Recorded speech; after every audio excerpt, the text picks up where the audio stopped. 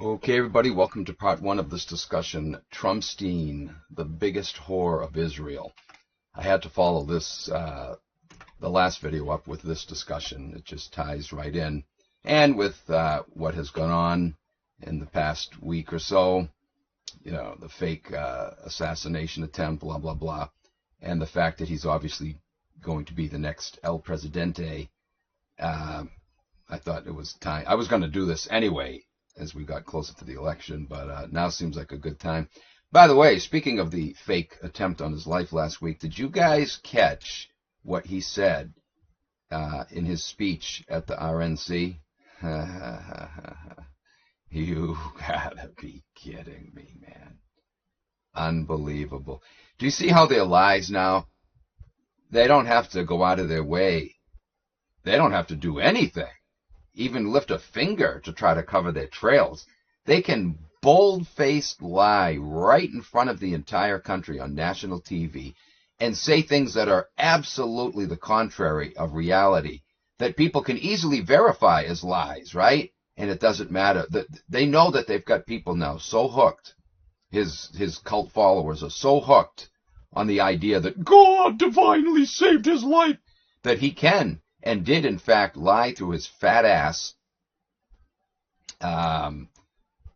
or his mouth. I can't tell the difference now. It looks the same when he's facing his ass toward us or his face. I don't know the difference, but anyway, shit comes out both ends, so what's the difference? Anyway, he actually said that when the shooting was taking place, that, you know, he was shocked and horrified, and he said there was blood everywhere. He's talking about his blood, right? His ear was bleeding, quote, profusely. He used that word, profusely. And yet you can see the goddamn video, right? Look it up. Again, if you haven't seen it, I'm sure you have. But look for yourself. You will see his ear right after he stands up. You see it very clearly. It's not bleeding at all. Oh, there's some red stuff splattered on it, sure, but it's not bleeding. It's not in the process of bleeding. If it were, it would be dripping down the side of his neck and staining his white collar. It would be all over the place, wouldn't it? He's not bleeding. Something was clearly smeared on him, but he's not in the process of bleeding. How can that be when the bullet supposedly just went through his cartilage, upper ear cartilage? How could that be? It should be in the process of still bleeding, right? We're supposed to believe that the bullet went through his ear, and yeah, some blood came out initially, but literally in a period of 2 or 3 seconds from the time it took him to stand up, it decided to stop bleeding. It's not bleeding. And yet he says, there was blood everywhere, I was bleeding profusely. And, of course, he said that his hand was, quote, covered in blood. The very hand that we saw him lift up to his ear, right, in a rather casual way. And then when he lowered it, the stupid ass didn't think, oh, I better make a fist or at least turn my top part of my hand toward the camera. I can't show my palm. It had no blood whatsoever. His hand was squeaky clean. You can see the entire palm and the underside of his fingers, all 5 of them, baby. His whole hand was open. There's not even a drop of blood. Why? Because there was no blood on his ear. That's why. Neither was there any blood on his ear when you saw that red stuff later in the photo. They smeared something on him. That's all there is to it, guys. There's no question about it. And yet the lying son of a bitch said that his ear, again, was bleeding profusely. No, it was not. And that his hand was covered in blood. No, it was not. He must have been listening in, or his handlers were listening in on the critics of the whole thing, right? And then they thought, oh, shit, that's right. We forgot. We should have had more blood. We should have made it look like it was dripping all over your collar, and we should have smeared some on your hand. And so he states what the critics were saying as though there really was blood when there wasn't, right? None on his hand, and again, it wasn't dripping. He stated what the critics were saying to expose it as the fraud that it is. He's acting like there actually was blood gushing and it was on his hand. This is George Orwell in high gear, man. This is even beyond what he envisioned. The people are so dumbed down now, I mean his cult followers, that he can tell bold-faced lies like that they can easily prove as lies, and yet there they were cheering on every frickin' word that come out of his mouth. Wow. Wow. Wow. You know, in years past, I might have said, that was probably a fake audience, and they're just hitting the cheer button on the console and creating the illusion that he's getting cheered on. No, I won't even go there today. I don't need to. You can bet your sweet ass that they were cheering him on. This is how dumbed down the cult followers of this messianic figure are. They're so entirely bereft of reason, of analytical thinking. They may as well have had a lobotomy. They have the brain tissue present between their ears, but it's dormant, baby. They're not using it. So they may as well have had their entire brain removed, right? It serves no function. It's just there to keep their heart beating, control the blinking of their eyes, all the autonomous functions. Other than that, it serves no purpose. It doesn't think. They don't, use it to think. They don't tell it to think. And so it's not going to do what it's not told to do, right? It's just going to absorb whatever it's... Unreal, man. And that's all these idiots do. They cheer him on. He could get up there and say, hey, I'm going to break into your house tonight and slit your wife's throat. And after I rape her first, then I'm going to slit your throat and steal everything in your house. And they'd probably still, praise the Lord, hallelujah. He might as well say something like that, and they'll still cheer him on. I don't think it matters at this point. He can literally say anything he wants, and these cult followers, because of the religion factor, guys, do you see what it does? It so completely blinds you. They're trained to do this, right? The Bible says, lean not to your own understanding, trust not in your own heart. You got to believe whatever the Bible says and whatever God's anointed representative says. Just absorb it and accept it as fact. And anyone else who says otherwise, they're liars. They're of the devil. You tune them out, and you only tune in what God's representatives tell you. You absorb like a sponge whatever comes out of their mouth. This is exactly what's going on when Trump speaks, guys. They're tuning anything and everything else out. They're only attuned to what he says, and everything he says is gospel. You see how religion is an abomination, man? Do you see how it has been used and still is in a most powerful way to blindly lead the masses? This is what the Kabbalists call magic, right? To them, it's magic. There's nothing magic about it. It's just understanding human psychology and how once you get someone hooked in with your bullshit, you can sway them in any direction you want. You can get them to believe things that are entirely contrary to their own interests. They'll cheer it on. They'll roll the red carpet out. Literally, a Jedi mind trick. Anyways. All right, so let's get into this discussion. Many so-called truthers, fortunately not Jew-wise truthers, because they can see that he's the biggest Jew puppet ever, but people in the truth movement, the nominal ones that are aware of 9/11 being an inside job, the bailout, even COVID, right? There's a lot of Trump supporters who are aware that COVID is a fraud, which blows my mind because Trump was the biggest cheerleader for the whole COVID fiasco, right? With his goddamn Operation Warp Speed and wanting to get the military, the National Guard to go door to door. If he served a second term right after Biden, that's what he was going to do. He was going to send the military out to forcefully inject people. And to this day, he still praises the God, even though Trump-tards, a good many of them, actually know that the whole COVID thing was a fraud and that those were death jabs, right? They still sing his praises when he's the bastard who, to this day, takes credit for it. He boasts about it. When it's come out, even in mainstream, that there's a lot of problems with the vaccine, right? That it's caused all kinds of health problems. They don't mention all the deaths, but they are admitting finally, right, that it is causing all kinds of health problems. And he's still taking credit for it. And he's the one that inaugurated the whole damn thing, right?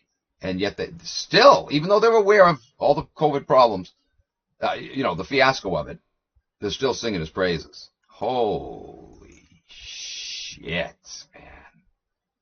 And the main reason, guys, is because he waves that little Bible in the air. A Bible that he could never even quote one verse from, has no idea what the hell's in it, can't even recite the Lord's Prayer, right? There's atheists who know the Lord's Prayer. And this bastard doesn't even know that. Doesn't matter, though. All he has to do is wave the Jesus banner, wave a Bible, and, sell the Trump Bible, do a commercial, and that's it. All he has to do is say that God saved him. It doesn't matter. The whole thing is bogus. Not one aspect of that alleged assassination attempt stands up to close scrutiny. Doesn't matter. Doesn't freaking matter. He waves the Jesus card, and the Jesus freaks, for the most part, just suck right up to it. So yeah, many, quote, truthers have fallen for the Trump rhetoric and are still falling for it. It's sad because a lot of them really are attuned to a lot of crap that's gone on, right? They're aware of the deep state, but they think the deep state is only the left. Holy shit, man. And they're certainly not Jew-wise. They've forgotten two of the most basic and fundamental laws of politics, that the left-right paradigm is a ruse, and that you can tell a politician is lying when his lips are moving, right? That's not a joke. It's actually true. It's a fact.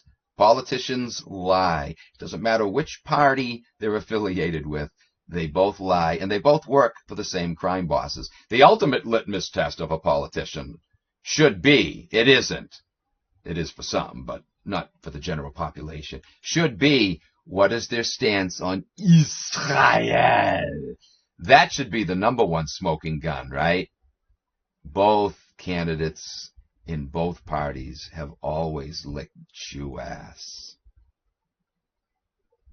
And whenever we've had one that changed their position on it, bullet in the head. That should tell you something. Anyway, indeed, the Trump administration proved to be, surprise of all surprises, nothing but business as usual, right? They promised to clean and drain the swamp, right?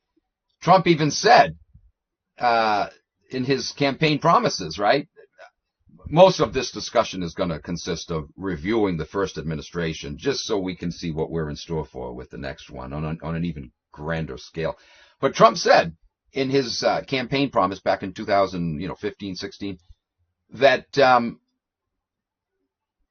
he was going to have Hillary arrested, right? He told it to her face during the debates. The first thing I'm going to do as president, I'm going to have you arrested.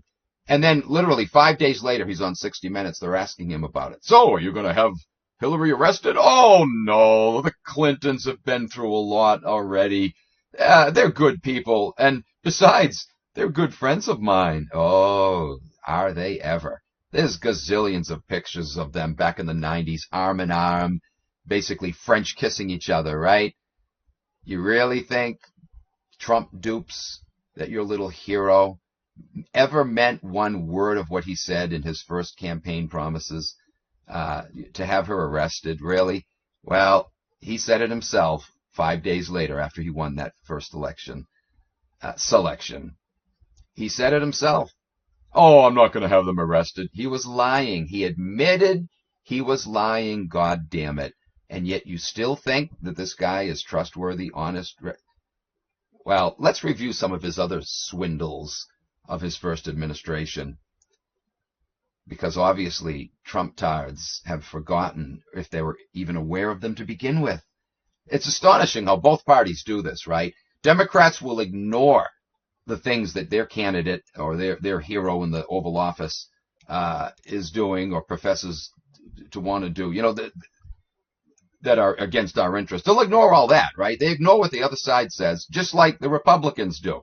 They ignore what the other side says, Both sides are right in their criticisms of the other party, and yet both sides are wrong in their support for their respective party. If only they would listen. It's just like, I used to sit in on debates between Christians and Muslims years ago, and it was astonishing, man. The Muslims made some really good points showing what a hoax the New Testament is, right? The Christian Bible. Well, the whole Bible, but, they would quote mostly from the New Testament to show all the contradictions and inconsistencies. Christians wouldn't even listen. When it came their turn to talk, they would point out all the problems and contradictions in the Quran. Again, all correct, right? Both sides were right in their criticisms of the other side. Both sides were wrong in their support of their side. You would think that there would be even one of them who would sit and listen and say, hey, wait, guys, what they're saying, this is true. I looked it up. It does say this. You would think at least one on either side would do that and try to convince his fellow dupes, we need to come together and stop bickering and arguing over which religion is correct. They're both wrong, obviously. No, it never happens. The same when you get Democrats and Republicans together in a room. They never listen to the criticism of the other side to realize, son of a bitch, you got some good points there. And, the same on the other side. No, they never do it. Never, never. That's the very essence of mind control, right? The inability and the lack of desire to listen to what the naysayers are saying. The minute you do that, it's game over, right? And it's guaranteed game over because everything we're told is a lie, right? So if you just listen to what the naysayers are saying and look into it for yourself, right? That's not to say that every naysayer says about everything is correct. No, that unfortunately some people take that stance. They listen to every naysayer, not realizing that the government infiltrates the truth movement with hucksters who spread BS to sabotage the efforts of the truth movement, right? You always got to have your guard up for that. But at the same time, and I would encourage you to listen to those naysayers, but make damn sure that you're listening to the naysayers of the naysayers too, if you know what I'm saying, right? You got to put the naysayers under scrutiny as well. And some people unfortunately don't have that ability. They're just not good at, either not good at it or they're just not proficient in a particular area that the naysayer is crying foul with. And so they wind up listening to the naysayer, assuming that everything he's saying is true. And that's not always the case. So if you're not proficient in a certain area, don't just trust the naysayer because the other things he's saying are true. So this must be true too. Ask someone within the truth movement who's questioning that naysayer in some areas and saying, no, he's right about this and that, but he's dead wrong about this. And listen to the reasons they're giving if you don't have the background knowledge of that particular subject area. You gotta put everything under close scrutiny and look at what the counter arguments are to make an intelligent decision. But a lot of people, they don't do it. Even in the truth movement, they don't do it. Because someone is, quote, in the truth movement and is saying so many other things that make sense. They just jump on board, baby and bathwater, accept everything. No. Because once again, guys, the truth movement, especially the Jew-wise truth movement, has been heavily muddied up. The waters have been heavily muddied up. Anyway, for all Trump's talk about the wall, point number one that we'll be looking at, right? This is one of the big reasons why Trump supporters were so big in supporting him, because he talked about the wall. But with hindsight, looking back, what the hell was really accomplished with the wall? It never got finished anyway, right? And they'll make up various excuses why it didn't get finished. Do you ever think he really intended to finish it in the first place? Do you really think he was actually against mass immigration of illegals? Sure, there was some window dressing. There had to be. So it looked like he was against it. But it turns out, guys, that behind closed doors, Trump was pushing for wide open borders as well. In fact, here's one example. Here's a Jeff Rentz headline from February 15th, 2019. The headline read, Trump signs amnesty budget bill for millions of illegals, encourages millions more to flood into the U.S., and is caught bald-faced lying about caravans that he let in. It's true. It's true. The same thing went on, but he was better at hiding it, right? By building the wall, which was, of course, never completed, right? And by the way, that wall had gates swung wide open the whole time for illegals to cross in that were not guarded by Border Patrol agents. But anyway, nevertheless, by building the wall, it looked on the surface like he meant business, right? And there were some areas like in L.A. where, the tent communities had disappeared. So it all looked good. It looked like the problem was being resolved. But again, it was all window dressing. He was still letting them in, but, in a more clandestine way and covering it up better than how it occurs under a Democratic administration, like under Biden's watch, right? The article stated, President Trump lied to the nation today by falsely claiming his administration stopped multiple illegal alien caravans when in truth he let them into the USA. Speaking for 40 minutes, he never mentioned that he just signed the dastardly and secretive budget bill which incentivizes illegal immigration and child trafficking. Trump just signed into law a bill that 99% of Americans know nothing about, which contains amnesty for millions of illegals, incentives for child trafficking, an exposition of Trump's deadly catch and release policies, less detention space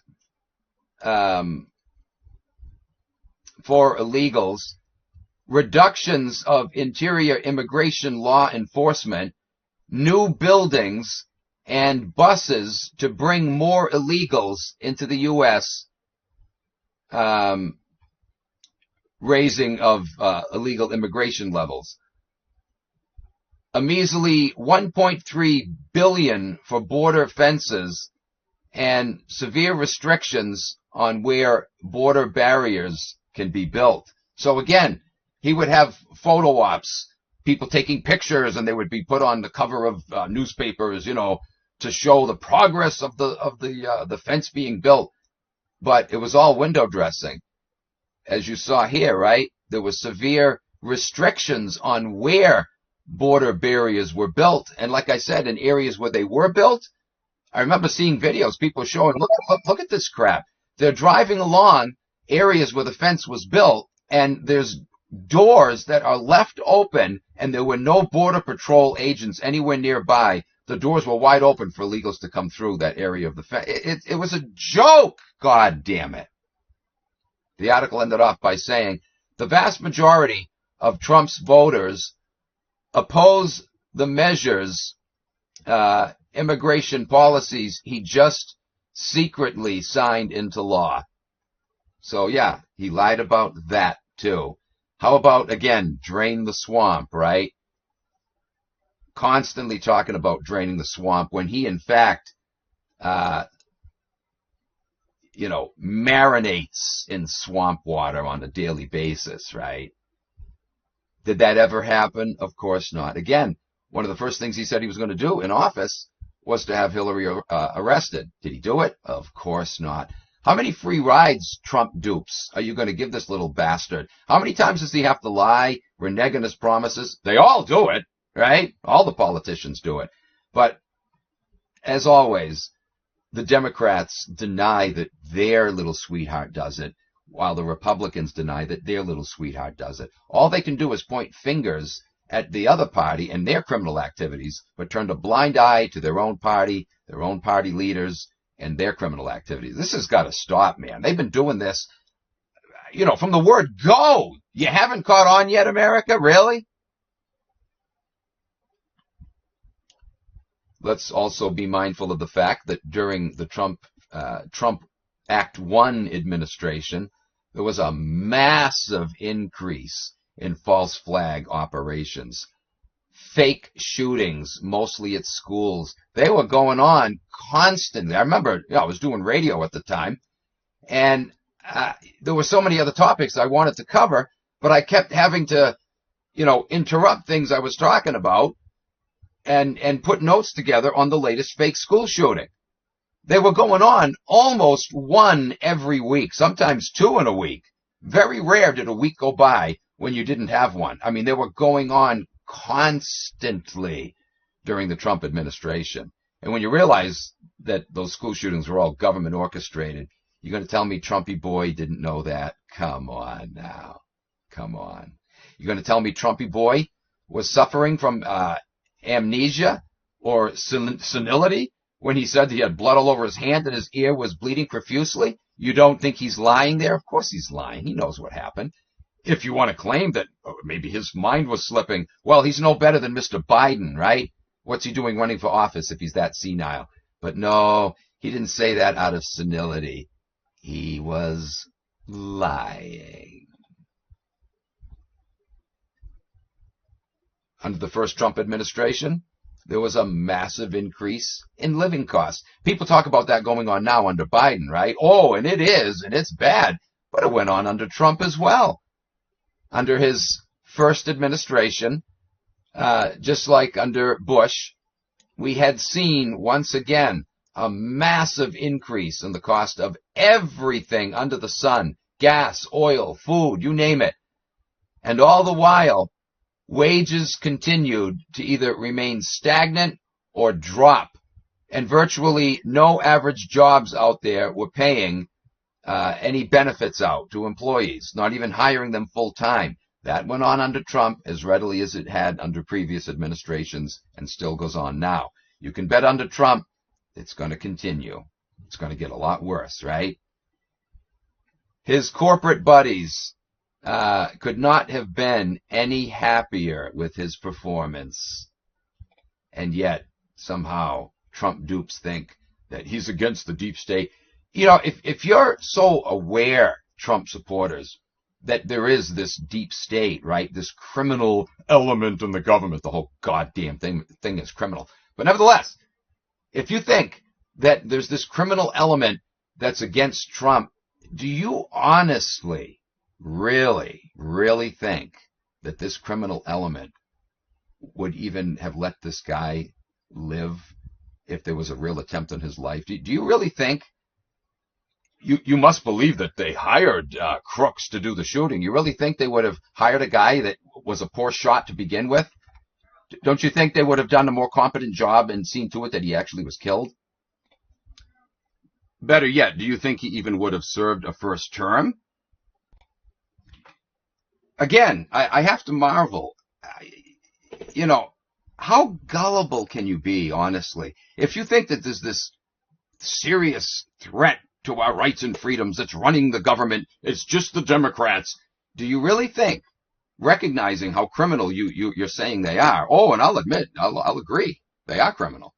But so are the Republicans. Do you really think, though, that the criminal Democrats would allow someone like Trump, who's totally opposed to them and is going to drain the swamp, you really think they would have allowed him to become a prime candidate? Do you think they would have let him in office? Do you think he would have lived all this time? Jesus Christ, man. And this is the problem, one of the biggest problems with the whole Hitler worship crowd, too, the Hitler cult, right? The Hitler cult and the Trump cult, it's the same thing. You're falling for Jewish puppets, man. They had a stranglehold, the Zio pig criminal bastards, on the Weimar Republic. Do you really, really, really, really think that someone like Hitler, who was basically a household name by the late 1920s, right? He had been preaching his anti-Jew gospel all over the countryside. Do you really think, if he was genuinely opposed to them and wasn't their little bitch, do you really think they were going to allow someone like that to even live, let alone actually make it into the Reichstag? Really? God damn it, get your head out of your ass, man. Your defense of Hitler is exactly the same as the Trump-tards' defense of their hero, Trumpstein. Hitlerstein and Trumpstein. You're doing the same goddamn thing the Trump-tards are doing. It's sickening. It's disgusting. Knock it off. Anyway, another problem with the Trump Act 1 administration, it was like the Lewinsky scandal all over again, right? And the subsequent Starr report, with the Mueller report. Remember that? Another phony push for impeachment, which never was intended to go anywhere, just to create the illusion that the government functions the way you expect. They'll go after even a president, right? It was like the Lewinsky thing all over again. God damn it all, man. What a joke. In America, you fall for it every time. Not my subscribers, but the general population in this country falls for the pageantry. It's just theater. Just like the staged shooting last week. It's all theater. God damn it all. All of it. All of it. I got a neighbor, really nice guy. And, you know, he tells me that he agrees, yep, both parties are corrupt. You can't trust any of them. You know, they're all lying to us. And yet, he'll come to me with, you know, some latest crap in the news, and he's acting like it's real. You know, it really happened the way it played out. I'm like, I get so frustrated. The poor guy, he's in his senior years, so, you know, his mind he probably can't help it. His mind isn't as sharp. But the problem is, this is what's going on with younger people, too. It's not just seniors. He has an excuse, at least. But, you know, people in their 20s, 30s, 40s, 50s, where their mind is supposed to be functioning properly, they're still falling for this. They don't have an excuse. They don't have the senior years thing going for them to explain why they're falling for this. What the hell? It's all fakery. How can you admit that the government's corrupt and yet turn around, or even an element of the government is corrupt? How can you say that and then think that there's any legitimacy to anything we're offered? Again, how can you believe that Trump is genuinely opposed to what you think is the deep state on the left, and they're going to allow this guy to continue? If it's half as corrupt as you claim it is, you really think they're going to allow a genuine opposition leader to get into power or even run for office in the first place? The whole goddamn friggin' thing is corrupt through and through to the core, baby. And it has been all along. They have bullshitted us again and again and again with one fiasco after another, one false flag operation after another. God damn it. Whether it's the fake Trump assassination, COVID, 9/11, the bailout fiasco, on and on it goes endlessly. There's no truth to any of it. At least no truth to the way they spin it. They're behind all of it, right? Every time. When the hell are people going to get this? I mean, it doesn't take a genius to see this. It only requires literally just a few minutes of close, critical analysis, right? That Trump shooting. All you got to do is watch the video of him reaching up to touch his ear that supposedly just got shot through with a bullet. He puts his hand down, and you can see his whole hand is completely pristine. There's no blood on it. And yet the lying bastard said that his hand was loaded, covered with blood. He said his ear was bleeding profusely. Again, look at the video. Look when he stands up. His ear isn't bleeding at all. Oh, sure, there's some red stuff splattered on it, but it's not bleeding. There's no blood dripping. God frickin' damn it. And yet he said there was blood everywhere and that his ear was, in fact, bleeding profusely. You know, again, anybody that falls for anything this government says or does, at this point, you deserve to be deceived. It just sucks that the rest of us have to suffer along with you. but you personally deserve it. I wish we could have a situation where only the suckers that fall for the bullshit suffer from the bullshit, and the rest of us can just sit back and I won't say laugh because there's nothing funny about it, but at least sit back and point a finger and say, yeah, I told you so. You should have listened, you dumbasses. We were trying to tell you about COVID. How many of you rolled up your sleeves anyway, faithfully wore your little masks, and didn't invite Grandma and Grandpa over for a family cookout? You dumb frickin' idiots, man. Many are now paying for it, and they know they were wrong. I'm sad to see that they had to find out the hard way, but it is nice to see many of them coming around. Many people who are yelling the loudest that, you anti-vaxxers are the problem. You're the super spreaders, Many of them have come forward now and said that, they themselves have gotten sick from the vax, or no family members who have, no friends that have died, whatever, right? There's been quite a few who have had to eat crow on that one. And yet, you still got people supporting the biggest cheerleader for the COVID bullshit, Mr. Trump. And like I said, many of them are aware that COVID was a fraud, and yet they're singing this guy's praises. Holy shit, man. What used to be called common sense demands that this just can't be, and yet it is. It is. A great many Trump supporters fall for his bullshit simply because of his rhetoric, right? I'll admit, he says a lot of things that are true, right? He calls Biden a criminal, and we got to save this country from the problem of mass illegal immigration. Yeah, he's right. Did he do it himself during his first administration? No, we just saw where he was actually facilitating it while claiming to be against it. He did a few things, photo ops and whatnot, that looked good. He had out in L.A., he saw to it that they outlawed the tent communities, right? So the tent communities had disappeared, so it looked like the problem of mass influx of illegals was disappearing. No, it wasn't. It was still going on every bit as much as more, if not more than what it did under, the Obama administration. And so, at the end of the day, what are we left with? Trump is a good rhetorician. That's it. He's good with rhetoric. He says the things that his gullible followers want to hear. Well, hell, if that's what you like, just go to church any Sunday morning. You'll get the same thing, right? Ministers have been playing that game for thousands of years. They know what their congregation wants to hear, and so they pump them with it. But they're full of shit, aren't they? Of course they are. How could they not be? Their whole philosophy is based on the Jewish playbook, the 2,500-year-old protocols of the learned elders of Zion. Of course they're full of shit.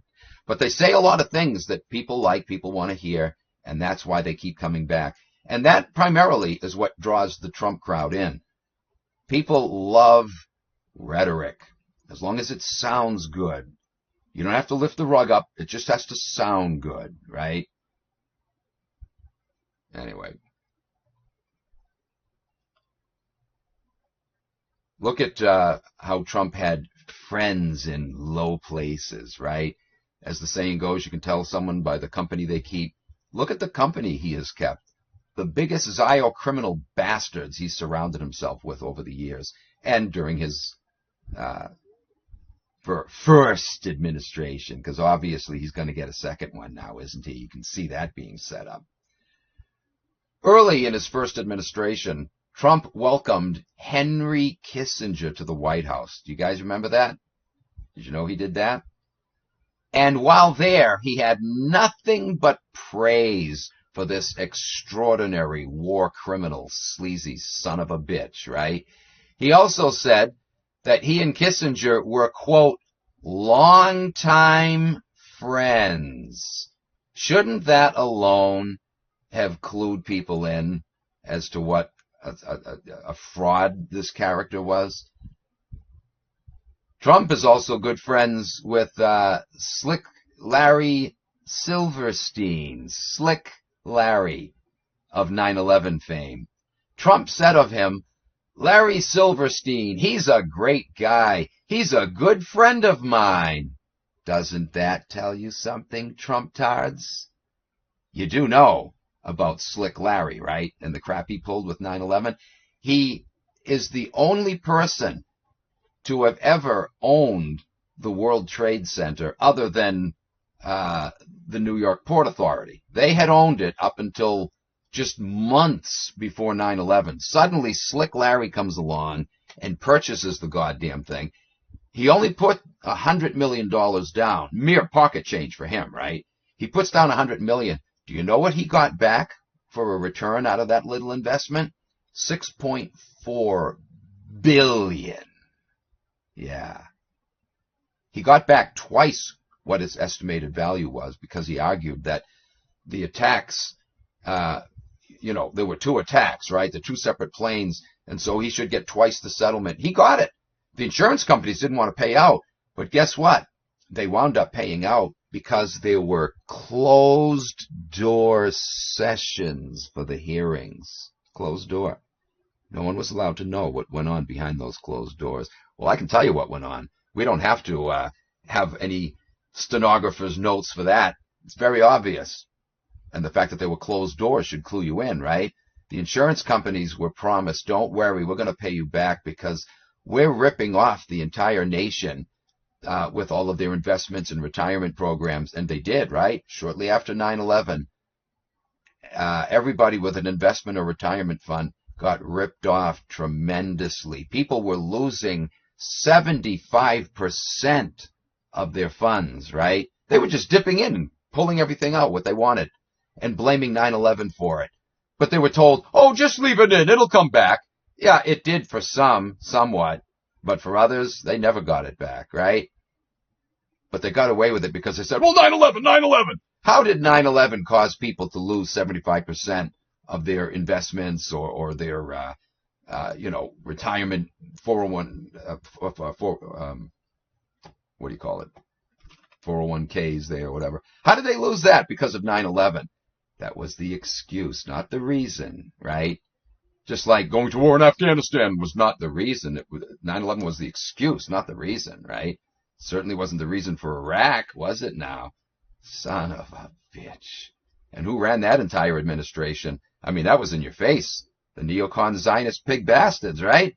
They planned the whole itinerary in advance, rebuilding America's defenses. Before Bush was even in office, they had the whole game plan laid out, and that's exactly what was carried out thereafter in the wake of 9/11, or the new Pearl Harbor type event, as it's stated. Or as Zbigniew Brzezinski called it, a massive, widely perceived direct external threat in his 1997 book, The Grand Chessboard, page 211, by the way, if you want to look that up. So yeah, you can tell the man by the company he keeps. He was and is, of course, still a very close friend with Netanyahu.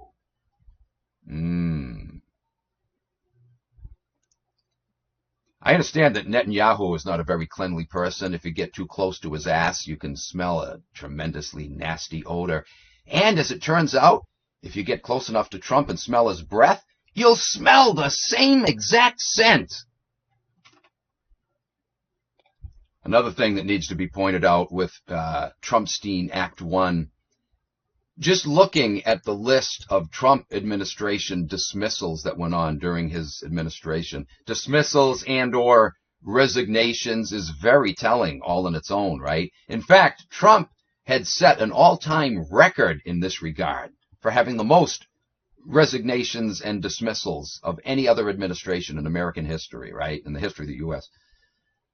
Several Trump appointees, including National Security Advisor Michael Flynn, White House Chief of Staff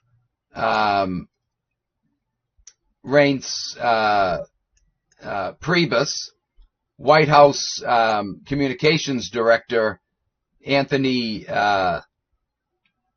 Scaranucci, and Secretary of Health and Human Services Tom Price had the shortest service tenures in the history of their respective offices. What does that tell you? What the hell was going on with that, right? Nevertheless, that's not a very impressive track record for a little Trumpy boy, right? But the Trump-tards forget all of this. Oh, they forget a lot of things. His policy with Iran.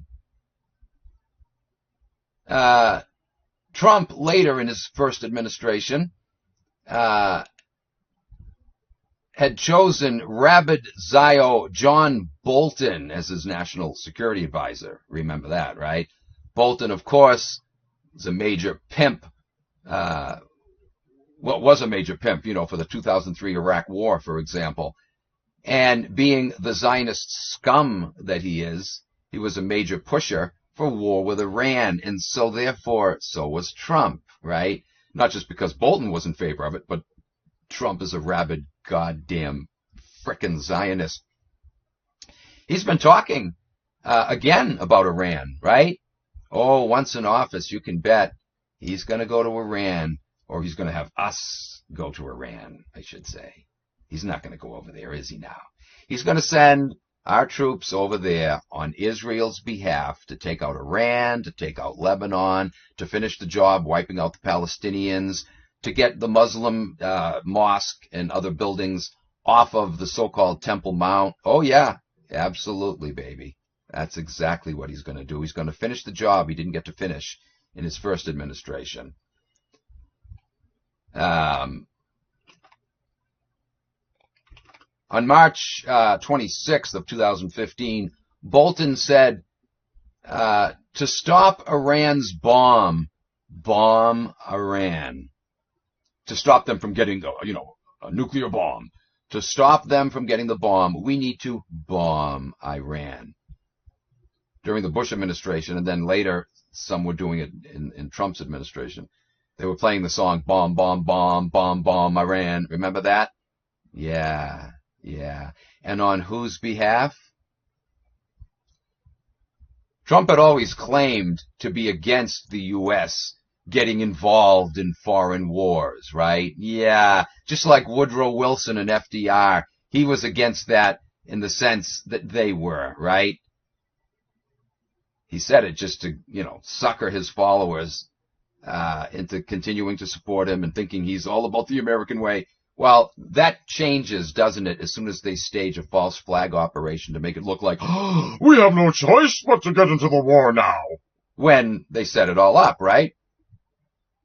Wilson set it up with the USS Liberty and then later the Zimmerman telegraphs. And, of course, FDR set it up with help from his buddy Winnie across the Great Pond there with the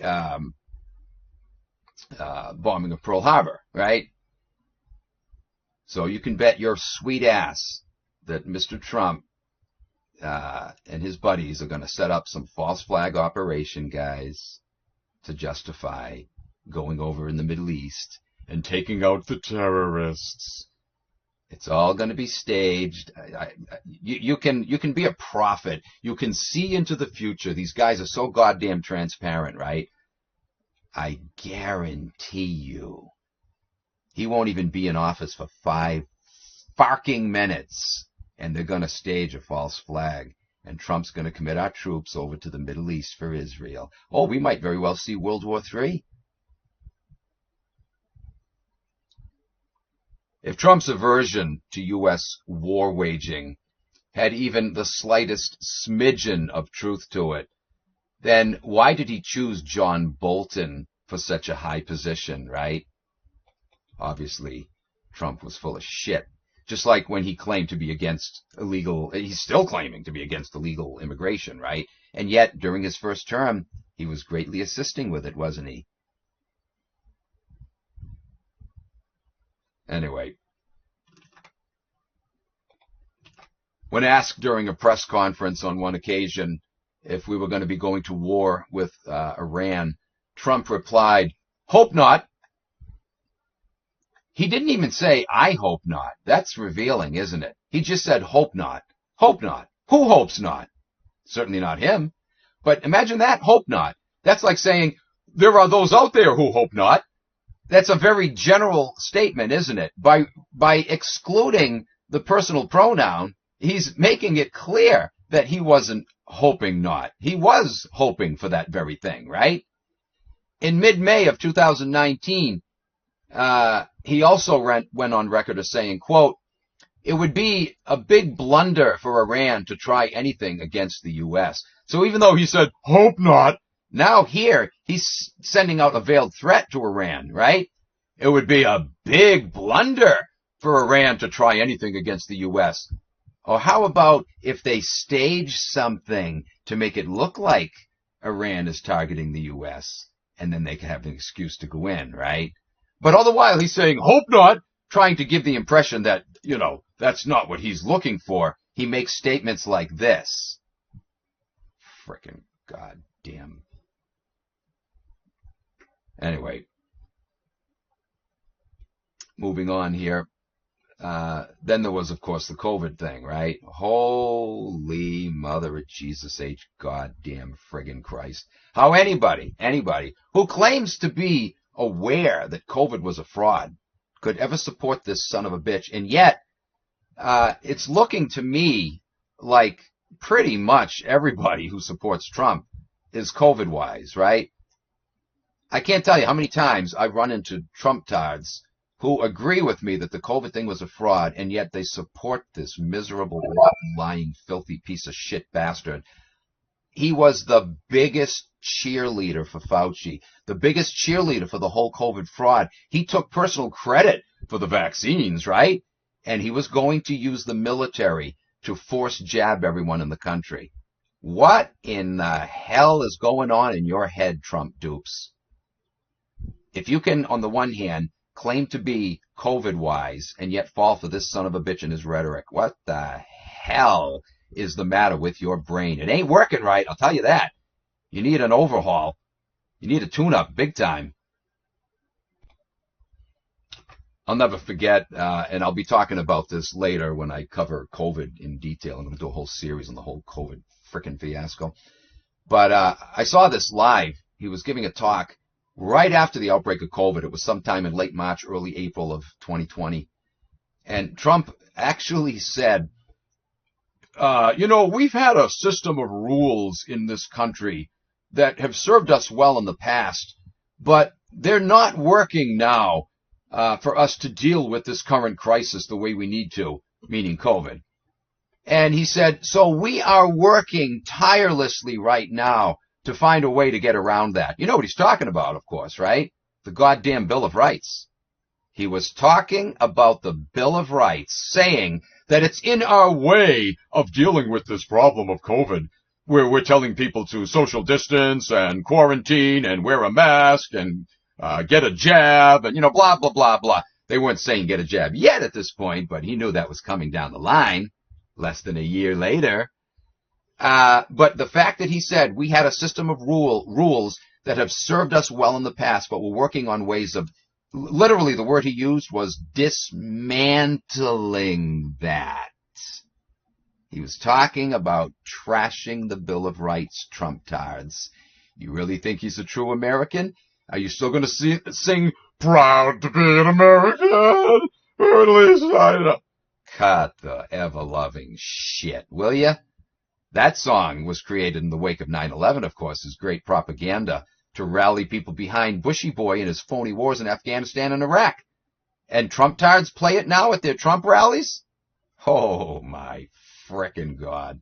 By the way, guys, I don't know if I mentioned this before, but did you know that the photographer who took the picture, the famous Iwo Jima type picture of Trump with his little fist up in the air, and the flag behind him, that photographer is the same guy who snapped the picture of Bush at the Booker T.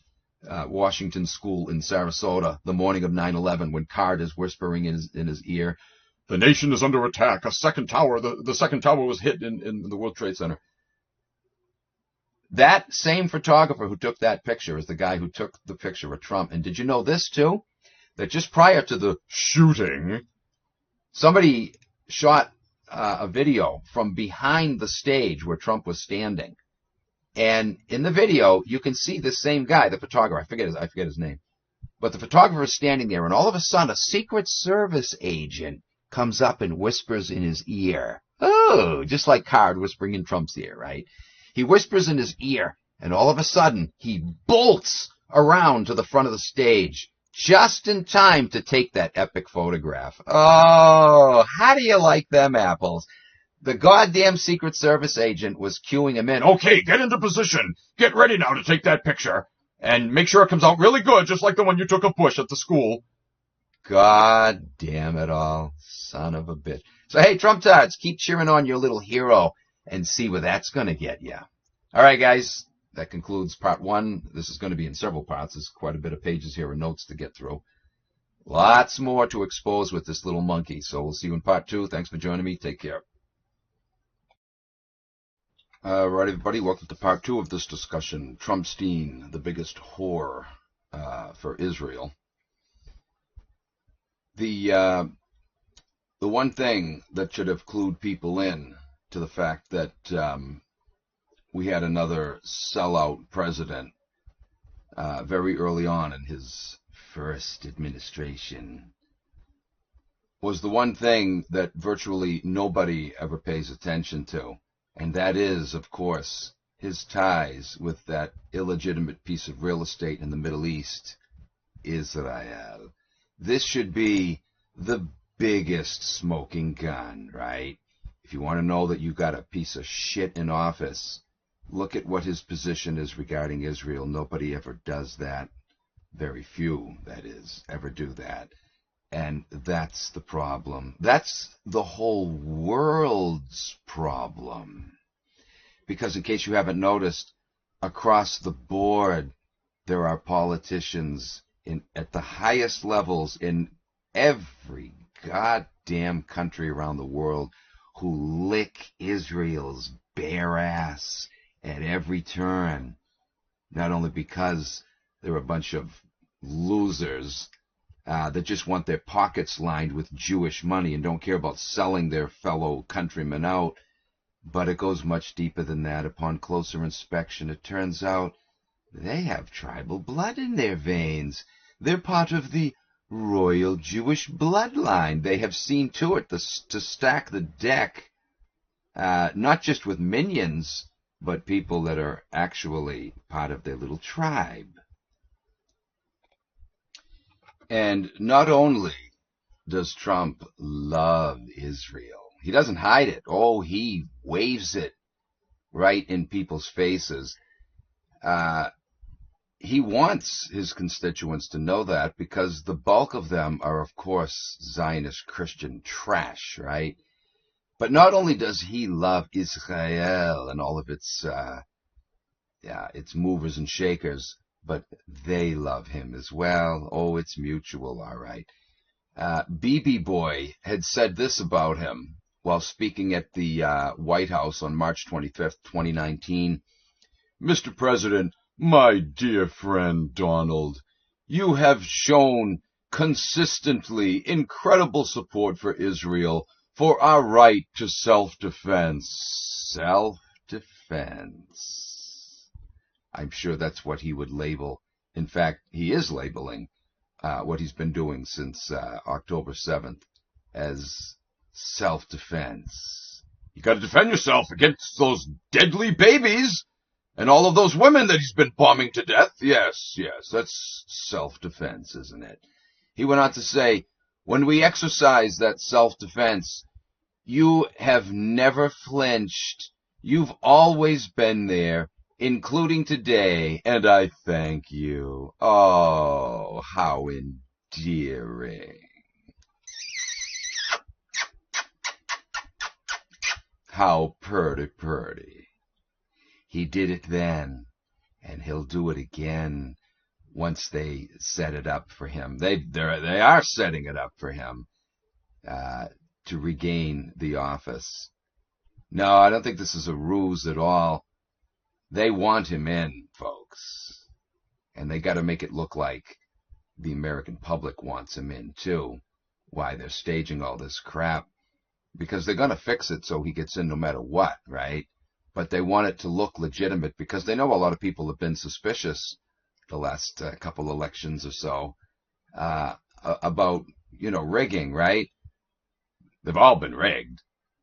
Even if people actually did, vote a particular candidate in, the goddamn things are still rigged because the bastards they offer you to vote for are already their hand-picked puppets, for Christ's sakes. But anyways, look at the ass-kissing here. Wow, man. On, going both directions, right? When we exercise that self-defense, you have never flinched. In other words, you didn't care that it was going to result in babies being blown away. You didn't flinch over that like all these other wimps that we've had problems with in the past, in other countries, complaining at the UN. Wow.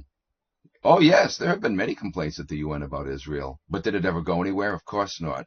Of course not, because the Jews created the goddamn thing and set it up so the U.S.'s vetoing power would always override any votes against them. Anyway, he went on to say, I have a simple message for Israel's enemies. We will do whatever we must do to defend our people and defend our state. Before I go, Mr. President, it was so kind of you to invite me to come here, and it was so important for me to come to the White House and to thank you. Mr. President, over the years, Israel has been blessed to have many friends who sat in the Oval Office. Oh, ha, ha, ha. They all were tribe members, weren't they? Some were a problem for them, but most of them kissed their ass, right? He said, but Israel has never had a better friend than you. There you have it, right from the horse's ass, right? Who has been the best friend of the Zio pig bastards in the Oval Office? Donald Trump. And this is the guy they're setting us up to get back in there again. Israel has never had a better friend than you. You showed us time and again, he said, when you withdrew from the disastrous nuclear deal with Iran, when you imposed sanctions on a genocidal regime that seeks to destroy the one and only Jewish state. What's the genocidal regime? Son of a bitch, man. He then praised Trump for recognizing Jerusalem as Israel's capital, which he did on December 6th of 2017, and declaring the Golan Heights as Israeli property, which he did on March 25th, 2019. These statements were made on the same day that Trump signed that declaration, in fact, on the Golan Heights. First of all, what makes this son of a bitch think that he even has the right to do this, right? But just think of the danger that such measures have placed us in, right? Potentially setting off World War III. And this was after he had already declared Jerusalem Israel's capital. He went on to declare the Golan Heights as their property, right? On this same occasion, Trump himself stated, under my administration, the unbreakable alliance between the United States and Israel has never been stronger. You read things, you hear things, it's never been stronger. Just remember that people talk, but it's only talk. Our relationship is powerful. People talk. We don't care what people say. We don't care if it's the majority of people in this country that don't approve of this strong tie between the United States and Israel. Our relationship is powerful, and it's going to continue. Of course Trump is going to lick his ass, because he's one of them. Trump also said, we have defeated the caliphate in Syria. We have withdrawn from the horrible Iran nuclear deal and imposed the toughest ever sanctions on the Iranian regime. It's having a big effect, he said. Iran is not the same country it was when I took office. The day I took office, we had threats all over the Middle East and beyond. Iran is a much different place right now than it was. Right. Look whose interests that son of a bitch was serving. Was he serving ours? Trump tards would insist, oh, yes. Why, he sealed the border up. He did no such thing. As we saw in the last video, mass influx of illegals continued on under Trump. He just took measures to hide it. Building the fake-ass fence that did nothing, right? But then Trump went on to say this: we will confront the poison of anti-Semitism through our words and maybe even more importantly, our actions. Oh yeah, during Act 2, Trump intends through actions to confront the poison of anti-Semitism. Don't forget, guys, he said he plans to root it out. They seek the destruction of the Jewish people, so we need to seek their destruction. He said that. Oh, yes. And don't forget, he also talked about deporting the protesters against the mass ethnic cleansing of the Palestinians by the Israelis. Deporting them. That's because he's a president that stands for our freedom of speech. A true American. Yes, Trump tards. Keep singing his praises, goddammit. Yeah, keep singing his praises. The Jews couldn't be happier for it. You goddamn suckers, man. Could your heads possibly get any further up your ass? You point this out to Trump tards, right? Most of which are Zio-Christian scum of the earth. And they'll have no aversion to it whatsoever. They're proud that he supports Israel. They're so goddamn stupid. They don't understand that the job of an American president is supposed to be to serve the interest of America. They have no problem that he's serving the interest of Israel. They think it's great. Those are God's chosen people. Wow. Do you see the power of that book, guys, called the Bible? That toxic collection of literary horse shit? How dangerous it is? How deadly it is? Trump then went on to say, the United States will always stand by its side, meaning Israel. Will always stand by its side. Well, of course, that's what it was created for. As Francis Bacon stated in his New Atlantis, the king of Ben Salem will be answerable to the king of Jerusalem. Ben Salem was his name for the proposed British colony across the Atlantic, right, which became the United States. Immediately after declaring the Golan Heights as Israel's property, Palestinian officials declared that this action disqualified the United States from being part of peace talks, and Hamas demanded the start of a new intifada. Soon thereafter, there were demonstrations in Iran, Jordan, Tunisia, Somalia, Yemen, Malaysia, and Indonesia, as well as outside the U.S. Embassy in Berlin.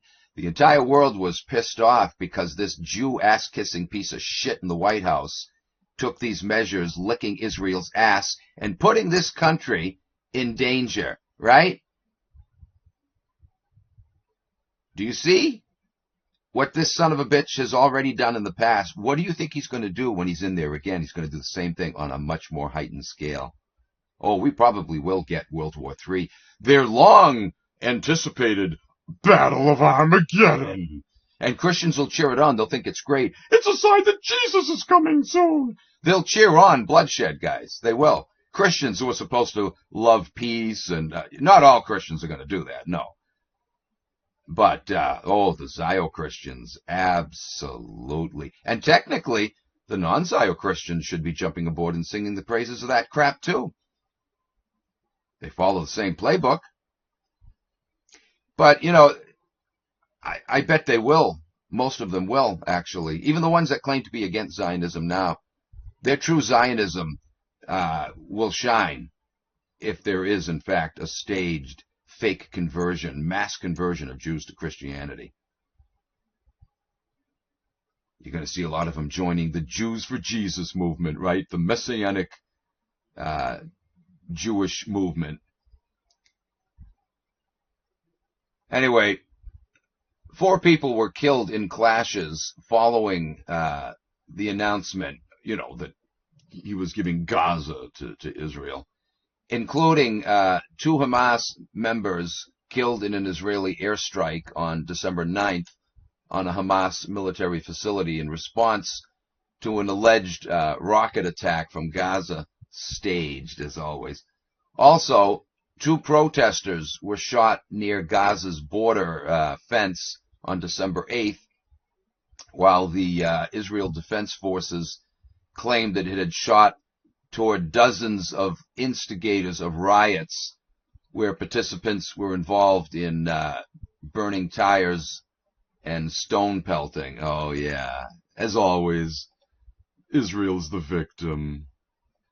Anyway, also following Trumpy Boy's,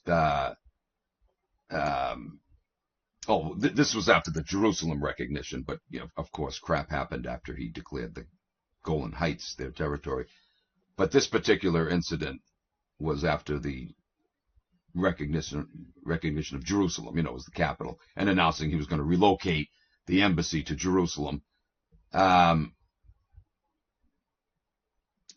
that announcement, American embassies in Turkey, Jordan, Germany, and Britain issued security alerts for Americans traveling or living abroad in those countries. Do you see how supporting that little bitch of an illegitimate state has put us in all kinds of danger? And the son of a bitch is going to do it even worse, guys. He won't be in office 5 minutes. He's probably going to be committing troops over in the Middle East on a much grander scale for offensive purposes.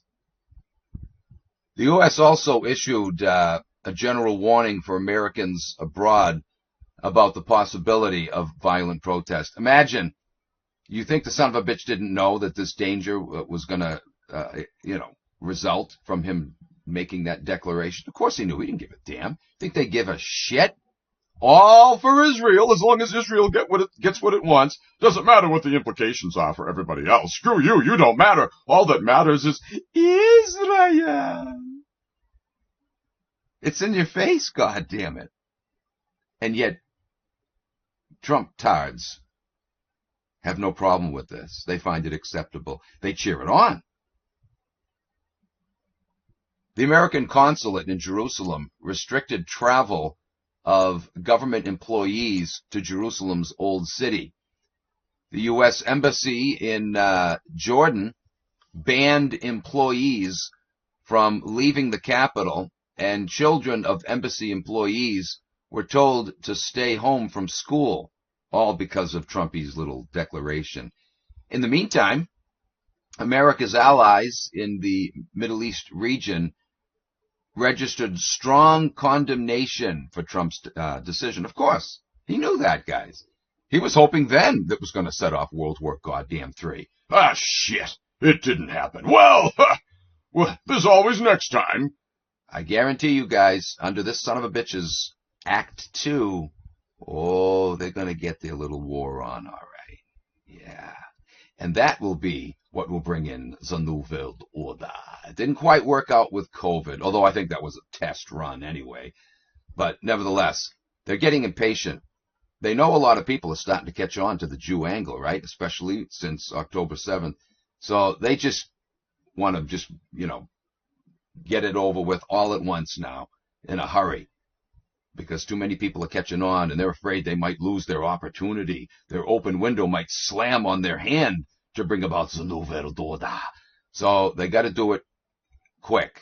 And war has always been the best way to rearrange the deck, right? Also at this time, Turkey threatened to sever ties with Israel, and Egypt refused to recognize the decision by Trump, warning of several consequences that would develop as a result. Turkey implied that there would be protests in all of its major cities, and that its relationship with the American embassy would be cut off. Again, all because of Trump's little scheme. Way to go, dumpy Trumpy. He did it before. Oh, he'll do it again, but he'll make sure this time it does set off war, guys. Yeah, Trump was real concerned about making America great again, wasn't he? And do realize that this bastard claimed that his move to recognize Jerusalem was a step toward peace. Oh, yeah, and that's what they want too, isn't it? Peace and tranquility. Cut the shit. Look at the trouble his Israel ass-kissing has already gotten us into. Where do you think it's going to go during Act 2, Scene 1, right? He won't be in the office 5 minutes, guys. They're going to stage something and make it look like, oh, we have no choice now. We got to mass deploy troops. They've already been talking about reintroducing the draft. For what? Because they're planning war as we speak. Anyway, it's important to point out, I'm sure many of you are aware of this, that a huge oil reserve had recently been discovered at this time beneath the Golan Heights. Gee, do you suppose there's any correlation between that and Trump declaring the Golan Heights now as Israel's property? Well, with Trump having given this region to Israel, a New Jersey-based company, Genie Energy Ltd., soon began drilling operations there soon after this declaration. And this Jew-run company, founded by Howard Jonas, a Jew, had roughly 40% Jewish employees, many of which had either dual citizenship or had single citizenship status with Israel. On the board of directors were people like Jacob Rothschild, Dick Cheney, and Rupert Murdoch. Oh yeah, Trump is against the deep state, isn't he? And guess what else? Trump himself personally was heavily invested in this same company at that time. Jesus Christ, man. Isn't that quite the sweetheart little deal right there? Here's an interesting headline from CNN's website posted April 10th, 2019. Trump is celebrating Netanyahu's win as if it were his own, and it kind of is. Oh, it certainly is, or was. Trump always made sure to consult with the most top-notch qualified advisors, right? All in the national interest, of course. For example, on March 27th, 2018, he met with a delegation of 10 rabbis from Chabad Lubavitch, right in the Oval Office. Well, that's not unusual, though, is it? There are pictures all over the internet. You can do a Google image search. Look up Reagan with rabbis, George Bush Sr. with rabbis, Jr. with rabbis, Clinton with rabbis, Obama with rabbis, Biden with rabbis. You'll see pictures galore of rabbis, the Lubavitch rabbis, right? Oh, I'm sorry. I think I mispronounced that. Anyway, all gathered around the desk in the Oval Office, looking over the shoulder of each, president. You won't find, Muslim Sikhs doing that, right? You won't find Buddhist monks meeting with the president. You won't even find Catholic clergy around the president's desk. It's only and always those sons of bitches, and they are the cream of the crop in Jewland. Chabad Lubavitch, baby. They are the modern-day learned elders of Zion. They're the ones who told Bibi, or Schmierson, the head rabbi, clearly you're not doing enough. The clock is ready to strike midnight. You must do more. Yes, Rabbi. Yes. I'm doing. Clearly, you're not doing enough. Scolding him, calling the shots, right? And there's that group meeting with one president after another privately, right? What's supposed to be our national leader, giving directions, patting on the shoulder. Good job. Do as we say, and everything will go just fine. You won't have to worry about a real assassination, as long as you're doing our bidding. Isn't that right? We'll take good care of you. We'll make sure that you can file bankruptcy 1,000,000 times, and you'll always get back on your feet. Just continue to do our bidding. Sign right there on the dotted line. Thank you very much. That's how this government operates, folks. It's how it's always operated. But especially with this son of a bitch, right? Netanyahu didn't say that he was their best friend of anyone who sat in the Oval Office for nothing. These same rabbis also met shortly after with John Bolton, who was just entering office at the time, making sure he got all of his orders in line. The man whose job it was under Trump Act 1 to negotiate peace between the Israelis and the Palestinians, Trump's senior advisor and son-in-law, can you say nepotism? Jared Kushner, can you say sleazy-ass Jew, as sleazy as they get, was, of course, a rabid, raging, out-of-control Zionist criminal pig bastard, right? Of course, Trump had also hired his daughter, Ivanka, as an advisor, Kushner's little sidekick, who saw eye to eye with him on everything pro-Israel. God damn it in your face, man. Not only were we dealing with in-your-face nepotism here, but what qualifications did either of these losers have for such jobs other than their diehard loyalties to their rat-infested tribe, right? Kushner worked together with the likes of David Friedman, the ambassador to Israel, who was, get this, a bankruptcy lawyer. Now, those are great qualifications for an ambassador, wouldn't you say? The pro-Israeli stance of the Trump administration, Act 1, was embarrassingly transparent, right? But then again, you can go through all administrations, for decades on end. They were all rabid, in-your-face Zio scum. Of course, that's been the case from the word go, right? From Mr. Washington on. But it wasn't so blatant and obvious in your face as it had become since the creation of that illegitimate state in 1948. Anyway, in spite of all of this, though, there are many in the so-called truth movement, not the Jew-wise truth movement, but, the ones who are nominally awake and recognize that our government is corrupt, right?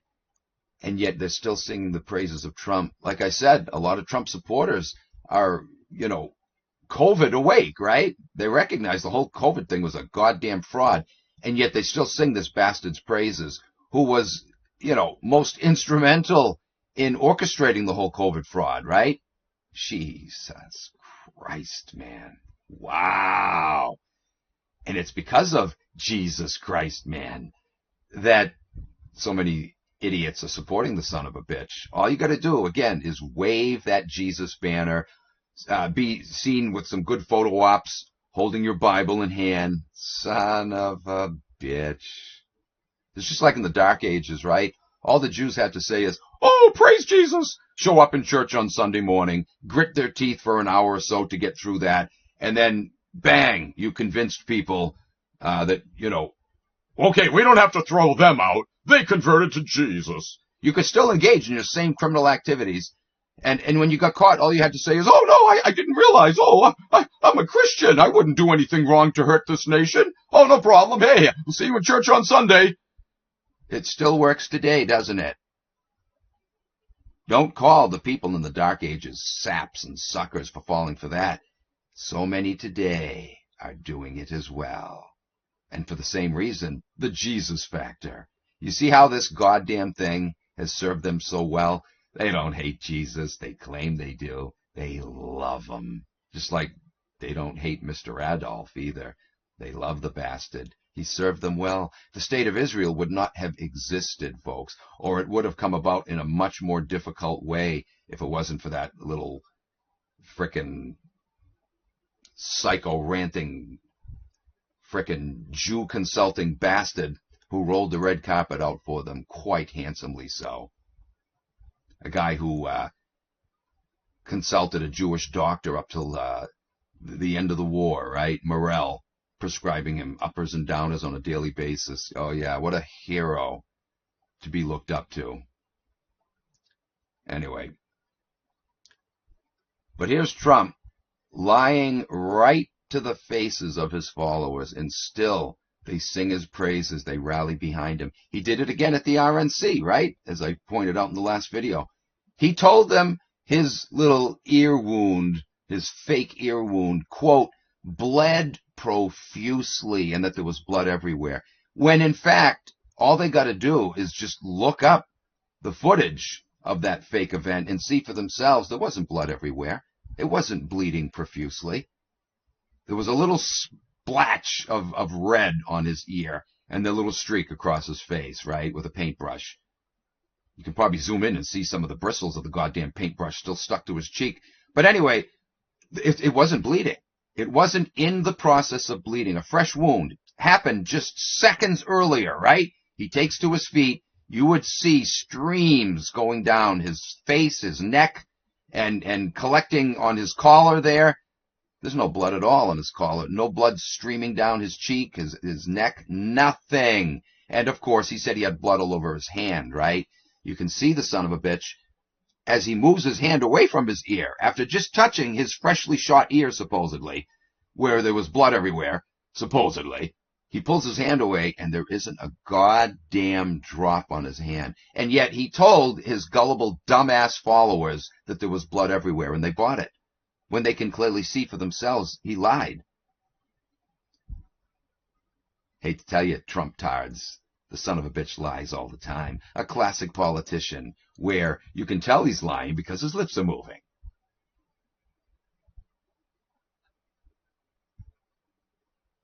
Anyway.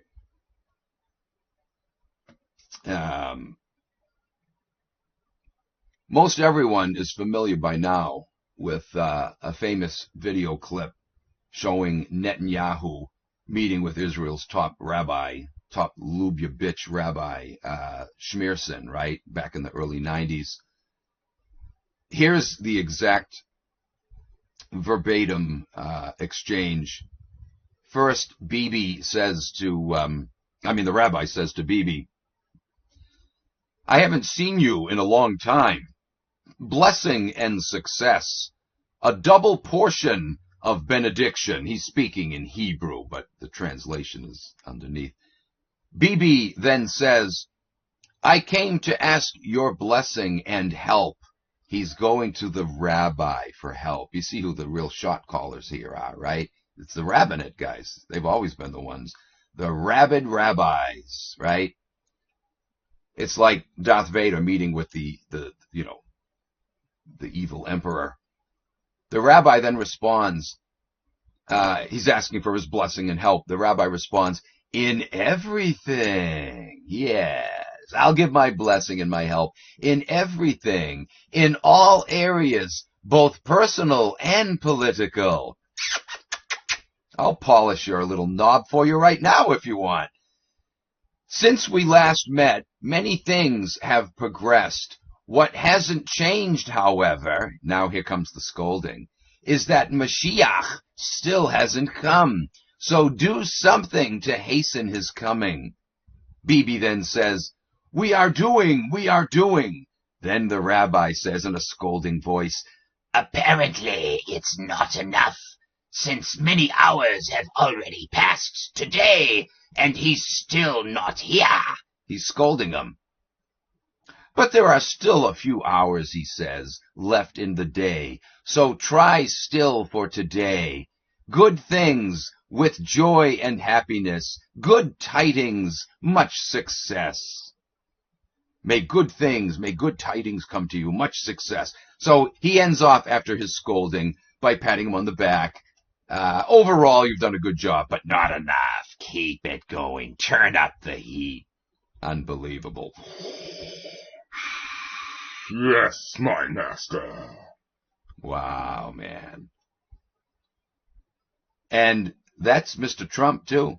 When he met in the Oval Office and had all the rabbis, the Lubia bitch rabbis standing around him, you can bet, to be a fly on the wall for that. But you can bet, without being a fly, you can bet what went on there is the same thing, right?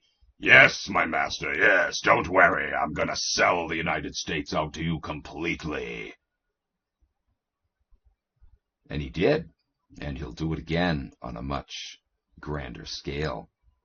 Oh, I bet they will have their full-fledged Jew world order in place under his watch.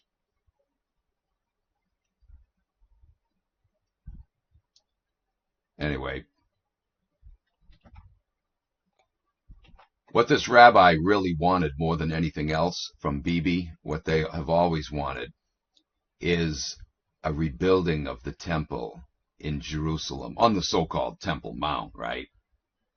Not because they believe there was once a temple there, but because it will have powerful psychological and political effects, sending the message that Israel is the boss, not Islam or anyone else. This is our land. God gave it to us, and we're going to have control over every inch of it and not allow any unclean Gentile presence on our real estate, right? They know goddamn well the temple was never there. But again, they're using that as the excuse, right? To get the Muslims off, what they claim is their property, and put their little frickin' whorehouse temple there. And they know that this can't happen without U.S. support, which, of course, they fully have and always have had. But they'll be able to get away with bouncing the Muslims off with someone like Trump in office, right? It has to be a Republican. They can't do it under a Democrat. Any Democratic president would never have support from his own constituents if he tried something like that. But that's expected from a Republican, the war hawk Republicans, right?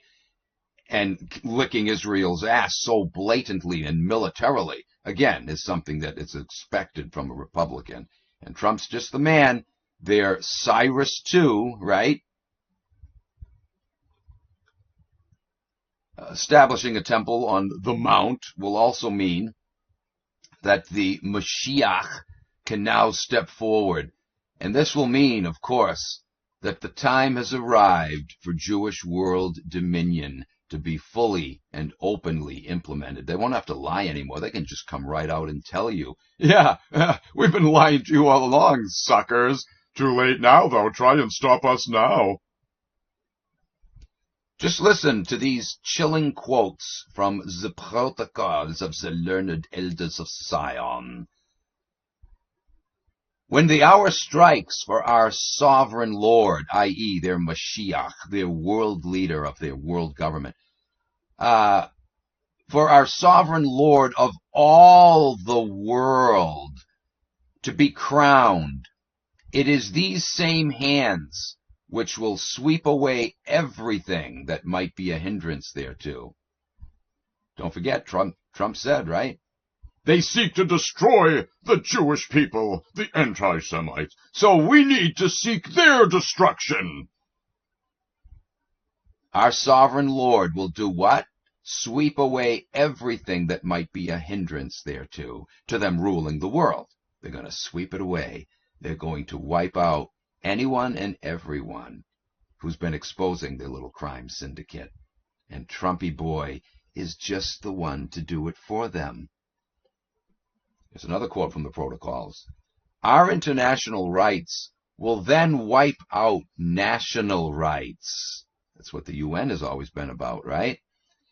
And will rule the nations precisely as the civil law of states rules the relations of their subjects among themselves. We're going to rule nations now, just as individual nations rule over their people. We're going to call the shots centrally, and the whole world is going to follow suit. You know, across the board in the truth movement, whether Jew-wise or not, everybody knows that this is all leading to world government, right? But whose world government? Who has been behind this all along, going back thousands of years? Who is it that has always wanted world government? Whose holy books talk about it all the time, right?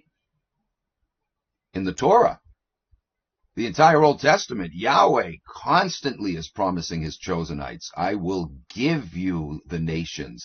They will bow before you and lick the dust from the soles of your feet. You shall rule over them, but they shall not rule over you.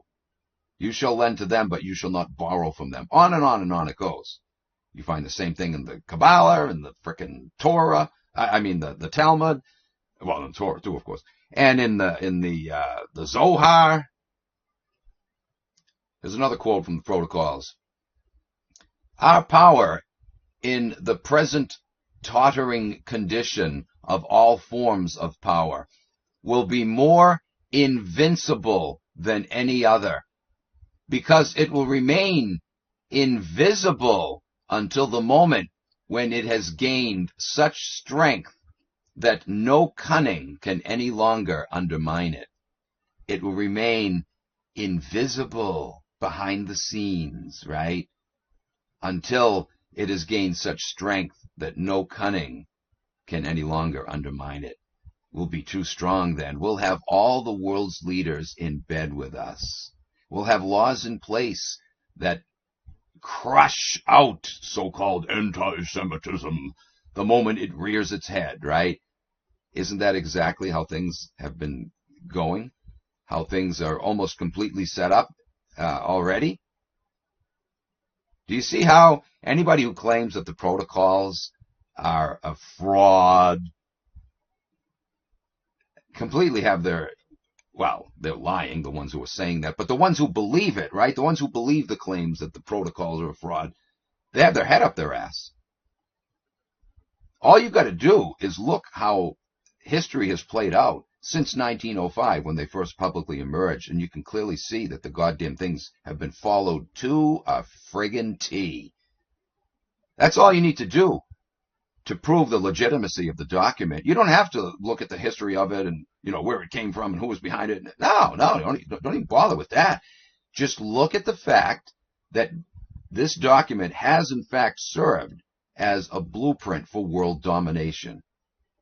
Almost everything that the document lays out has been systematically implemented since 1905. Virtually none of what it says was in place yet then, right? But almost everything has been put into place since. That legitimizes the document right there. But anyway, back to our discussion of the Third Temple. Today, the Temple Mount is under the control, of course, of the Islamic Waqf, a joint Palestinian-Jordanian religious body. It allows Jews and Christians access to the area, but only for a few hours at a time, and it refuses to allow anyone to worship there except Muslims, right? Oh, the Zions don't like that. How dare they on our land? It was never their land. They stole it in ancient times, just like they stole it in 1948. But anyway, they don't like it that Christians and Muslims are having access and polluting the place with their unclean Gentile feet, right? They don't want that. They know that's not where the Temple Mount is, but it doesn't matter. It's supposed to be their territory. And so they're going along with the gag. Yeah, this is where our temple was. And they will surely likely rebuild it there, not, a quarter mile south of there where the original temple was, right? They actually dug up the goddamn foundation there. It's clear it wasn't on the Temple Mount. That was where the goddamn Roman Fort Antonia was. You gotta love it. The Christians and Muslims go there thinking it's some holy site. Well, Muslims have more of a reason, but Christians have no reason thinking that's where the temple was. You don't have a reason anyway, because that's a Jewish frickin' heritage. What are you doing, you dumbasses? You think it's your heritage. I love it. Over the years, I've had Christians attack me saying that you're attacking our European heritage when I was, exposing Christianity as a fraud. Really? You think that's your European heritage? You don't know what this Jewish insurrectionist movement called Christianity actually did to your European heritage? They smashed temples. They went into people's homes and smashed their pagan idols and any type of artwork they didn't like that didn't glorify the Jew Jesus, right? Oh yeah, it's your heritage, all right, you stupid asses. Christians are so incredibly ignorant. And that's why they fall for the Christian religion, right? It depends on ignorance. It depends on them checking their brain at the door, which is what the goddamn Bible tells them to do, right? Paul says, to trust not in the carnal mind, right? Let the Spirit guide you. It's also in the Old Testament. Lean not to your own heart and trust not in your own understanding. Wow. Don't trust your brain. It's going to confuse you. Just, blank your mind and let the Bible do all the talking. Follow whatever it says blindly. It's the only way you can believe it. Check your brain at the door. Anyway,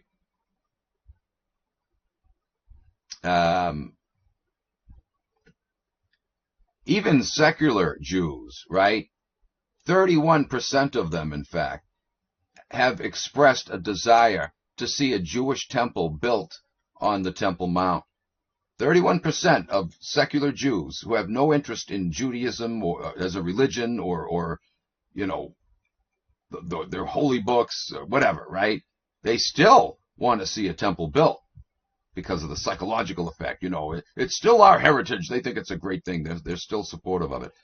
Rabbi Chaim Richman was the international director of the Temple Institute as of 4 or 5 years ago. I don't know, he might still be. But anyway, this is an organization based in the old city of Jerusalem, devoted to one purpose and one purpose only: rebuilding a third temple atop the Temple Mount, or Mount Moriah. He said, quote, "Our goal is to fulfill the commandments of, they shall make a temple for me, and I will dwell among them," quoting from Exodus 25, verse 8. His institute had even created priestly robes and temple furnishings that will be placed in the future temple when it's built. They're that confident that this will happen and that it will happen soon. For example, they made silver trumpets to be blown by priests, long-handled pans, one for collecting blood from small sacrificial offerings, and another for large sacrifices, such as the Passover lamb and the red heifer. They already have all these vessels in place. They made vestments with azure weaves, gold thread, and a breastplate with 12 precious stones for the high priest. A massive 12 spigot sink with electric faucets, a golden 200-pound 7-branch menorah.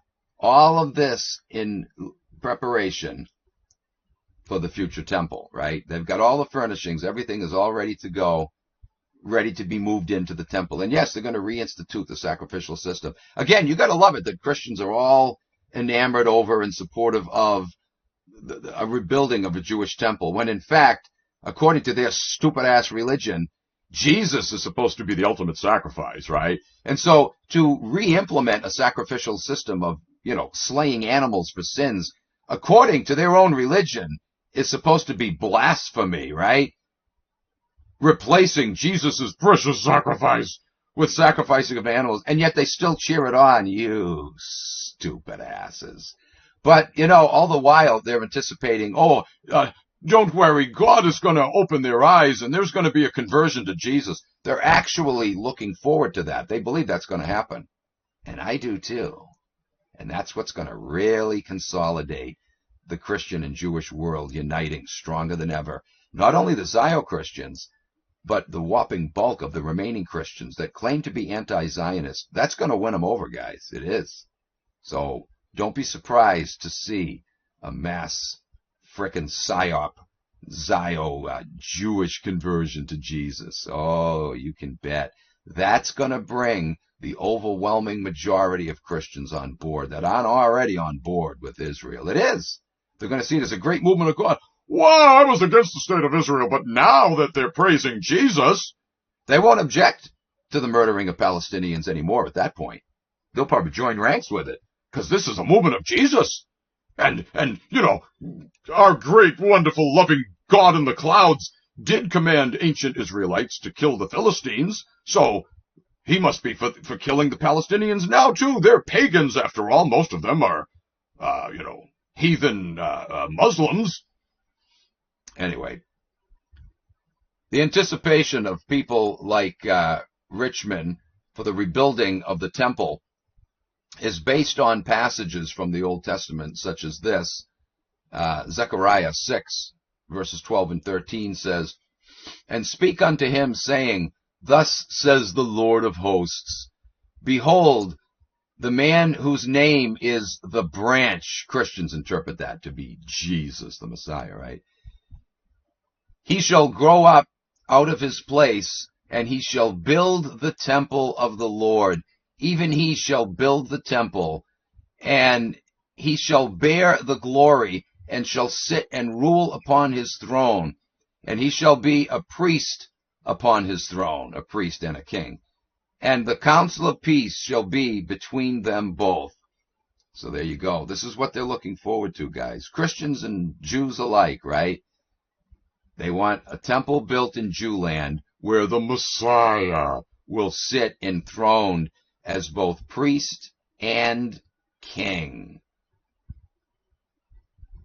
So as you can see, the idea of the rebuilt temple and the arrival of Mashiach are intimately connected.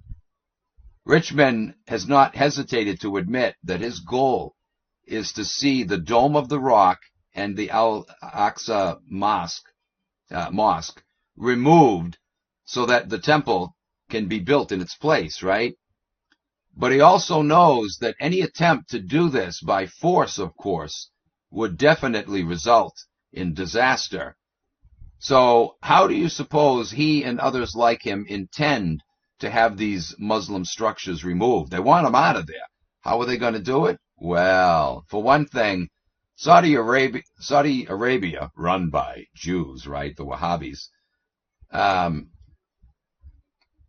along with Jewish religious leaders and, of course, Donald Trump during Act 2, have all negotiated in the past behind the scenes to transfer control of Israel's holy sites, including the Temple Mount, to the Saudis to complete a peace covenant that could result in, among other things, the building of the temple. The Saudis have the world convinced, even the Muslim world, that they're Arabs, right? They're not. The Saudi leaders, the royal family, are Jews, God damn it. And so one of the things they propose is to have the Saudis step in and say, okay, We'll control the Temple Mount. and in doing so, it will be the Jews controlling it, right? This is one of the scenarios. Oh, there's other ones too, using high-tech weather modification technology to wipe it out with a natural disaster seeming, right? A seeming natural disaster. They actually stated that. Already, some Muslim sellout scholars have stated that the time has arrived to build the third Jewish temple, according to a December 5th, 2017 article in the Muslim Times called, "How Can We Build the Third Temple Together?" You gotta see how they got those bases covered too, right? Leaders in the Muslim world, leaders in the Christian world. And for a Muslim to say this, obviously, he understands that means building it on the Temple Mount, right? Where, the main mosque is located. Furthermore, on the Sunni Muslim website, Israel Islam End Times, on May 19th, 2015, in an article called Islamic Messiah al-Mahdi to return by 2016, followed by Jesus, ? It was asking the question, is this going to happen, all of this, followed by the return of Jesus? The article stated, quote, "Based on our numerical analysis, the official beginning of the end of time and the coming of the Imam Mahdi, the, Muslim Messiah, if you will most likely be in 2016, and Jesus Christ will come down from heaven to earth in 2022. Well, they were off in the timing, but look how they got Muslims, Christians, and Jews all looking forward to Their version of the Mashiach. and how they'll all be in agreement. It might be one person representing all three religions, or three different people, but all working in tandem to bring them all together under one banner, one Jewish banner, of course. Anyway, coming back to the Saudis, again, of Jewish descent, Crown Prince Mohammed bin Salman has spoken publicly in support of Israel, and he even met in 2018 with U.S. evangelical Zio Christians to, quote, repair an image of Muslim religious intolerance, according to Reuters, November 1st, 2018. In other words, we were intolerant in the past, but we've repented of that now. We accept you as brothers, and we need to iron out those differences and be united together with our Jewish brethren. He had also been working very closely with both Trump and Kushner, naturally. But just look at this phony ecumenical BS, bringing Muslims, Jews, and Christians together for a common Jewish cause, rebuilding the temple. It goes without saying that Christian Zionist scum are already sold out to the temple construction agenda, right? But like I said, guys, they're going to stage something to bring the rest of the Christian world, or at least the bulk of it, that isn't already on board with them, on board. Dr. Lance Wallnow has stated that Trump was chosen by God to rescue America from Hillary Clinton. That's what he said, back in his first term. And to initiate the building of the third temple. Didn't happen during Act 1. They fully intend to bring it about during Act 2. Israel cannot do it, though, without that U.S. support, right? Similar rhetoric has been used by rabbis and Kabbalists who have seen Trump as a messianic forerunner. For instance, Adam Eliyahu Berkowitz, in his book, or in the Jewish paper Breaking Israel News, dated May 16th of 2016, wrote this: Donald Trump is the, or 422, is the gematria of Messiah for the house of David. Imagine that. He's claiming that Donald Trump, geometrically speaking, equals out to 424, and it's the equivalent of Messiah for the house of David. Geometrically speaking, it's one and the same, right? And you can bet that was set up deliberately that way, because Donald Trump's real last name is not Trump. It's Drumpf. D-R-U-M-P-H. It's a German Jewish name, or a Jewish German name. It was changed to Trump. Obviously, they did this, guys, because, yes, it will have his name be the equivalent geometrically of Messiah for the house of David. He said, that's not to say that Donald Trump is the Messiah, but that his presidency will usher in the Messianic era.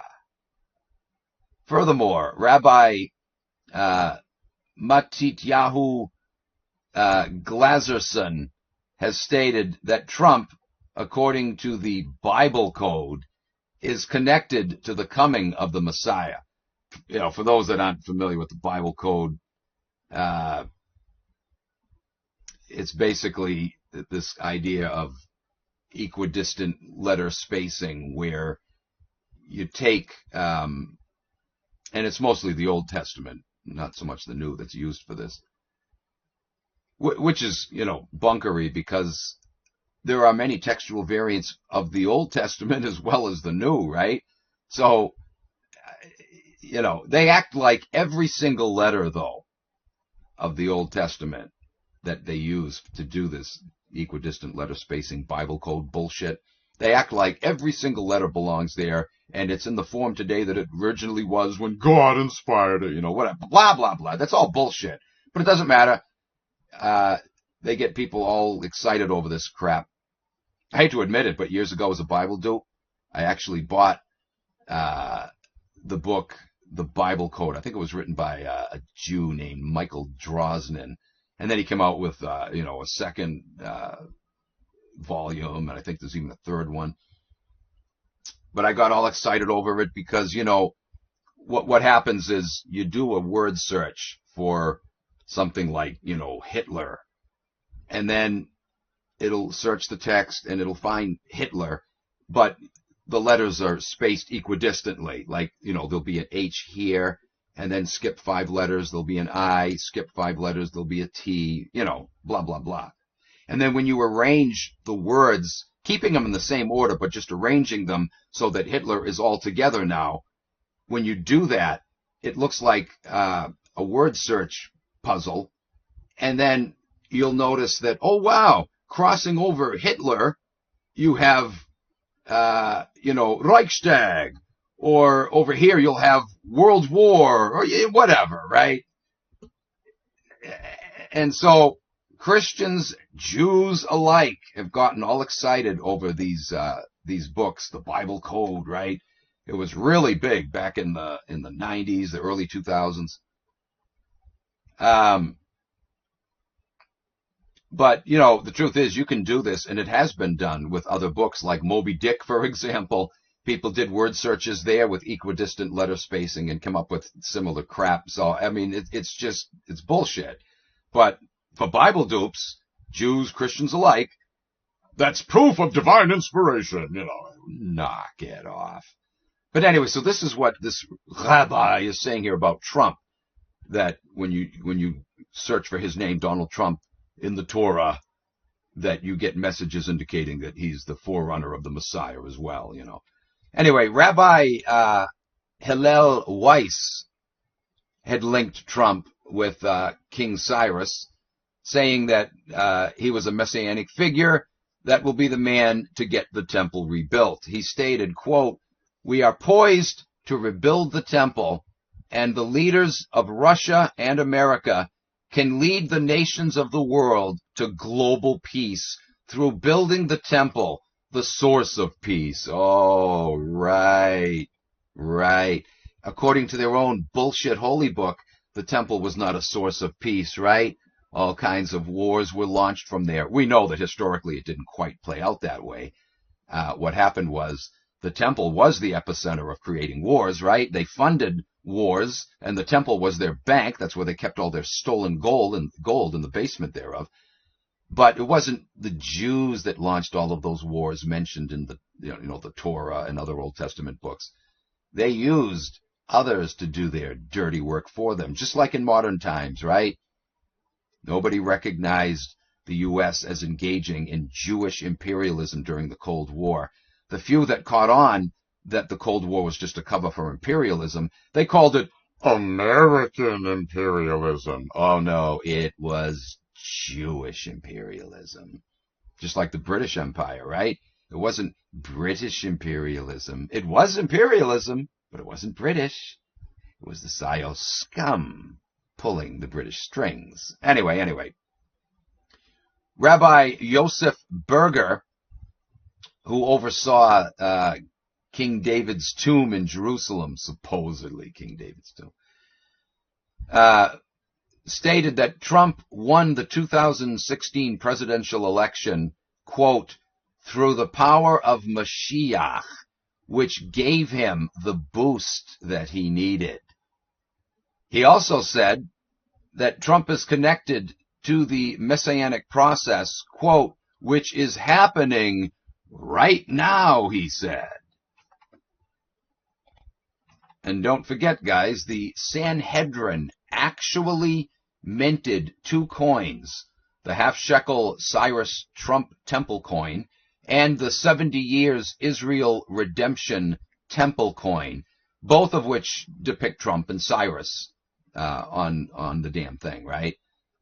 According to a February 15th, 2018 Breaking Israel News article that discussed these 2 coins, the success of Trump's presidency depended on his efforts to initiate the building of the temple, this article said. It also stated that, according to Rabbi Weiss, quote, Cyrus and Balfour, non-Jews who played an enormously important role in Jewish history, fell short, and their political success suffered as a result. In other words, they didn't kiss our ass enough. They did kiss it, but they didn't kiss it enough, so their political careers fell short down the line. Trump's political agenda, he said, can only succeed if it is focused on building the 3rd temple on the place that God chose, the Temple Mount. He must not advance any 2-state solution, or this will lead to his downfall. Can you imagine that? No 2-state solution. If he pushes that, it's going to lead to his downfall. Listen to the arrogance. Unfortunately, though, the arrogance of this little bastard is warranted. His arrogance is warranted, unfortunately, isn't it, guys? Because they do have that much control over our little political puppets. In saying this, he was actually making a threat, too, to Trump, right? Don't you dare, I don't care how much your constituents might try to sway you in another direction, don't you dare turn away from, what we're telling you to do. We want that temple. And so now they're giving him a second term, a second chance to finish the job he didn't finish the first time. You think he's going to fail in his duties? Oh, he's going to see to it, guys, that they get what they want, that they get all of what they want. Not that Trump ever required any prompting or any threats, but, it's just to reinforce the idea. Anyway, guys, we're past the hour mark here. Lots more to come, though. We'll catch you in part 3. Thanks for joining me. Take care. All right, everybody. Welcome to part 2 of this discussion. Trumpstein, the biggest whore for Israel. In the last video, we were talking about this push in modern times to rebuild the temple. This has always been their aim, right? To regain control of Jerusalem and to rebuild the temple since it was sacked in 70 AD. Oh, what a glorious moment in history that must have been. Anyway, and so, in the modern Zio community, Trump has been and continues to be hailed as the one chosen to bring this about, right? The Sanhedrin's official 70 years Israel redemption coin brochure that they published had this to say. And by the way, I'll do a series on the Sanhedrin sometime down the line. They technically aren't officially in place. There is a de facto functioning group that calls themselves the Sanhedrin, but they're not, officially recognized or whatever. But they're claiming to serve the function of it, or at least they're in place waiting for the moment when they will officially be sanctioned. The Sanhedrin is the ancient Jewish court, if you will. And of course, they want to not only just preside over the Jewish community, they want to preside over the whole world, right? The International Court is what, is the precursor to that. They want an international Sanhedrin. These are the guys that would condemn you to death, for heresy, for questioning the sacred books of Moses or the Talmud or whatever, right? Anyway, so in their brochure on the coin, two coins actually, two medals that were minted with the likeness of Trump and Cyrus on them, in a brochure describing this particular coin, the 70 years Israel redemption coin, that was one of the two. Here's what their own brochure stated. President Trump is advancing a prophetic process that will usher in, when the time comes, the rebuilding of the Third Temple. So they were saying this years ago, right, when Trump was in office the first time, when they issued this coin. And you can bet this is still their goal. It was always known that he was going to run a second term, not right away, but down the line, right? This crap is all, the script is all written way in advance, guys. Obviously, right? I know I'm preaching to the choir here for the most part, but there's still many people, even a lot of Jew-wise people, that don't realize how far-reaching their plans are. Everything is written in advance. When something happens in politics, you can bet it was planned that way. That phrase was coined by someone who wasn't even Jew-wise, and they can see that, right? But for the Jew-wise, you ought to know it is true. When something happens in politics, it doesn't happen on the fly. Everything occurs according to plan. Their Muppets are in place. There might be something that happens unexpectedly, but don't worry. The way it's dealt with is all part of the plan too, right? In fact, they always anticipate that something might go wrong and have backup plans in place should something go wrong. It always, when it comes to politics anyway, it always works in their favor. It always has. Always. Because they're the puppet masters. Anyway. This brochure quote went on to say, It is as if he, Trump, is following in the footsteps of King Cyrus, who pronounced after 70 years of Jewish exile. Yeah, right. Supposedly, not supposedly, they were in Babylon, but it wasn't an exile. They loved it there. They were manipulating everything left, right, back, front, up, and down. But as always, they had to portray it as, oh, we were enslaved, so they could cry to the Persians as they tossed fat wads of shekels their way, come rescue us! And of course, their little puppet Cyrus probably was a Zio himself. I mean, he certainly was a Zionist. He was probably a Jew, though, himself, or had some Jewish blood. Oh, you can bet on that. In any case, even if he wasn't, he was an extraordinary Jewish ass-licker. The fact, though, that the Not-So-Holy Book states that Yahweh referred to him as his anointed, he just had to be a Jew. He had to be. They're not going to call a Gentile, no matter how much he licks their ass, they're not going to call him their anointed. And just like with Trump, right? Why did they call him their precursor to the Messiah or the chosen one or the new Cyrus, He is one of them, guys. He absolutely is. Again, the original family name is Drumpf. It's a German Jewish or Jewish German name. Drumpf. And, you know, a few years ago, he claimed to have converted to Judaism. Did you know that? Yeah. All he was doing there was publicly admitting what he was all along, goddammit. It was no conversion. That's like the Khazarians converting to Judaism. Cut that crap.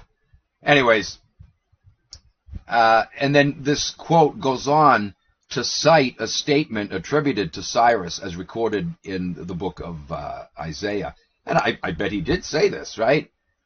Hashem, the Lord of the world. Here's this supposed pagan sun-worshipping king stating that the Jew god Yahweh, the mass child-murdering monster in the clouds, is the Lord of the world. You got to tell me, a pagan, sun-worshipping Gentile king is going to make a statement like that. Even if he was getting fat wads of cash as a Gentile, I'm sorry. They're not going to, no Gentile king was ever going to talk like that. This guy was one of them. And you can tell by the way he licked their ass, right? Bent over backwards for them, restored Jerusalem, rebuilt the temple for them, or refurbished it. It had been largely decimated. Wasn't completely destroyed like the Romans had done. But anyway, they quote him as saying, and this is a quote from Isaiah, Hashem, the Lord of the world, charged me to build him a house in Jerusalem, i.e. a temple, right? That's the very temple that Jesus later referred to as my Father's house, his Dada's house. But Jesus wasn't a Jew, right? Right? You dumbass frickin' Christian identity nutbags out there. They actually make the claim, guys, that Jesus wasn't a Jew. He calls the temple in Jerusalem my daddy's house. But he wasn't Jewish, though, was he? Oh, the mind fuckery. You just got to violate that G rating every so often. And occasions like that certainly call for it. What mind fuckery, man. Are you kidding? But, that religion was created for those who are actually Jew-wise. Okay, we'll allow you to be Jew-wise as long as we can control your thinking and get you to still follow our playbook and adopt the same obnoxious supremacist ideology that we have. Even though you're applying it to white people, it doesn't matter. As long as you have the same obnoxious supremacist attitude, we can handsomely poison the well while getting you to adopt our same mentality. Doesn't matter if you have a supremacist attitude as a white person, as a black person, as a frickin' green person from Mars. As long as you have that attitude, that disposition, you have poisoned the well, and onlookers will justifiably look at you and shake their head. Wow, those guys are nuts. I'm staying away from anything they say. Look how crazy they are. You get it? Which is why they have infiltrated the Jew-wise truth movement with the Hitler cult, right? Hitler was a tyrannical, dictatorial bastard, which I've already demonstrated more than adequately in my previous Hitler series, right? Not the last one I did, but the one before that. You got to go back in the archives. I'm going to do a playlist soon with all my Hitler stuff together. But Hitler stated on numerous occasions, he made it clear that he lusted after absolute power. He didn't care about the masses. Their opinions didn't matter to him. I'm paraphrasing, but in so many words, that is exactly, you can go back, check it out for yourself. He said it not only in Mein Kampf, he said it in his public speeches as well. I know that, some Hitler worshippers will say, oh, you got the wrong edition of Mein Kampf, just like Bible dupes, right? They'll say the same thing when you point out some of the bullshit that comes out of the mouth of their precious little Jesus. You got the wrong translation. That's not... knock it off. But fine, you want to play that game? He said it in many of his speeches, too. Those haven't been altered. You can go back and hear it in German with the translation underneath. He said these things. He also said that it was his intent all during the 20s to go to war with France, with England. He said it. He changed his mind later. He changed his tune once in power, right? Because he knew that wasn't a popular sentiment anymore. And he wanted to make his hands look clean when the war did finally break out, right? That he didn't want this. Of course he wanted it because his Jewish paymasters wanted it. Anyways, I'm going to tend to get into that crap again, but, I see some of these comments. You're dead wrong about Hitler. Oh, really? Well, go back and view, what is it now? Maybe 35, 40 videos I've done on the whole Hitler thing. Go back and watch my videos thoroughly, from beginning to end. And, if you have a hard time finding them, I don't blame you. I have a hard time, too. I have a hard time finding my own videos on my own channels. But I am going to make a playlist with all my Hitler stuff together. And, look at the problems I present. You've got a big mountain to climb there, a huge mountain to climb there in your endeavor to try to defend that little scoundrel. He was the 1930s and 40s version of Donald Trump. Sorry, he was. Absolutely. The same goddamn horse shit back then is what we're getting now. Same game, same players behind the scenes, different day. Anyway, moving on here.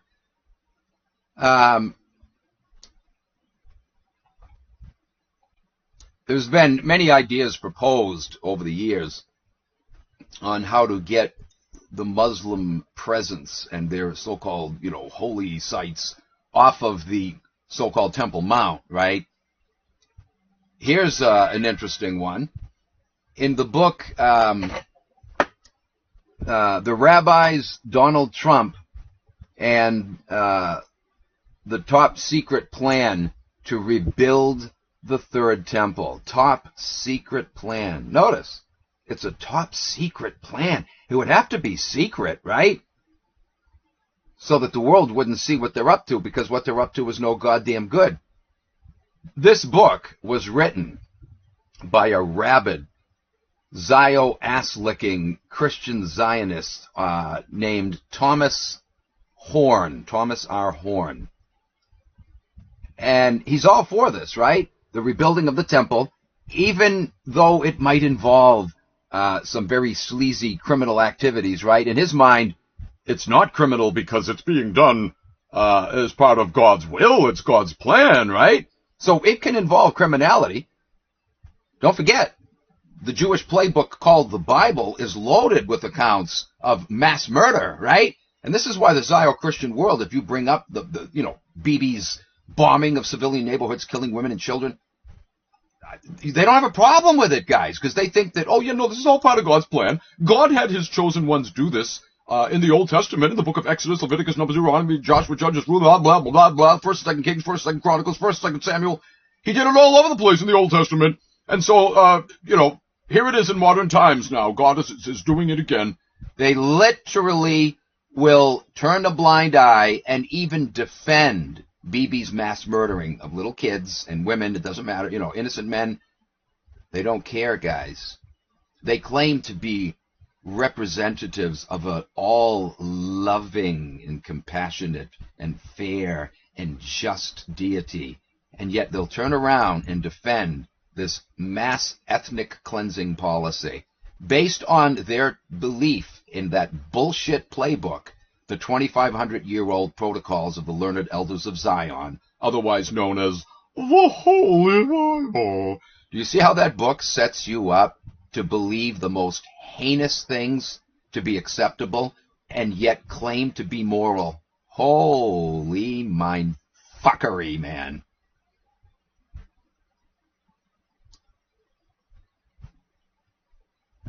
It's obvious I'm not even making any effort today to watch the F-bomb. So anyways, here it is. Keep in mind, these words come from the mouth or the pen of a rabid Christian Zionist. Listen to this little son of a bitch. He said, there are ways that this substantial hurdle, meaning the Muslim presence on the Temple Mount, impeding the construction or reconstruction of the Jewish temple, right? There are ways that this hurdle may soon be overcome. For instance, he says, a fault line near Jerusalem has been the cause of a half dozen major earthquakes over the last 1,000 years, he said, and may be strategically located to destroy the Islamic shrines at any point in time. Isn't that an interesting statement? Now, he wants his dumbass cheerleading crowd of Christian Zio scum to think that he's talking about Yahweh intervening and causing an earthquake to clear off the Muslim presence so that his holy temple can be rebuilt, right? But what he's really saying here, isn't it obvious? He's talking about usage of high-tech, EMF waves being used to vibrate that fault line, set off an earthquake, and destroy the goddamn temple, right? And in the wake of the confusion and the devastation, then the Zios, with a little bitch in Washington backing them up, under the divine direction of Cyrus II, Mr. Trump, to move in there and rebuild the temple before the Muslims can ever catch their breath to take into account what has just happened, right? And they'll say that that's a divine sign from God. God destroyed it so that his true chosen people can occupy this piece of real estate here instead of you corrupt Muslim. And they'll even probably have some, Zio puppet Muslim leaders say something like, gee, maybe it is God's will. Why would God allow our sacred mosque to be destroyed, right?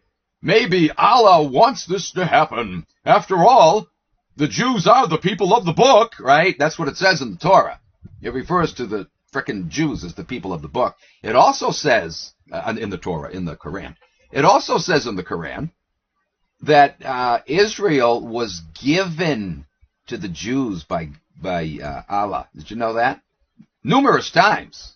I've done videos on that in the past, quoting multiple passages from the Quran that states that over and over again. So you can just see Muslim leaders coming forward, maybe in the next few months or next year or so, whatever, once little Trumpy Dumpy is back in office, right, and they pull some shit like this, that's what's going to happen. And, there'll be some Muslim dissidents, but most of the Muslim world is probably going to say, oh, gee, yeah, oh, that's right, yeah. Well, the Quran does say that. Of course the Quran says that. It's another Jewish playbook, isn't it? Yeah, baby, yeah. I marvel, that there are so many anti-Israel Muslims out there because, God damn it, your Quran licks their ass. Why aren't you licking their ass too? You should be renouncing the Quran, just like you dumbass Christians out there who claim to be against Jewish supremacism and the Zion movement, blah, blah, blah, blah. Really? And yet you make love to their playbook every day, right? You do your morning devotions, praying to their twisted, psychopathic demon in the clouds called Yahweh. Cut the shit, man. Knock it off. If you're really opposed to them, stop reading their goddamn playbook and acting like it's your divinely handed over guidebook. Really now? Really? A book that promised them world government. Their God in that book, personally, promised them world government. What they're doing right now, setting up the Jew world order, is in fulfillment of statements in that Fargan book. And you actually think that demon in the clouds is going to intervene on your behalf and save you from the New World Order? Even if that thing existed, go back and read it a little more carefully and see that thing promised them world government on just about every frickin' page of the damn thing. I will bring all nations before you. They will bow before you and lick the the dust from the soles of your feet. You shall rule over them, but they shall not rule over you. Christ even looked forward to it, didn't he? Yeah. Jerusalem shall be trampled on by the Gentiles until the time of the Gentiles is fulfilled. Well, our little Zio buddies plan to have the fulfilling of the time of the Gentiles transpire under Trump Act 2. That's their plan. And yeah, just as this Zio Christian sleazeball just said in his book here, they're probably going to stage an earthquake, right? They got to make it look like a natural disaster. Maybe they'll have one of their twisters come through there. Be hard to convince people, though, because that area isn't known for twisters now, is it? But you never know. You can't put anything past these bastards. Maybe they'll use their magic lasers and burn the thing to the ground and say it was a brush fire. In any case, guys, they're going to do something to make it look like an accident, probably through an earthquake, as this guy just implied, right? There's a fault system there that's been known for setting off major earthquakes down through the centuries. All you got to do is send some EMF radiation in that direction, get that fault line rumbling, and bang, down comes the mosque, right? God damn it. These guys are so transparent. They actually tell you their game plan in advance. That's what's so amazing. Just like in the protocols, right? As another example. The goddamn protocols lay out their entire game plan in exquisite detail. And yet, nobody sees it because they've been bamboozled into thinking that, oh, don't go near that thing. It's anti-Semitic. It was made up by some, a group of people that hate us Jews. And so they won't even look at it. They won't even touch it. When, in fact, all they would have to do is simply read it. It's not that long. What is it, 60, 70 pages long? All they have to do is read it. And they would see that, holy shit, this is the blueprint for what's been carried out, leading us to world government. It is. It absolutely is. It's been followed to a goddamn T. So they can tell you their plans and have, in fact, in many ways, disclosed what their plans have been, right? They've done it through people like Zbigniew Brzezinski over the years in his books. He's laid out exactly how things were going to play out. You know, he said in his 1970 book, Between Two Ages, that around the year 1990, the Iron Curtain would fall, right? The Soviet Union would be transformed. He said that the Berlin Wall would come down and blah, blah, blah, blah, blah. It was all part of it. And he said in the wake of that, we will see European countries joining together as one solid unit. You know, he talked about the importance of these regional collaborations, that you can't bring all the nations together all at once under one global banner. They had tried that with the League of Nations, the United Nations, and it wasn't working. It still isn't working, right? Exactly the way they want. So he said you got to do it incrementally. You got to bring these nations together regionally first, sometimes under an economic pretense like the EEC, other times under a military pretense like the like NATO, you know, CETO, whatever.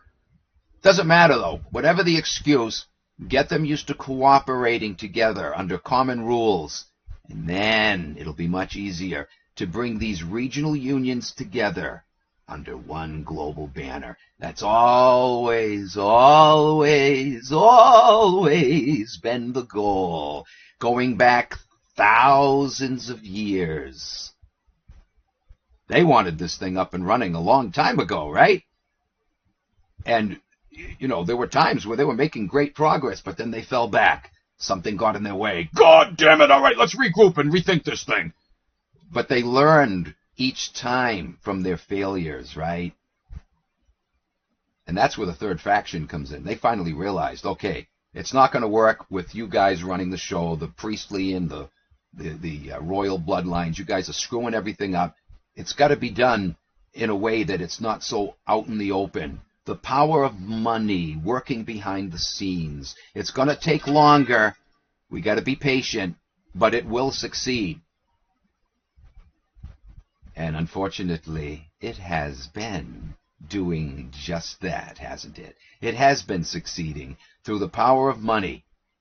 People are used to looking at some corrupt dictator here or there as the one who is seeking global power. And, no, they realize that's not going to work. It's too out in the open, too obvious. You can't have a visible enemy that's easily defined and easily attacked. You've got to have an enemy that is an octopus with its tentacles stretched out in every direction, infiltrating every country right under people's goddamn noses, and to cover its acts with Zio-controlled media. And that's just what we have, isn't it? Always misdirecting so nobody sees the elephant in the living room. Anyway, didn't mean to get off on that ramble. Back to our notes here. Anyway, this same Christian Zio son of a bitch went on in his book to cite a very interesting passage from the not-so-holy book, Zechariah 14, verses 3 and 4, to imply that this is a prophecy that an earthquake is going to take place to clear off the Temple Mount of its Muslim presence so that they can build Yahweh's third little house there, right? The third temple. Here's how this passage reads. Check out how he interprets this, right? And of course, you can just see how this would play out in a believable way, right? It'll look like it's a natural calamity. Who's going to question it? Especially if Muslim leaders are, supporting it, right? Muslim sellout, leaders. And just look at the Saudis, right? How more Zio sold out could you get? The Muslim world has yet to recognize that the Saudi royal family are all Jews, guys. They absolutely are Jews. But anyways, so check out this passage. It says, "Then the Lord will go out and fight against the nations as he fights in the day of battle." Right off the bat, I got to stop here. This is, being interpreted to imply that in the future there's going to be a great battle and that Yahweh himself is going to join the fray and give victory to his chosen ones against the nations, right? This Christian Zio bastard is pointing in the direction of a third world war. Oh, and you can just smell that in the air, right? You don't think they're psychopathic enough to stage something like that? They've already done it twice. Oh, there's been whispers in the wind, right, about another such. And you can really see how Israel, how little BB boy, is setting the stage for such a thing, right? The entire Muslim world, well, not just them, the whole world in general is disgusted right now with the mass ethnic cleansing of the Palestinians, right? But Israel doesn't care because they know they have their little bitch backing them up. But they don't just want backing up. They want intervention on their behalf, right? Their military is not strong enough to take on the whole Arab world if they were to ever pigpile. And as he gets more and more aggressive, there's a fear that they're going to do that. So he wants the U.S. involved. And, of course, if the U.S. gets involved, it is going to be World War III, son of a bitch, right? That's what these psycho bastards want. And as I speak now, the little bastard just got through with his little speech in front of Congress. And what was he doing? Begging for more support with his war against women, children, and innocent men in Palestine, in Gaza and whatnot. Holy shit. And he doesn't just mean shekels. Oh, yeah, he wants that too. But, oh, no. He wants military support. Not just our soldiers to go there as human shields, so the Arabs won't attack. No. He wants them to take an active role in the mass slaughtering of Palestinians so they can steal the rest of their land. That's what he wants. And under Trump, he will be easily able to get that. Can't do it through a Democrat, right? Any Democrat in office, their own constituents would never tolerate that. They would demand that, their party's representative in the Oval Office step down. They would. Ironically, the left, who was so supportive of all the other Zio scum agenda, they are adamantly opposed to, killing of the Palestinians, what's going on right now. The right certainly isn't, right? So it's only under a righty, a Republican, which has now become, the extremist Christian party. Let's call it what it is. The Zio-Christian party. That's what the Republicans are now. And under that kind of regime, yes, they can do it, right? That's expected of them. The left will still protest, but at least it won't be their man, right? So Trump is the man selected by the Zio crowd. It's obvious, guys. They will be able to send our troops over there. That will be expected of a Republican, right? Especially this bastard. The biggest Jew ass-licker there is. So is it not obvious what they're gearing up for here? They're going to stage something, and as this guy stated, it's probably going to be a man-made earthquake, right? Anyways, let me finish this passage. And you can see how this has been used and how he was using it to imply that that is what's going to happen. On that day, the day of battle when Yahweh stands up to defeat the nations for Israel because they're ganging up on his poor chosen ones, on that day, his feet will stand on the Mount of Olives, meaning Yahweh's feet, or maybe his representative, the Messiah, right? He will stand on the Mount of Olives east of Jerusalem, and the Mount of Olives will be split in two from east to west, forming a great valley, with half of the mountain moving north and half of the mountain moving south. Again, that's Zechariah 14:3 and 4. So this Christian Zio son of a bitch is taking this passage and interpreting it as a prophecy of the future, that there's going to be this major earthquake in Jerusalem that's going to split the Mount of Olives in two, and that's going to result in the destruction of the mosque there so that they can build their temple.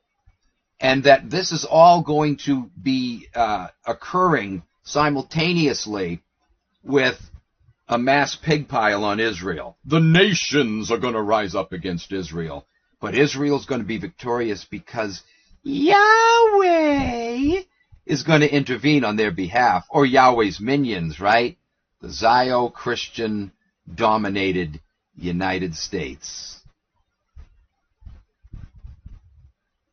And it is dominated by them, guys. There's more Christian Zionists in this country than there are Jewish Zionists. Far, far more.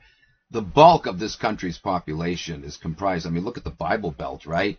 And even though there are some Christians that don't support this agenda, like I said, guys, all they have to do, and I absolutely guarantee you that is what they're going to do, they're going to stage a fake mass conversion of Jews to Jesus. They've had to do this in the past, right? A lot of Jews faked conversion so they wouldn't be kicked out of Spain during the Inquisition. The ones who refused to convert were used for the, piracy operations and the banking enterprise, right? But there will be a mass conversion. The government of Israel might make some official public declaration that Jesus is the Jewish Messiah and he's meant for all the nations, Follow Jesus now. This is all part of his plan. This earthquake destroyed the mosque, the heathen mosque, so that God's temple could be rebuilt, blah, blah, blah, blah.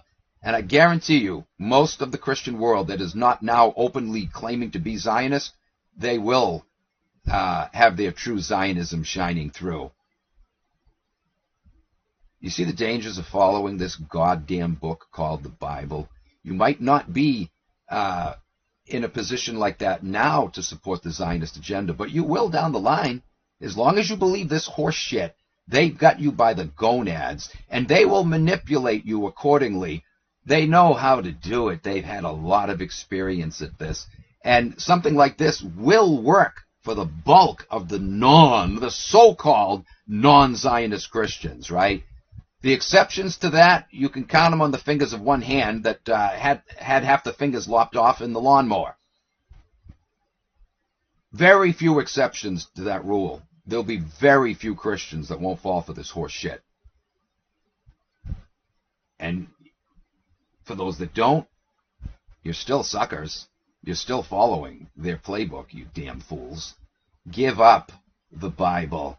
It sucks. I have to admit it. I was in that position myself years ago. It sucks to have to admit that you've been wrong. It sucks to be wrong, right? It sucks when you have spent years of your life clinging to a false hope and discovering that, oh, I'm not going to see my grandmother and my dead aunt in the resurrection, Hey, what can I say? As Paul, the beloved Paul, the apostle, once asked the Galatians, have I become your enemy because I tell you the truth? Really? I never said the truth was pleasant, right? That's why I had called my radio show Truth Hurts, right? Truth sucks, actually. The truth is a bitch. But it's the truth nonetheless. And unless you want to live in a fantasy world, which is clearly where Bible dupes live, you got to go with the truth, right? I've always said, I don't care where the truth takes me. I have to, follow where it leads, right? And it has, in fact, led me to some places that I didn't want to go. But I knew I had to. And so, yeah, I had to eat some humble pie many times over the years. The most bitter of all, though, was when I found out the Bible was full of shit. I didn't jump right from believing in it to not believing. No, it took a while. It took a lot of intensive study. I was actually trying to prove the Bible right when I was digging into this in a critical way. I was trying to prove my suspicions wrong, right? I suspected that something wasn't adding up once I found out how far back the Jewish problem went, that it didn't just start with Theodore Herzl, right? And, as I dug deeper into the Bible and started finding more and more problems, it sucked, because I was realizing that my attempt to prove my suspicions wrong, my attempt to try to prove that the Bible was still the Word of God, it wasn't working out. I kept finding more and more problems, and my suspicions were becoming more and more solidified. Oh, it was a bitter pill to swallow. So I can relate to that, Bible dupes. But, sadly, most of you don't want to come around. Therefore, your claim to love the truth is completely full of shit now, isn't it? When you say you love the truth, what you mean is you love what you have been told is the truth. You love the Bible. You just assumed automatically that it was the truth. Well, it's not the truth. The Bible's completely full of shit, as I have demonstrated again and again and again and again on this channel. For anybody, tuning in for the first time, I challenge you, I dare you to go back from the beginning and listen to my first 50 or so videos. From there, you're going to want more. And so you're going to go on to the next 50. By the time you've watched at least the first 100 videos on this channel, if you're truly dedicated to truth and not just paying lip service to it, if you really care about the truth, you're never going to be able to ever believe in that book again. I demolish the goddamn thing with no hope of salvation for the book. There is no hope for it.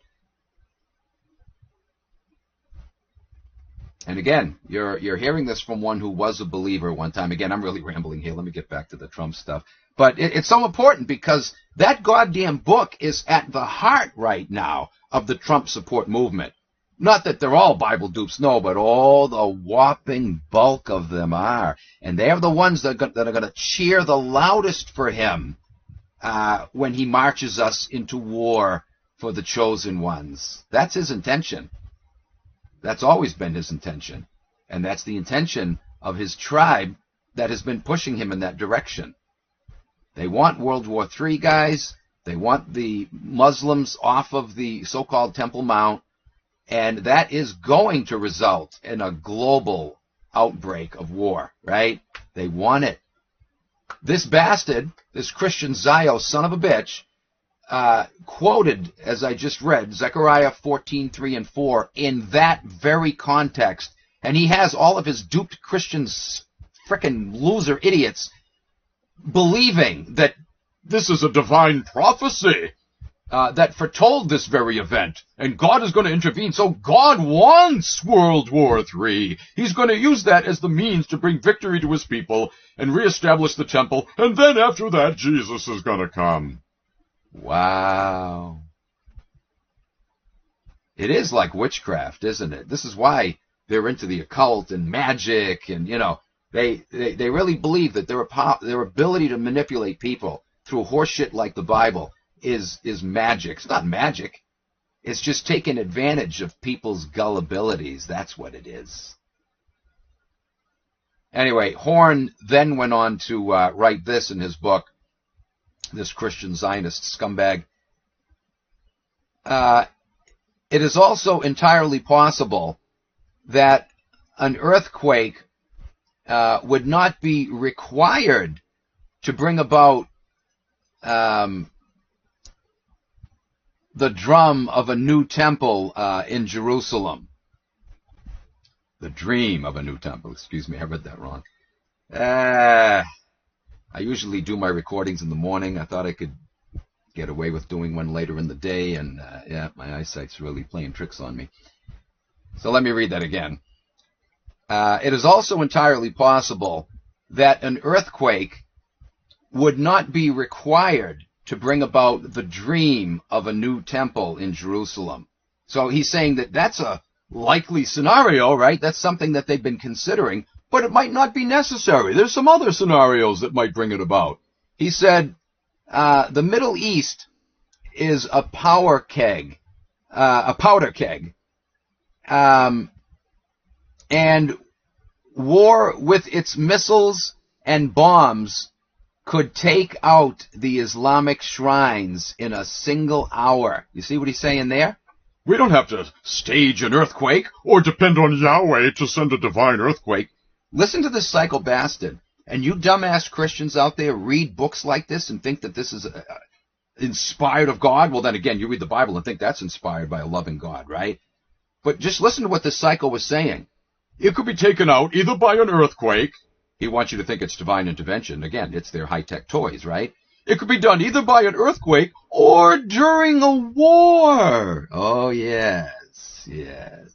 During a devastating war, while everyone's attention is fixed over here or over there, they could have a random bomb hit the mosque, right, on the Temple Mount, and they can just make any shit up they want, as they always do.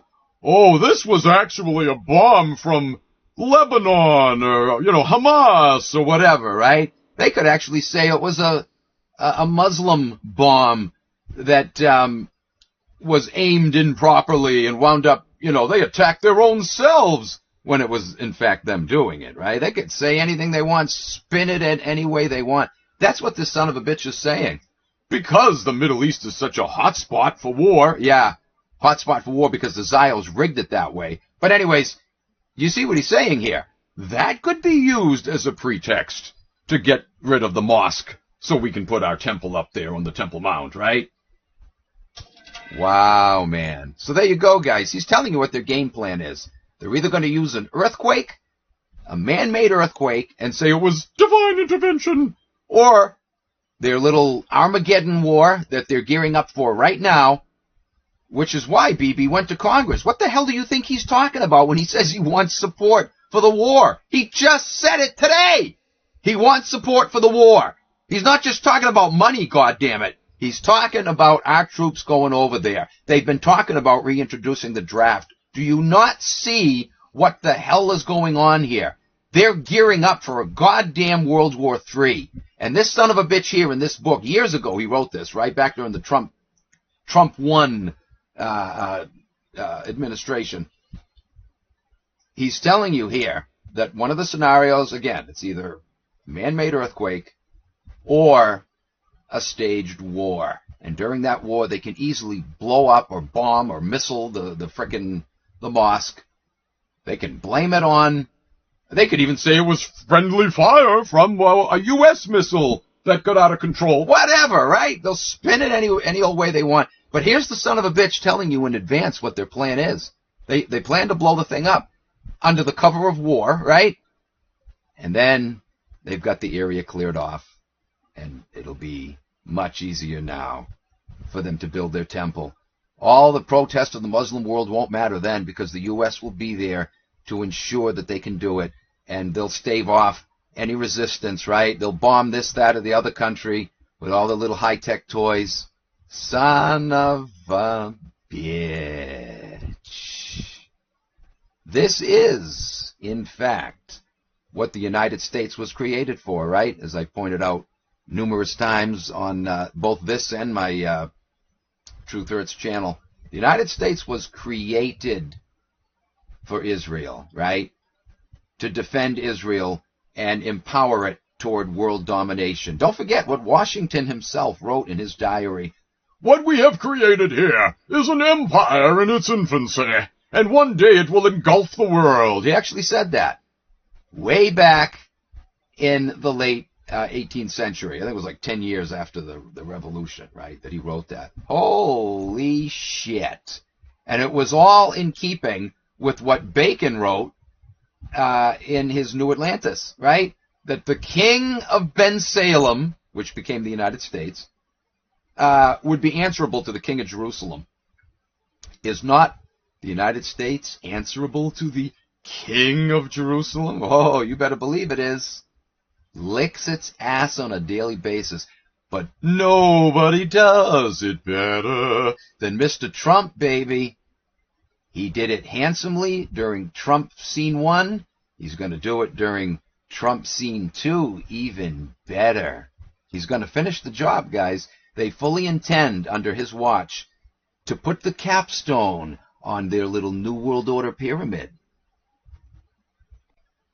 Listen to what this Christian Zio bastard then went on to say. Again, this same book, right? Listen to this. Oh, he's as subtle as a train wreck. Listen to this horse shit, man. He says, some claim that the Muslim structures, again, on the Temple Mount, could even be intentionally targeted during a conflict as a way of facilitating the construction of a new temple. Some claim. Oh, what a vague statement that is. Oh, that sure makes it look like he's not saying it, right? Some claim that the Muslim structures could even be intentionally targeted during what? A conflict. A conflict that they're going to stage, like their proposed World War III, right? And you can clearly, easily see how that could result from the volatile situation that Bibi has created, right? God damn it all, man. Remember when he was talking to Schmierson? Somebody just posted the video, by the way, in the chat. I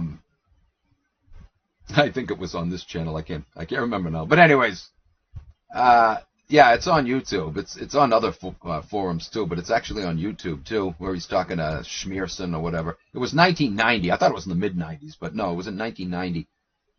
And he's telling him, you have clearly not done enough. Mashiach has not yet come.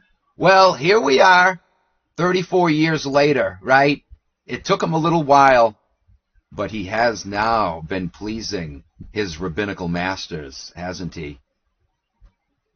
He has been doing what they asked of him most handsomely since October 7th, right? And now with Trumpy in the wings again, oh, baby, everything is in place now. They're wetting their depends over this on a daily basis. They just can't wait to climax in their little wet dream.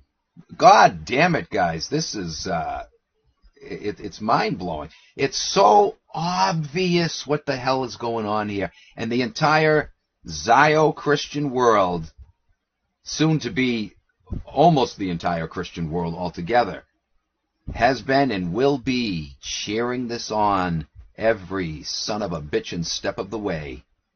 Unbelievable. But did you catch this bastard? He said, some claim that the Muslim structures could even be intentionally... Oh, really? Do you suppose they would intentionally destroy... Oh, cut the crap, man. During a conflict, he said. You don't think this son of a bitch was being given the playbook in advance? Of course, he's right up there with him. I guarantee you, he's not just a Christian Zionist. He's a frickin' Jew himself. Most of the Christian Zionists actually are Jews, like Benny Hinn. You know what that name actually means? Clearly, it's not his real name, right? He chose it for a reason. Benny Hinn literally means Ben is the son of, right? Hin is short for Hinnom, the Valley of Hinnom, which was used by Christ in the New Testament to refer to an area. The Valley of Hinnom was where, there was a constant fire burning to throw your trash. It never went out because people were constantly throwing their trash in there, and it would rekindle the fire, even if it was down to embers, it would rekindle when more trash was dumped in it, right? And so Christ used the Valley of Hinnom as an illustration for, quote, hell or the lake of fire, when the wicked after Judgment Day are thrown into the fire and burnt, blah, blah, blah. So Benny Hinn literally means son of hell. Do you see how these psycho bastards play these little word games right in your face? He's telling you he's the son of hell, and yet Christians look up to him. Oh, this great man of God. Well, he is a great man of God. He's a great man of the Jewish God with fangs, horns, and claws. That same bastard, by the way, I think I mentioned this a while back in one of my videos when I talked about the power grab of televangelists.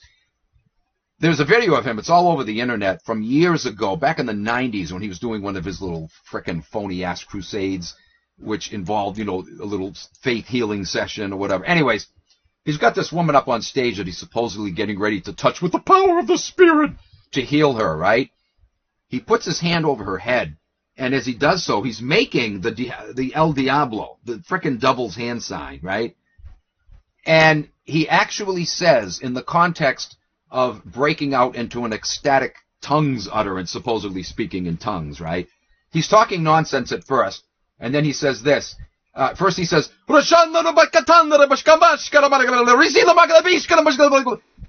he says gibberish before and after, and he says it really fast, so it goes right by, so that most people won't even catch what he's saying, right? They're in such a heightened state of emotion anyway, they're not even paying attention to anything. They're just in la-la land. Half of them are frickin' hypnotized, right? But he actually says, very quickly, receive the mark of the beast, as he's holding his hand over her head doing the El Diablo. Holy shit nuggets! God damn, you Christians are such colossal, stupid asses. And if you happen to be what you think is a non-Zionist Christian, and you're agreeing with me saying, oh yes, those people are very gullible. Oh, don't call them gullible. If you're following that playbook called the Bible, you might as well join with the outright in-your-face Christian Zionists.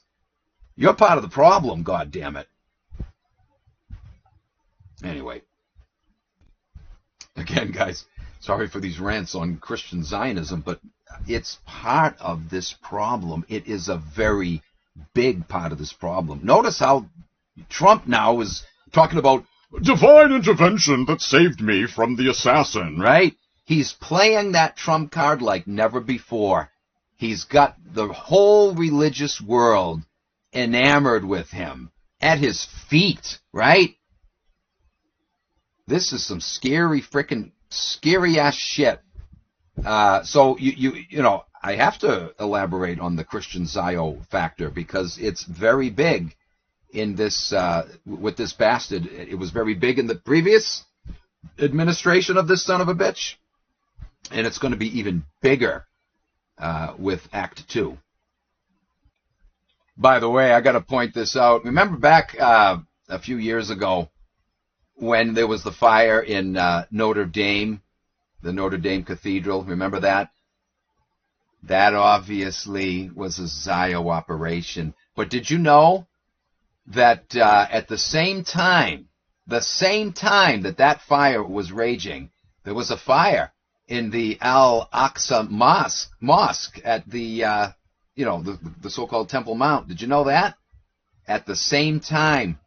Oh, but that's a coincidence. Was that an early attempt to try to get rid of it and it didn't quite work out the way they were planning? Who knows? But you can bet the Zio bastards had their hand in that, right? Just like they had their hand at the same time with the Notre Dame fire. Holy shit, man. Anyway, this Zio bastard Horn goes on to say this in this same book. Interestingly enough, he says, the newest Mission Impossible movie, Fallout, depicts a renegade arms dealer named John Lark, who works with a global gang of thugs called the Apostles, who possess 3 containers of plutonium, which they plan to use to bomb the Vatican, the Temple Mount, and Jerusalem, and Mecca, Temple Mount in Jerusalem, and Mecca. So, listen to what he's implying here. Why would he bring that up? He mentions this in passing and then moves on, right? He just drops this little hint because he wants you to read into this that, oh, maybe that's another scenario. Maybe they'll have some terrorist guy, He's even opening people's mind to the idea that they might stage. And, ordinarily that's a naughty thing to do, but if it's God's people doing it, well, that will make it acceptable because it's part of God's divine plan to build the temple. So he's getting his Christian Zio loser, idiot, asswipe audience to accept the idea of a fake terrorist group that would plot to blow up the Temple Mount, or at least the mosque on the Temple Mount, right? So-called Mount, Temple Mount, so they could build their temple. He's getting them to see that something like this, even though it would be naughty under any other circumstance, when it's part of God's plan, this is acceptable. Holy shit. Anyway, check this out. In the July 26th, 2018 Jerusalem Post, an article appeared by Khalid Abu Tomei called Abiz Fatah, Israel planning to destroy Al-Aqsa Mosque, right? And in the article, it talked about how Palestinian President Muhammad Abbas had said that Israel was secretly planning to do just that, to, quote, destroy the Al-Aqsa Mosque in order to rebuild the third temple, his exact words. So, there you go, guys. And this Christian Zionist bastard, Horn here, was laying out some of the possible scenarios that could be used to bring it about. A fake terrorist attack, setting off a bomb. And notice how he said that, he cited the movie, right? In addition to the mosque on the Temple Mount, that this terrorist was going to bomb the Vatican, and, blah, blah, blah. So, yeah, maybe they'll have simultaneously bombs go off in a few other places. So it doesn't look like it's just a group that's blowing up the mosque so that they could later use that as an excuse to build the temple, right? That would be too obvious. So, yeah, maybe they might target several areas, or they'll just have an earthquake that looks like a natural disaster, or in the wake of the phony-ass frickin' World War III they're planning, they'll have it blown up then and say that it was friendly fire or something, blah, blah, blah, right? But he's telling you here that these are some of the options that they were considering. He probably went to either a CFR meeting or something at Bohemian Grove. Christians would say, oh, he wouldn't go to Bohemian Grove. Why, he's a Christian. First of all, as if Christian leaders have scruples. But it turns out that all the Zio Christian leaders are scum of the earth anyway. Even if they weren't Zios, right? Even the non-Zionist Christian leaders, I dealt with them. The seminary I went to, they weren't Zionist Christians, not in-your-face Zionist Christians, right? In fact, the Seventh-day Adventist Church historically has never recognized the modern state of Israel as the fulfillment of any Bible prophecy. I have to give them that. That goddamn cult is so screwed up in so many other ways. And even though there are some Adventists that actually do have stated that, there are some Zionist Adventists, the church as a whole, though, has always taken the stance that the modern state of Israel is a secular state. But notice, though, notice, they only reject the state of Israel because it's secular, right? But the minute it becomes religious or professes to, especially if they have a mass fake conversion to Jesus, how much you want to bet that stance is going to change? But nevertheless,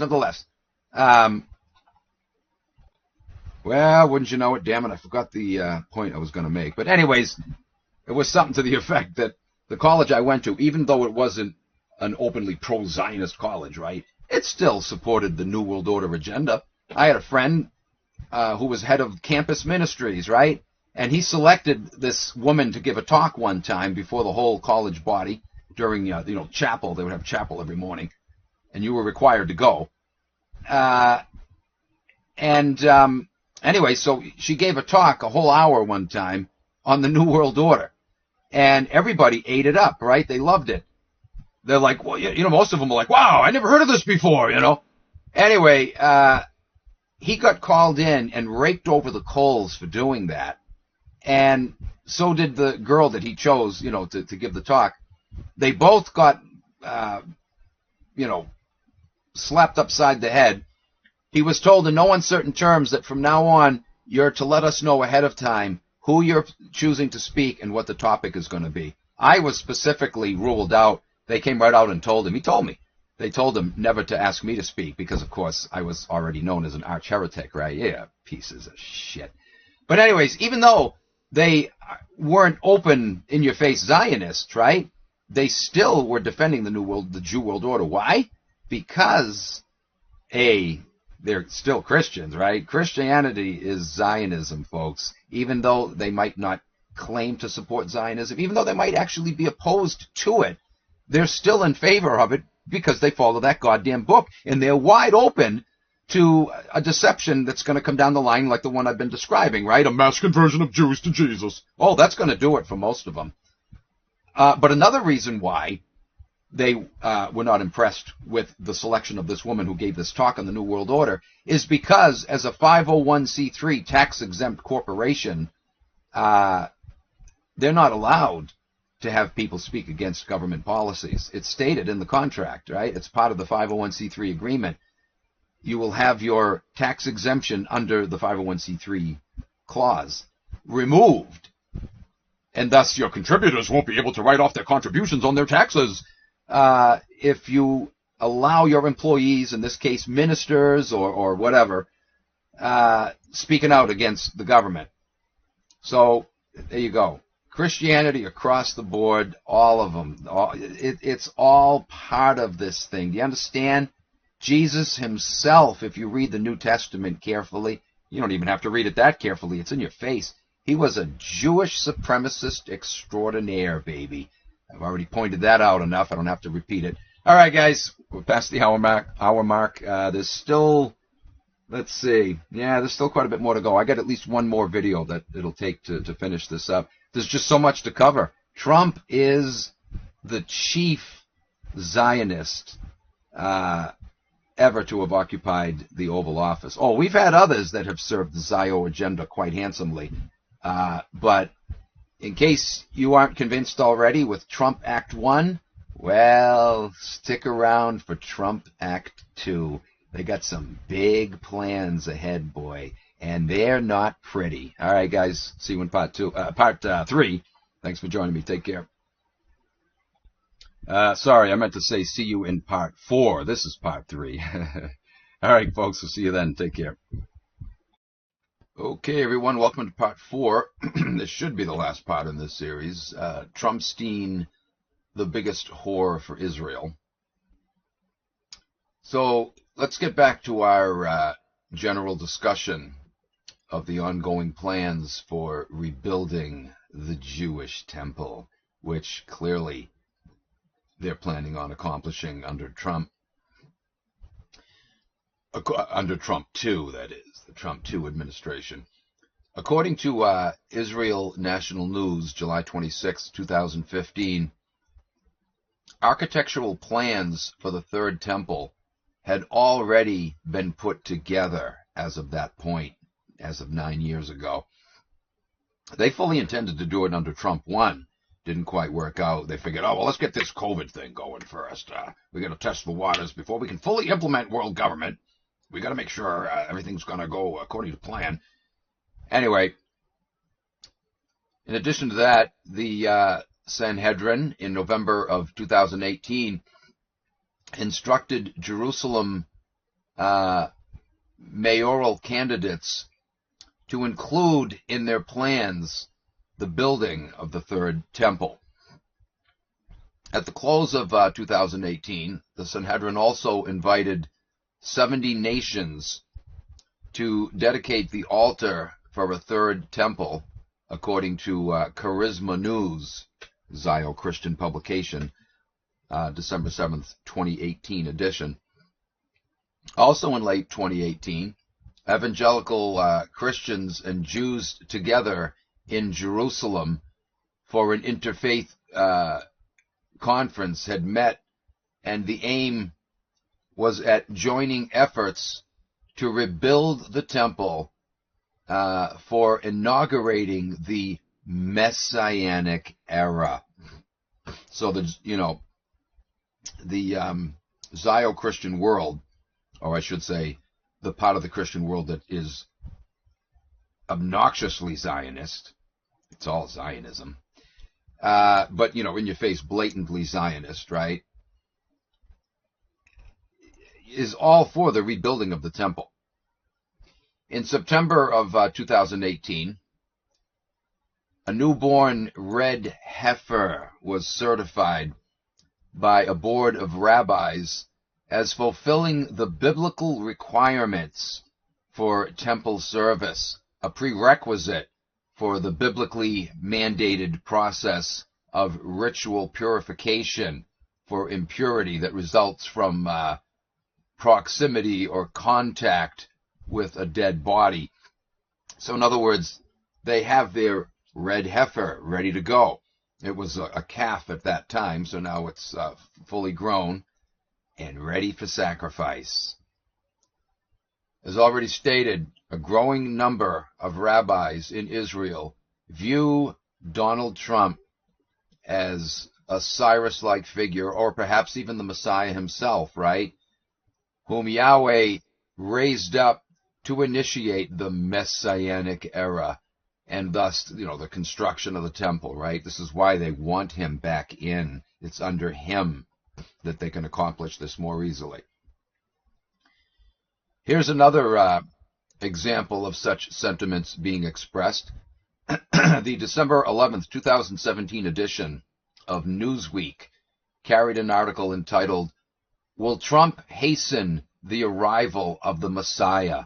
Jews and evangelicals think so." Wow, man. Look at the deception here. Look at the Zio-Christian world. People that are supposed to be Gentiles are just as Jewish, and even more Jewish than a great many Jews that aren't even Zionists, right? They're more rabid than the ones that are.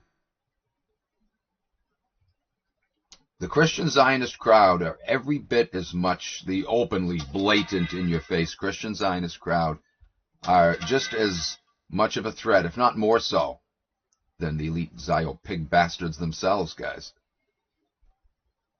As you might expect, there's even been an effort within Freemasonry to rebuild the temple, naturally.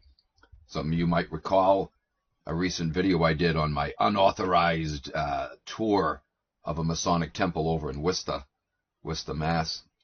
And how I took pictures of not only a menorah, A 7-branched candlestick. can't get more Jewish than that, but a Star of David stained glass window, and a mock-up of the Ark of the Covenant. What's that doing In what's supposed to be a men's club for a bunch of Gentiles. Oh, it's no such thing, baby. It's a Jewish front organization, like all the secret societies through history. They've all been Jewish fronts, right? And so naturally, no surprise, Freemasonry has always been for the rebuilding of the Jewish temple. Of course, what the hell do you think the name Masonry refers to? The stone masons that built Solomon's temple. All of the iconography, the rituals, everything in Freemasonry is based around Solomon's goddamn temple, as was the case of their forefathers, the Knights Templar, right? The Knights of the Temple. What temple? Solomon's temple. Anyway, just look, for example, how the Illustrated London News, August 28, 1909, going back to 1909, ran a supplement detailing this goal of Freemasonry to reestablish, to recreate a Jewish temple. The article was called "The Freemasons' Plan to Rebuild Solomon's Temple at Jerusalem." Yeah. 3 years later, on September 22nd of 1912, the New York Times published an outline by Freemasons to rebuild the temple under the title "Solomon's Temple, Scheme of Freemasons and Opinions of Jews on Rebuilding." Oh, yeah. How fitting they use the word scheme. That's exactly what it is. By 1914, some publishers had begun adding unprecedented details, including a report that the land on which the Dome of the Rock had now stood was secretly purchased, and that plans were underway already at that time to design the construction of the temple. Wow. This is 1914. Of course, this is in the era of the just before the Balfour Declaration, right? They were already planning the demise of the Ottoman Empire during World War I, which is exactly what happened. And then the establishment of the British Mandate, so they could secure the area while Jews could be funneled in through Hitler with the Havara Agreement, right? Mass migration of Jews into Palestine. Whether they liked it or not, that's where they were sent. And once they overawed the Arab population, now they were telling the Brits, get out, and when they didn't comply, they terrorized them and bombed them out of there. Though these plans didn't come to fruition back then as they had hoped, at least the groundwork was laid. And they knew that they would at least get that accomplished, right? If not the full building of the temple back then, the groundwork was at least being laid. The October 29th, 2018 Washington Monthly carried an article by Nancy Letourneau in which she stated, quote, "For decades, conservative evangelicals have been longing for this recognition of Jerusalem, as the capital of Israel. They believe that it is necessary in order to regain control of the Temple Mount. That is important because rebuilding the temple is the event that will spark the events of the book of Revelation and the end times." To ring in the second coming of Jesus. They've been waiting for this, praying for this, she said. They want war in the Middle East. Did you catch that? They want war in the Middle East. Who wants this? Well, the Zios want it, right? But she's saying that the evangelicals want it. Why? Because the Zio Christians are the little bitches, the little mouthpieces for the Zio community that wants this, right? They are as Zio as the Zio Jews themselves. She said they want war in the Middle East. They do. The followers of the Prince of Peace. Right. The very guy who said, "Think not that I have come to bring peace. I have not come to bring peace, but a sword." That is the peak of mind control, isn't it? When you can get people to call a loser like that the Prince of Peace and actually frickin' worship the thing when he said he didn't come to bring peace, but a sword. They worship him and they call him what? The Prince of Peace.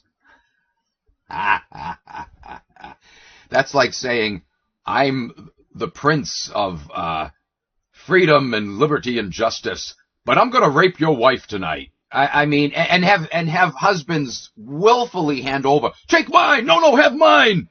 Oh, Prince of justice and honor and respect. And this is exactly what the Zios have accomplished with the Christian Zionist world. They are literally calling what isn't is and what is isn't, right? The very opposite, the very antithesis of reality is their reality. Very antithesis of truth is their truth.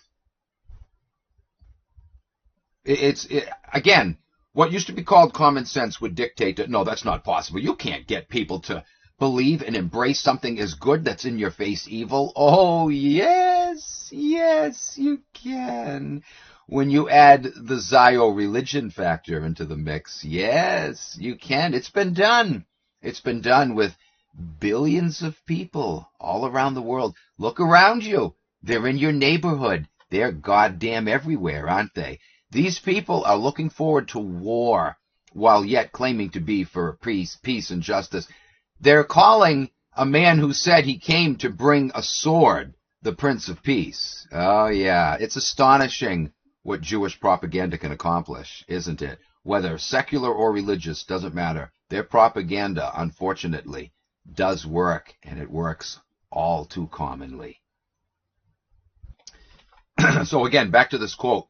She said, and it's so true, they want war. The evangelical Zio Christian bitches, they want war in the Middle East.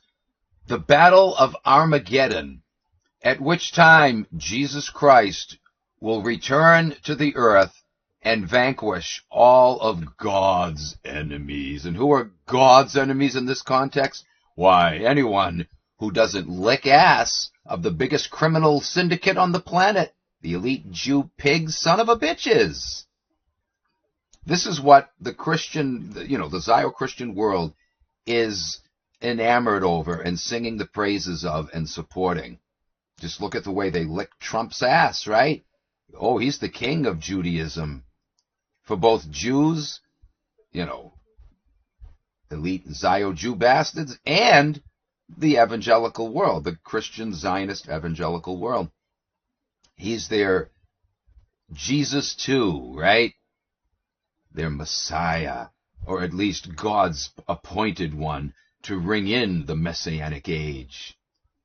Amazing that they've got so many Gentiles dancing to the same tune as the elite Jew scum who are setting up the destruction of the human species, guys, the Jew world order. They're singing the praises of this and believing that behind all of this is an alleged all-loving, compassionate, merciful God who wants this garbage, who wants a war in the Middle East.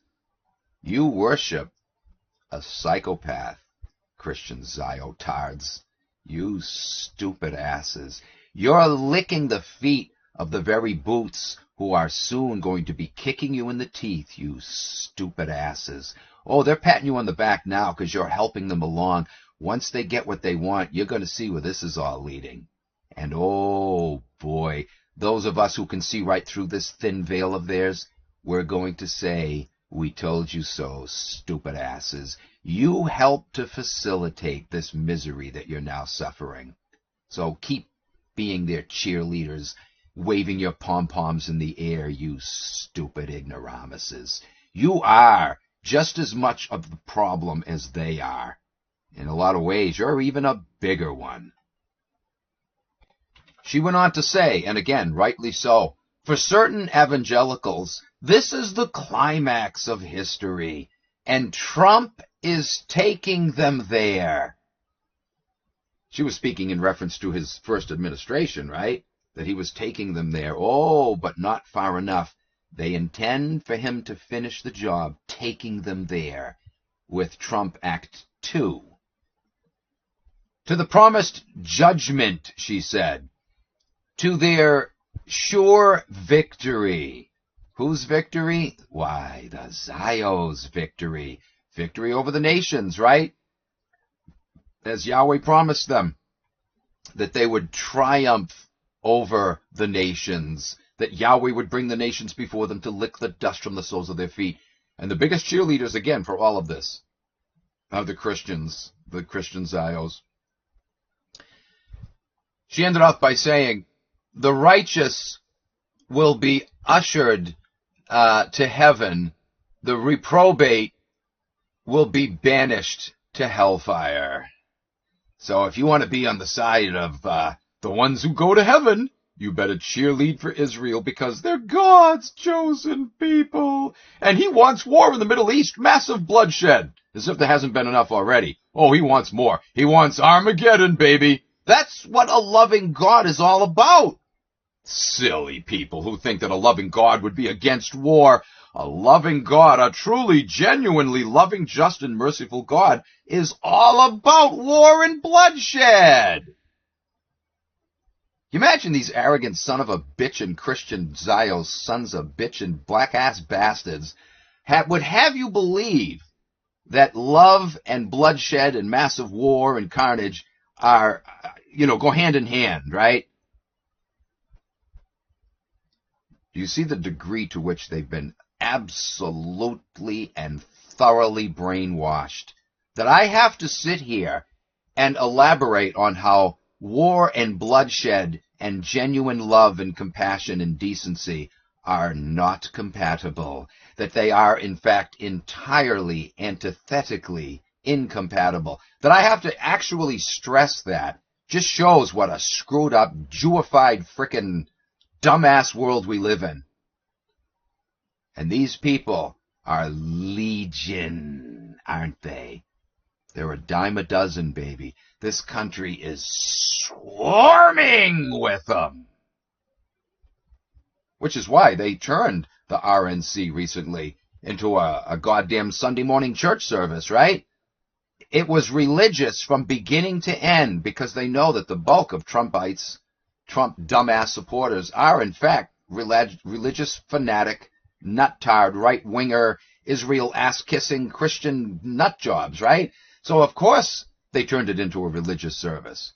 Trump, who was about as religious as the toenail on my left little toe, exploits that to the hilt. You think he gives a frog's fat ass about the Bible? You think he could tell you one thing that's in the Bible? He hasn't the slightest fargan clue.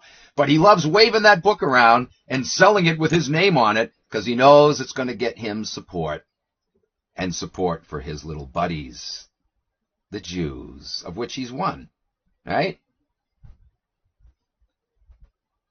Here's a most profound revelation for you.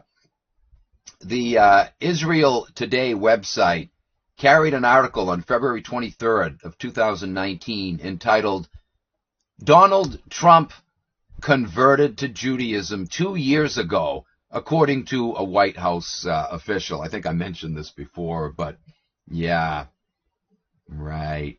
He had to say that because A, he doesn't want you to think he's been a Jew all along, and B, he needs to justify his outrageous support of Israel, right? I'm so in favor of Israel. I'm not just doing it as a Gentile Zionist Christian. I'm doing it as an actual converted Jew. He didn't have to convert. He didn't convert. He already was one. This is all goddamn public theater just to fool, and it doesn't take much to fool the average dumbass out there, especially in the Zio-Christian world, right? But that, to them, that makes it all the better. That's not a sign of something to be suspicious of. That's a sign from God! Why? He's so supportive of God's chosen people, he became one of them. Yay! All right, Mr. Trump! God truly has chosen you!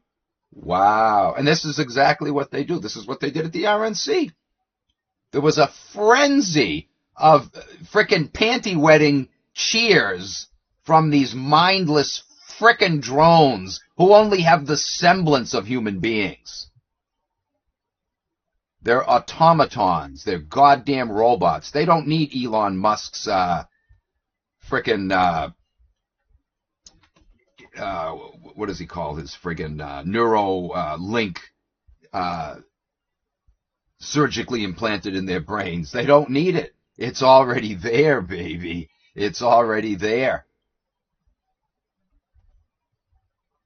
The power of propaganda outdoes anything high-tech that involves surgery or remote transmission of messages into the brain via, ultrasonics or whatever, right? High-frequency vibration. No, they don't need any of that with these people. They did it with the Bible. That other stuff is for those that don't fall for the Bible. They need something else to accomplish the same thing. But for them, nope, nothing high-tech needed at all. Just hand them a Bible, and these people are too stupid to even read it for themselves, right? So you hand them the Bible, and then you tell them, that's the man of God over there who represents this book, so just listen to what he says, and they will interpret the Bible in light of whatever the man of God tells them the book says. Because if they actually read the book, they'd see that there's really not a hell of a lot in there to support half the bullshit that they're being told to begin with. Like, the Bible foretold 1948 as the year that the state of Israel would be reestablished. No, it doesn't. It's not in there anywhere. But through some hocus pocus by Mr. Schofield, a big Zio whore himself, they created the illusion that there's a prophecy in there. And so Bible dupes, Zio, blatantly Zio Bible dupes, actually believe that book of nonsense predicted 1948 as the date. It wouldn't matter, even if it did. It's still full of shit, right? It's a Jewish playbook.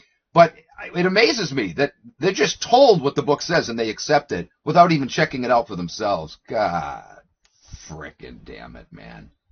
That book is such an abomination. Look at all the problems it's created. Just that alone, right? Oh, they have many other weapons in their arsenal that they've used against it. But that book alone, just look what it's done. Trump wouldn't even have supporters if it wasn't for that book, right? Oh, sure, he has some secular-minded people that lick his ass. But most of his followers are dumbass Bible dupes. And they get that delusion of him being God's chosen one reinforced in their heads every fargan Sunday morning or Shabbat morning for those Sabbath-keeping Christians, the ones that actually have it right, according to the Jew book, right? If you're going to be a true Zio and a Jew ass-licker and a worshiper of the demon bastard in the sky called Yahweh, you should be keeping Shabbat, Christian Zio idiots. That's the day that your beloved demonic deity Yahweh blessed and made holy.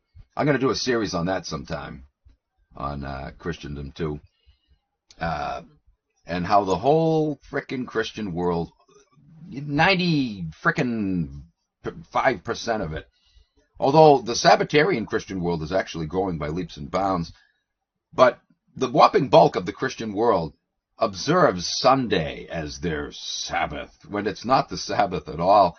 And this group claims that they're keeping God's law, the fourth commandment, remember the Sabbath day, by observing Sunday. No, you're not, you stupid asses. Not that it matters, the Bible's full of shit, right? But it's just another aspect of the bullshittery of that goddamn religion of Christianity. It is so screwed up. Just like, they're worshiping this triune God that isn't in the book, and yet virtually the entire Christian world warmly embraces that dogma that didn't even exist in the first century. You gotta love it, man. This religion is so completely frigged up. They've got people believing so much bullshit. Even if the Bible was consistent and they were consistently following it, they'd still be full of shit. But what amazes me is, as full of shit as the Bible is, the things that it's clear on, they're not following. And yet they claim that that's the book that they use as the basis for their faith, right? That their religion is based on that book. No two churches out of the 3,000 alone that exist in this country, no two churches can agree with each other on what the book says. But every single one of them insists they're following what the book says. You gotta love it. Worldwide, by the way, there are 30,000 Christian denominations. There's about 3,000 in this country. 30,000. And they all disagree on a lot of important points, and yet they're all following the same book. Oh, that's interesting, because Paul said that Yahweh is not the author of confusion. And yet, Yahweh is supposed to be the author of the Christian religion, right? Look how confusing it is. On that basis alone, you would think it would tell these dumbasses something, right? Nope, nope, nope, nope. Any problem you point their attention at, they'll find 1,000,001 excuses to explain it away. And yet, at the end of the day, those problems are still there, staring them in the face. Apologists, that's all they are. Constantly making up apologies, apologetic arguments for their bullshit to explain it away. Does it do that? No. But in their mind, they think it does, so they can go back and comfortably continue to believe it and play make-believe. It's all it is. It's all you've ever been doing, Bible dupes. You're a bunch of children in adult bodies playing the game of make-believe. The most deadly aspect, though, of your make-believe game is your delusion that the Zios are your friends. Anyway, here's an interesting quote to make note of. This is from Adam Elihu Berkowitz, from an article in Breaking Israel News dated May 14th of 2018. The article was entitled, "An End of Days Guide to the Embassy Move," the U.S. Embassy move to Jerusalem, right? Here's what it said. On Monday, the U.S. Embassy was officially opened in Jerusalem as per the orders of President Donald Trump in what many believe was an integral part of the messianic process that will culminate in another architectural landmark, the building of the Third Temple. Yes, this is all in preparation for that ultimate goal. It went on to say, Rabbi Jeremy Gimple, the founder of the Land of Israel Network, sees the U.S. Embassy opening Jerusalem as part of prophecy and an answer to Jewish prayers. And then they quote from him, "The Jewish people have been praying and working toward the day that Jerusalem becomes a praise among the nations." Praise among the nations. Well, how about it? Are you seeing Israel as a praise among the nations as it bombs the Palestinians into oblivion? Wow, man. Anyway, this article went on to say how this rabbi quoted a passage from the Torah to emphasize his point, using the Bible, to try to prove that what's happening now under Trump is being led by God. This is why Bible dupes, Zio, Christian Bible dupes, have no problem with the murdering of the Palestinians, guys, even though they claim to be loving and all about human rights and dignity and blah, blah, blah, blah, blah, blah, blah, blah, blah, blah, blah, blah. In the next breath, they no sooner get done talking about love for your fellow man. There they are defending the mass murder of goddamn children, women, babies, elderly, handicapped, innocent men minding their business in their own homes, bombing hospitals, bombing schools. They have no problem with it. Well, it's part of God's plan. That's the message of QAnon, right? Trust the plan. Trust the plan. The Zio Christians, whether they are into the cute thing or not, they're touting the same bullshit line, right? Trust the plan. In this case, not the QAnon plan, but God's plan. Well, it just so happens that the QAnon plan is what they claim is God's plan. It is God's plan as far as Yahweh goes, right? It's that God's plan, all right. Absolutely. Trust the plan. So they're both using the same line, right? Trust the plan. But look at all the innocent people getting killed. Trust the plan. It's part of God's divine plan. Well, let me tell you, any God that would make the bombing of little babies innocent women, children, get blown to bits. That God can kiss my bare ass.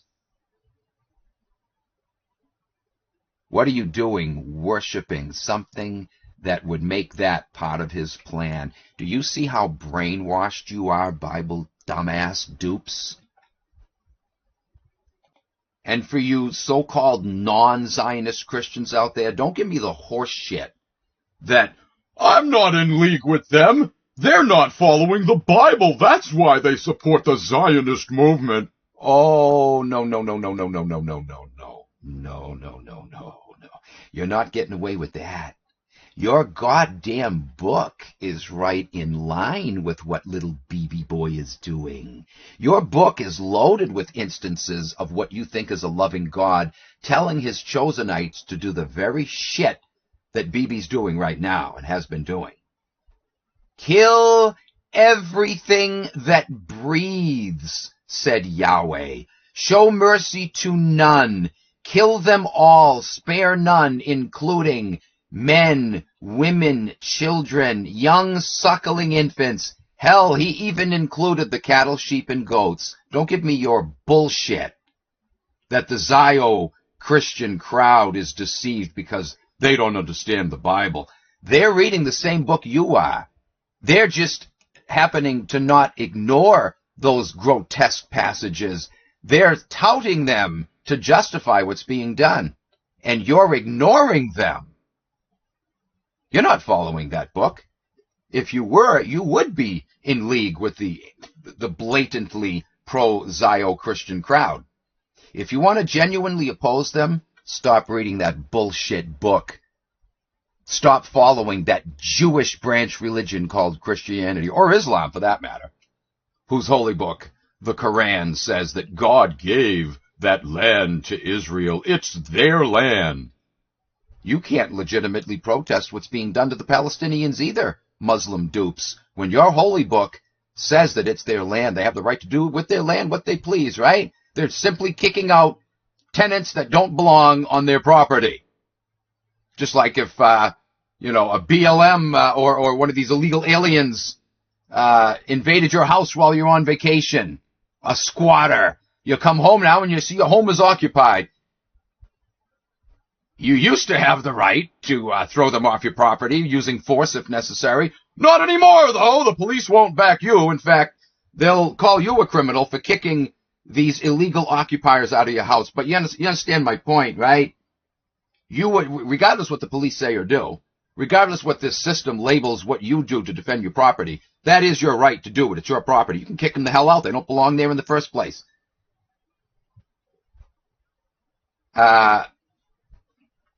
But now when we come to the Israel thing, you think that a loving God would be behind, even if it was their land, and it was never their land. It wasn't their land in 1948, and it wasn't in, 500 BC either, or any time before that. It was never their land. They stole it then. Read your goddamn book. Yahweh told them to go in and wage war. It didn't play out that way. They used mercenaries to do their fighting for them, but it doesn't matter. According to the official story that you buy, Yahweh told them to go in and wage war against the inhabitants of that land simply because they were there. They're in the way. And since they won't leave of their own accord by you telling them, go to war with them, kill them if you have to, show mercy to none, kill everything that breathes, then you shall take possession. You shall inherit crops that you did not plant, fields that you did not reap. You shall eat the fruits thereof. Fruits that they already picked, you can have them for yourself. The ones they didn't pick, you can pick them. They're yours as though you planted them. Yahweh told them to do this. Homes that you did not build, you shall occupy. Steal it. The one who said, thou shalt not kill and thou shalt not steal, told them to go and kill and steal the goddamn land. It was never theirs. It wasn't theirs then. It wasn't theirs in 1948. They stole it in ancient times. They stole it in modern times. And somehow you think that an all-loving God who says, thou shalt not kill and thou shalt not steal, is A-okay in your book when he tells them to kill the inhabitants and steal their land back. If it was their land and always had been, and a foreign power come in and, occupied it illegally and said, screw you, we're taking your land anyway, that would be a different story now, wouldn't it? But that's not the story. It never was. And yet you rally behind this cause and you think that that's how a loving God would operate? Again, you better get yourself an industrial strength can of Vaseline and a 6-foot-long crowbar to wedge your head out of your ass, because that's where it is. On Memorial Day, April 27th of 2019, Trumpy Boy, the biggest Jew ass licker on the planet, made this tweet. He said, hoping things will work out with Israel's coalition formation, and Bibi and I can continue to make the alliance between America and Israel stronger than ever. A lot more to do, he said. Wow. Hey, dumbass Trump supporters, what do you think of that? What is Trump's priority? Hoping things will work out with Israel's coalition formation, and that Bibi and I can continue to make the alliance between America and Israel stronger than ever. A lot more to do, though, he says. A lot more to do. That's his aim. That was his aim then, and that's his aim now, and that will continue to be his aim during Trump Act 2. A lot more to do to strengthen that alliance. Oh, he's gonna rape your pockets clean to send money and weapons over to Israel, and to send our troops over, not just as human shields, but as fighting men and women too. Oh yes. Yeah, you dumbass stupid broads out there who supported the women's lib movement, you're going to see where that's all been leading. You're going to be drafted, whether you like it or not. Maybe you joined the army because you thought, well, during peacetime they can help me get through school. Now you're going to see where it's all been leading. You're going to be forced out into the battlefield, whether you like it or not, and get your goddamn heads blown off for Israel. The whole women's lib movement was their creation too. Absolutely. To exploit you in the workforce and to get you out on the battlefield. How do you like your women's lib movement now? And to bust up the family, of course. Oh, yeah. Yeah. Not only to, create splits in marriages, right? Cause divorces, which it's done on a grand scale. But also, even for the marriages that stay together, with the women out in the workforce now, and they've created a situation where you don't even have a choice many times now. The women have to go out in the workforce, pay the goddamn bills. And in doing that, mommy isn't home anymore to raise the kids properly. They're getting raised by El Governmente now, aren't they? They're spending hours a day in government-run schools with Zio shit being pumped into their heads all day long. And then they wind up in, some daycare facility or something until mom and dad get out of work and can pick them up. They're spending a hell of a lot more time now in El Governmente institutions run by Zio criminal bastards that are fucking with your kids' heads. They're only with mom and dad now for just a few hours every day, if that. Just enough time to pick them up, shove some food in their mouths, put them off to bed, and then wake them up in the morning, give them breakfast, and drive them to the government-controlled school. They're spending a lot more time getting their heads filled with Zio bullshit, aren't they, than anything mom and dad even have time to share with them anymore. All by design. And all of this was made possible through the women's lib movement. I've talked about that in the past. I'll get into it more in the future. Oh, that was a Zio movement too. Absolutely. Anyway. But in this tweet, notice, no mention of America, what he wants to do for this country. Oh, sure, he used the rhetoric, make America great again. But look what he says here in this tweet. He doesn't mention anything about America, does he? It's all about Israel and making the relations stronger with Israel. That's what I'm hoping for. We still have a lot more to do, but we've made great progress in that direction already. That's all he's about. Everything else is rhetoric, dumbass, Trump-supporting suckers. That's all Biden was about, too, right? He said it himself, that he was an avid Zionist. That's what all of our so-called elected officials are and ever have been. The few exceptions have been popped off, but they've all been part of the royal Jewish bloodline. And anything else has been rhetoric. If you look behind the rhetoric, beyond the rhetoric, you'll see that all they've ever done is lick elite Jew ass clean, and robbing us clean in the process to do it. But here's something that'll make your skin crawl.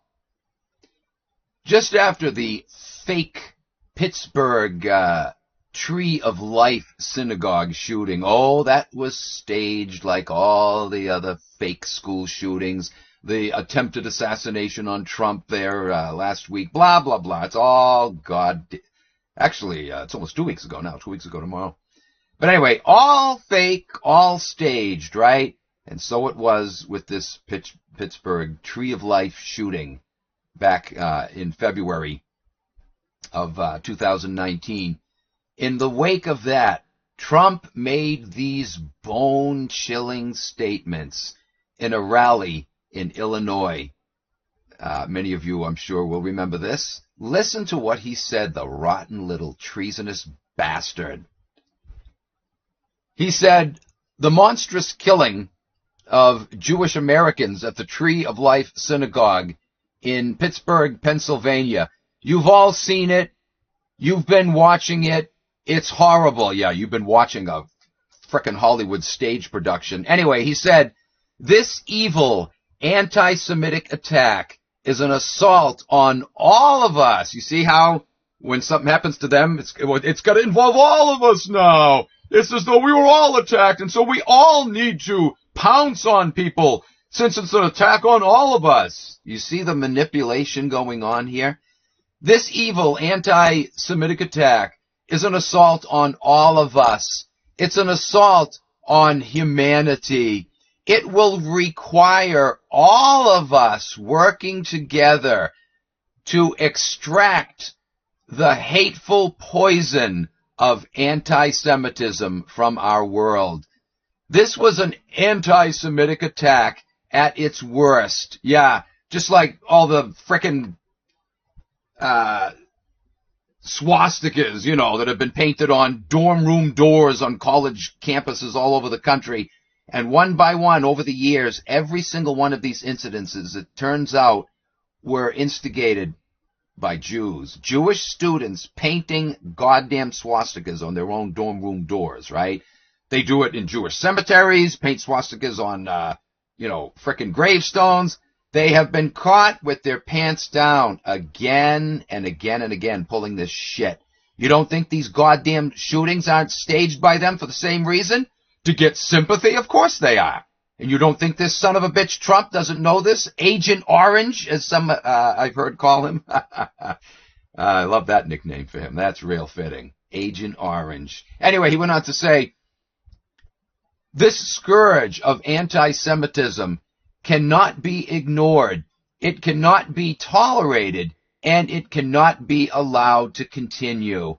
We can't allow it to continue. It must be confronted and condemned everywhere it rears its ugly head.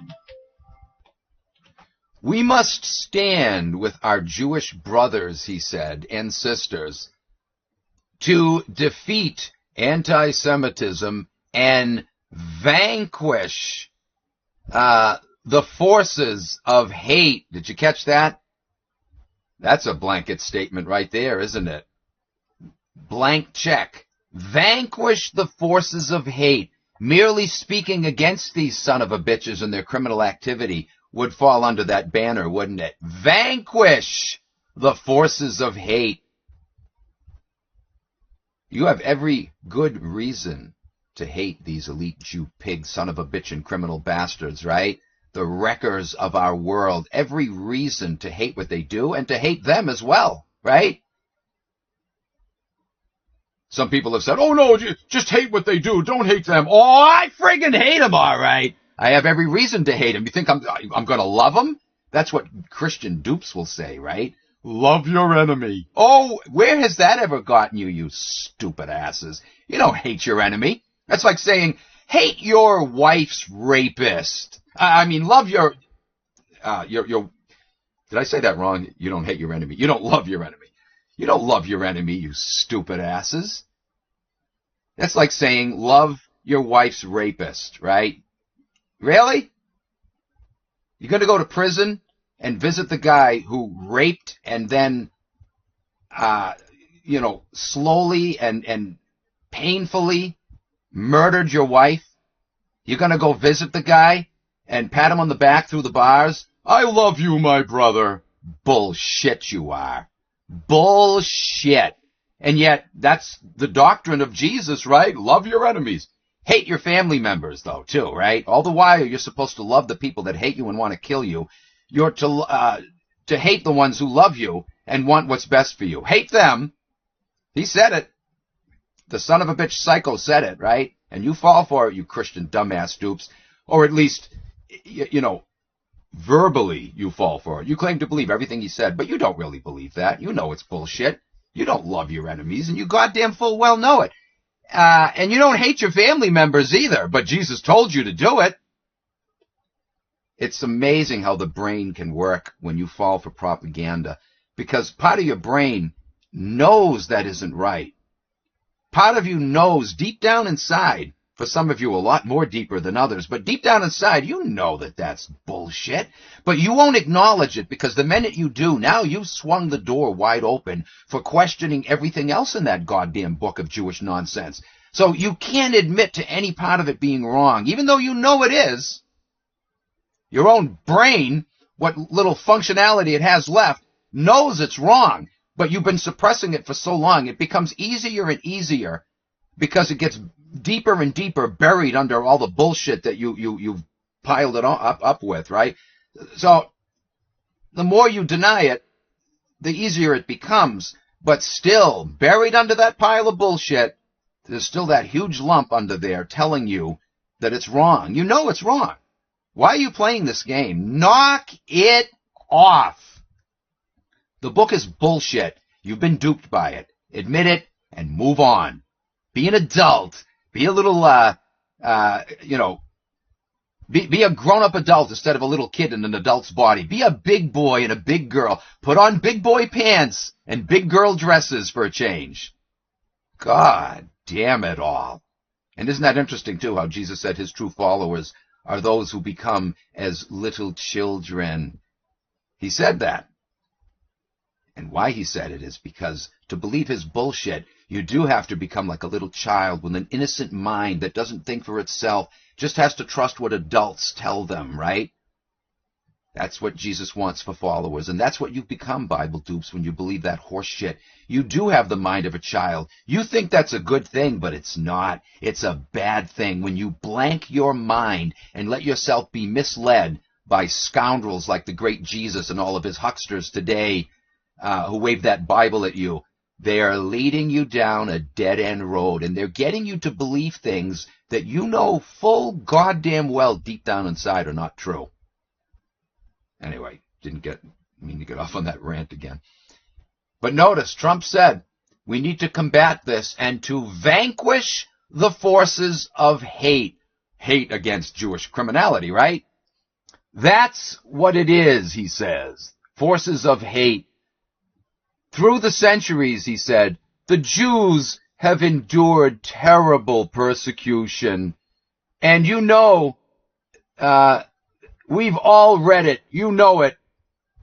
We've studied it. They've gone through a lot. And those seeking their destruction, we will seek their destruction. Oh, that is a very obvious, in-your-face threat right there, isn't it? A very thinly veiled threat. You see what he's saying? Those seeking their destruction, we will seek their destruction. Trump intends to destroy those who expose his Jewish crime syndicate buddies. But he didn't stop there. He went on to say, and when you have crimes like this Against the poor Jews. these fake crimes that they stage, right? Whether it's this one or another one, we have to bring back the death penalty. Did you catch that? So what he's saying is, in the future, all we have to do is stage fake attacks on Jews, and then the ones that we frame, you need to support the death penalty because we told you that they're responsible for something that we orchestrated and set them up to take the fall for. But he's calling for the death penalty for anti-Semitism. And he makes it clear that anti-Semitism doesn't just involve these fake staged shootings, it involves hate against these criminal bastards for their hateful crimes. He's calling for the death penalty for people who expose the Jewish crime syndicate. He just said it. These are his words. Request the notes and read them for yourself. And see, I'm not twisting them. The son of a bitch is calling for the death penalty against Jews. So all the while now, we're seeing them passing laws all over this country, all over the world, right? Anti-Semitism laws. So that you can't speak against Jews, you can't speak against Zionism, you can't speak against Bibi and his killing of the Palestinians. All of this would come under the banner of hate speech and anti-Jew speech, anti-Semitism. And what's the ultimate penalty for this? Trump says he wants the death penalty. Under Trump, too, amongst other things, you can bet your sweet ass they're going to stage shit, just like this fake shooting in PA.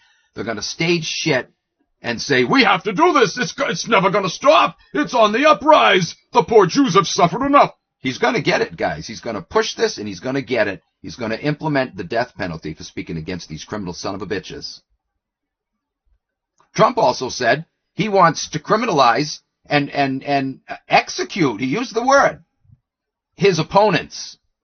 Remember that one? That wasn't too long ago, actually. That was like, 4 or 5 months ago. He wants to execute his own opponents because his agenda is the Zio agenda, right? So just like he wants to silence and execute anti-Semites, he wants to execute those who go against his policies because his policies are Semitic as you can get. He went on to say, these anti-Semites, have to pay the ultimate price. What's the ultimate price? The death penalty. They have to pay the ultimate price. They have to pay the ultimate price. He says it twice, right in a row, twice. They have to pay the ultimate price. They have to pay the ultimate price. They have to die, is what he's saying. We have to kill the anti-Semites, whether they're people that we set up to take the fall for fake shootings like this one, or people that are posting things on websites and, doing video blogging, whatever, right? Exposing this crime syndicate. They have to pay the ultimate price. This son of a bitch fully intends to execute those who expose the Jewish crime syndicate. They can't be allowed to do this, he said. They can't do this, he repeats himself, to our country. Oh, so when you speak against Jewish criminal pricks, you're doing something against the country. When it's the Jewish criminal pricks that are doing things against the country, right? Oh. This is George Orwell, way beyond anything he had even envisioned, right? We must draw a line, he said, in the sand and say very strongly, never again. Oh, yeah. We need to say never again, all right, while we point fingers at the elite Jew criminal bastards and all of their Muppets. But this son of a bitch means never again to be allowed to expose Jewish criminality, right? Jewish criminals. That's the never again he's talking about. To silence opposition thereto by doing what? Inflicting the ultimate penalty, the death penalty. The ultimate price for speaking against Jews, he said, is the death penalty. That's what he wants to implement. That's what he fully intends to implement. So keep singing his praises, Trump dupes out there. You treasonous, inhuman, insane, psychopathic son of a bitches, man. You are so brain dead. You are so drowned and drunk with propaganda.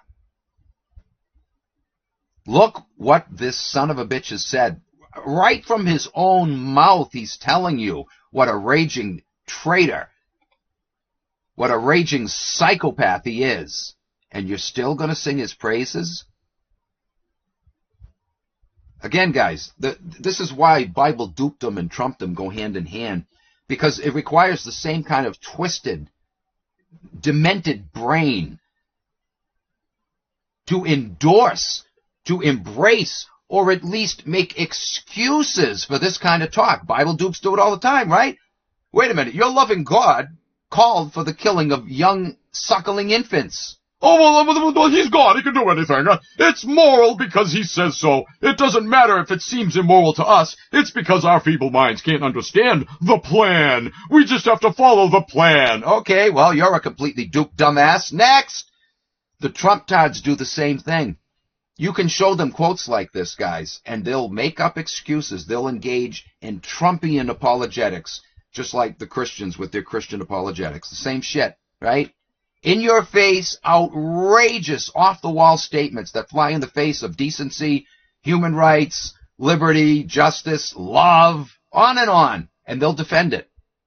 Trumpites do the same thing. And so naturally, it only makes sense that the bulk of the Trumpites are, in fact, Bible dupes, right? When you open your mind to deception, any kind of deception, it's going to be open to other deceptions that come along, especially if they sneak in under the umbrella of the initial deception that you got sucked into, right? And that's what they're doing. The Bible is a great way now. Since we got them believing the Bible, it's a great way to slip in other horse shit under that same umbrella. And that's exactly what they've done. They slipped in the Trump rhetoric under the Bible's umbrella. It doesn't matter that he's not a follower of the Bible. He couldn't even recite one fartigan passage from that book. He doesn't know one word in the Lord's Prayer, right? There's that frickin' footage of him at some religious ceremony, and his lips are all out of sync. He doesn't even know one fucking word from the goddamn thing. And yet Bible dupes, just because he waves his Bible and uses the name Jesus or God every frickin' other sentence, he is accepted in the fold as one of them. This is the same horseshit that fooled so many Christians across Europe in the Dark Ages, right? When Jews were thrown out of a country, a great many of them were exempted as long as they said, I believe. Oh, well, okay, no problem. You can continue to run your banking enterprise and rape and pillage us with usury because you accept Jesus. Why? I remember seeing you on church Sunday morning. See you next Sunday in church. Okay, shalom, sucker. The same kind of bullshit that fooled people then is fooling them now. You wave that Jesus Trump card, as if that meant anything anyway. But it's just astonishing. They can engage in criminal activities, right? It doesn't matter. It's all in the name of Jesus. They said they're Christians, so Jesus is all for this. It's part of the plan. Follow the plan. Follow the plan. Wow. And this country is saturated with dumbasses that think like that. Holy shit. You Trump-tards have nothing on the Biden ass-lickers, man. You are just as stupid, perhaps even more so than they are. At least the Biden-tards can at least see that Israel is a frickin' criminal syndicate, right? That Netanyahu is a monster, right? They can at least see that.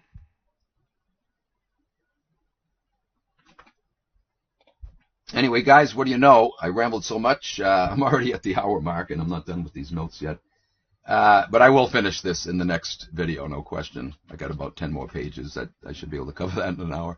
So, all right, guys, we'll see you in part 5. Thanks for joining me. Take care. All right, everyone, welcome to part 5 of this discussion. Trumpstein, the biggest whore for Israel. This should be the last installment of this discussion. Let's look at some of the some interesting examples of what I like to call Trump prophecies, if you will. It would appear that Trump was groomed for the White House very early on. His show, Apprentice, was all part of the plan. Indeed, he may have been chosen long ago, perhaps even before his birth, to lead out in something special. The Zios, again, are very far-reaching, right? They have the game plan. Look at the protocols. Protocols of the Learned Elders of Zion were very far-reaching, right? Here we are, over 100 years after the time they were first, almost 120 years after the time they first publicly emerged. And we can see that they have systematically implemented just about everything in that document, when in fact, at that time, 1905, almost none of what's in there had been implemented, right? So we shouldn't be surprised to see mention of somebody named Trump that they had in their, in their works, in their game plan, long before he was either born or before he was even an adult. Let's start by checking this out, going back to the late 19th century, obviously before he was born. It almost seems like they had an idea in mind of someone they wanted named Trump, right? Because doesn't it make sense that they would want to trump our whole political system, right? Through somebody named Trump. Trump isn't even his real name. I think they suggested that name to him. It sounded close to Drumpf. They wanted his name changed to Trump because of its little tongue-in-cheek meaning, right? And so could it be that they were planning long ago to use someone with that name? Yeah, especially when we consider these so-called prophecies I'm going to be sharing. It's pretty interesting. In 1890, a fictional work was published called The Last President by Ingersoll Lockwood, who also wrote the Baron Trump children's book series, and predicted the last president with someone named Pence in the cabinet. Isn't that interesting? In one of his stories, he has little Baron Trump visiting Russia to embark on an extraordinary adventure that shaped the rest of his life. Wow. This story even contains a character named Dawn and another one who has the same name as Trump's son, although spelled differently. But his final novel, The Last President, is the most eerie of all. The story begins with a scene from a panicked New York City in early November, describing, quote, a state of uproar after the election of an erroneously opposed outsider candidate. And the entire East Side is a state of uproar, says the novel. Police officers shouted through the streets. That's what he had the police officers saying. The entire East Side is in a state of uproar, warning city folk, to stay indoors for the night. What does that sound like? Sounds like COVID, doesn't it? Under Trump. The book went on to say, mobs of vast size are organizing under the lead of anarchists and socialists. What does that sound like? The BLM riots during COVID. And threaten to plunder and despoil the houses of the rich who have wronged and oppressed them for so many years. Wow. Is this not exactly what occurred under Trump Act 1? The book went on to say, the Fifth Avenue Hotel will be the first to feel the fury of the mob.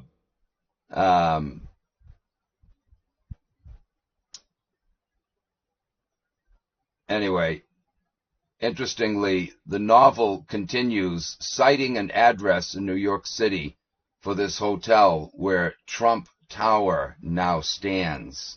Do you think that's a coincidence? Would the troops be in time to save it? Asks the novel. The book depicts riots and protests breaking out all over the country because of the corruption of the administration of this last president. Riots breaking out across the whole country. Now, you could say that's a coincidence. Oh, there's no connection. Really? Who has controlled the media, the publishing houses, directing them from behind the scenes? We know that they tell musicians what to put in their lyrics, how to dress, what type of image to portray of themselves. If they want to be successful, they have to dance to their tune, right? You don't think this goes on with writers as well? Did they have the entire Trump scenario laid out, 100 years, over 100 years in advance? Anyway, it goes on.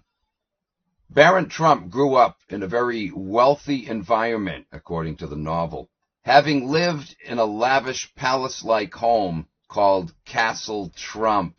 Ha ha ha ha. Again, isn't this most incredibly bizarre? Is Lockwood's book, has Lockwood's book been followed like a blueprint? It certainly looks that way. Just another strange aspect of the Twilight Zone world that we occupy. But that's not the only one. There's another prophecy of Trump.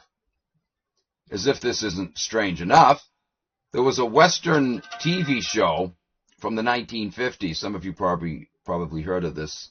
It was aired on CBS called Track Down, which featured a con man named Trump. A con man. Not only that, but in the storyline, he tried to justify building a wall. A wall. There is even a line in this show where one of the characters says, "You're a liar, Trump." How interesting is that? Do you suppose, again, that this is just a coincidence? But that's still not all. CBS News carried this article on November 9th of 2016. This episode of The Simpsons predicted a President Trump. In a 2000 episode called Bart to the Future, Lisa Simpson was depicted as becoming president, but only after Trump was president and bankrupted the country. Did they know that Trump was going to become president? Was it their aim for him to bankrupt the country? Well, he didn't totally bankrupt it his first term, but there's always the second term. Can you say predictive programming yet again? Many of you, I'm sure, are aware of the concept of predictive programming and how The Simpsons show, perhaps more than any other, has had the most instances of predictive programming. Many things that have appeared in that show in advance later came to fruition. Many. I'll do a video on that sometime. One of them was even the fires last year in Lahaina, right, in Hawaii. Anyway, it would appear that Trump is indeed the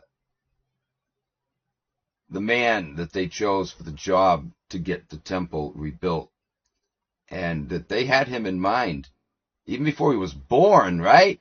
They were going to select someone to give the name Trump to fulfill these, quote, prophecies, these predictive programmings here. Just look at this, quote, prophecy, which is nothing more than the Jews laying out their game plan long in advance, right? Although not pertaining to Trump per se, nevertheless, this next quote prophecy is something we need to make note of. Before he died from cancer, J.R. Church analyzed the ancient 800-year-old predictions of Rabbi Judah ben Samuel and noted that, quote, Ludwig Schneider, writing for Israel Today in March of 2008, said, quote, some 800 years ago in Germany, Rabbi Judah ben Samuel was a top Talmudic scholar with an inclination for the mystical. Before he died in the year 1217, he prophesied that the Ottoman Turks would conquer Jerusalem and rule the holy city for 8 Jubilee years. A biblical Jubilee year consists of 50 years, of course. So 8 of them would come out to 400 years. After this, said the prophecy, the Ottomans would be driven out of Jerusalem, which would remain a no-man's land for 1 Jubilee year, i.e. 50 years. And then, in the 16th Jubilee year, which comes out to 2017, the Messianic end times would begin. According to this rabbi, 2017 would begin the Messianic end times. Well, just 3 years later, COVID kicked in, which really laid the groundwork like nothing before for the Jew world order, right? Interestingly, the Ottomans conquered Jerusalem in 1517, and exactly 400 years later, the Ottoman Empire fell in 1917 during World War I. This wasn't a divinely inspired prophecy that we need to wet our panties over and think this man was definitely led by God. He's just laying out their game plan. They made these things play out in accordance with this, quote, prophecy, just like they've done with the Bible, just like they did with the protocols, right? This was all orchestrated by powerfully wealthy Zio bastards who created and funded all of these operations to come into fruition the way that they were, quote, predicted. Yes, it's so true what Mr. Bacon, a.k.a. Shakespeare, said, that all the world is a stage, and we're but the players, right? It was a stage then, just as it is now, and it was the same stage managers setting up the stage and directing all the players and writing the scripts. Anyway, another Jubilee from 1917 takes us to 1967, the year of the Six-Day War, when Israel captured Jerusalem from Jordan, and this city came under the control of the Zios, right? Isn't that interesting? So, do you see now why the above-cited Trump prophecies are not coincidences? It's all Zio orchestrated. No, there's no coincidence with these son of a bitches, right? And again, guys, they're very far-reaching in their planning. Some would say, how could they know that there was going to be a guy named Trump? There wasn't a guy named Trump. There isn't now. That name was assigned to him. His real family name is Trump. They just saw to it that for him to fulfill these prophecies, they changed his name and then wrote the script as to how his administration was to play out, just like they've already got the script written for Trump Act 2. Anyway. So, do you doubt now that Trump's little TV show years ago was them grooming him for the office to get him into everyone's living room, in case they didn't know him already, to familiarize people with him, so that they could more easily slip him in? He was the man. They wanted him in, right? They wanted him in then, and they want him in again now to finish the job. There's been, of course, much talk about Trump's involvement with the Russians. Well, there's no question that he has indeed had such connections. What the lamestream media has never told us is that those connections are Russian mob connections run by the Zios. But anyway, let's take a closer look at Trump's close Zio-Russian mafia ties. During his campaign, Trump promised, quote, campaign for the first term.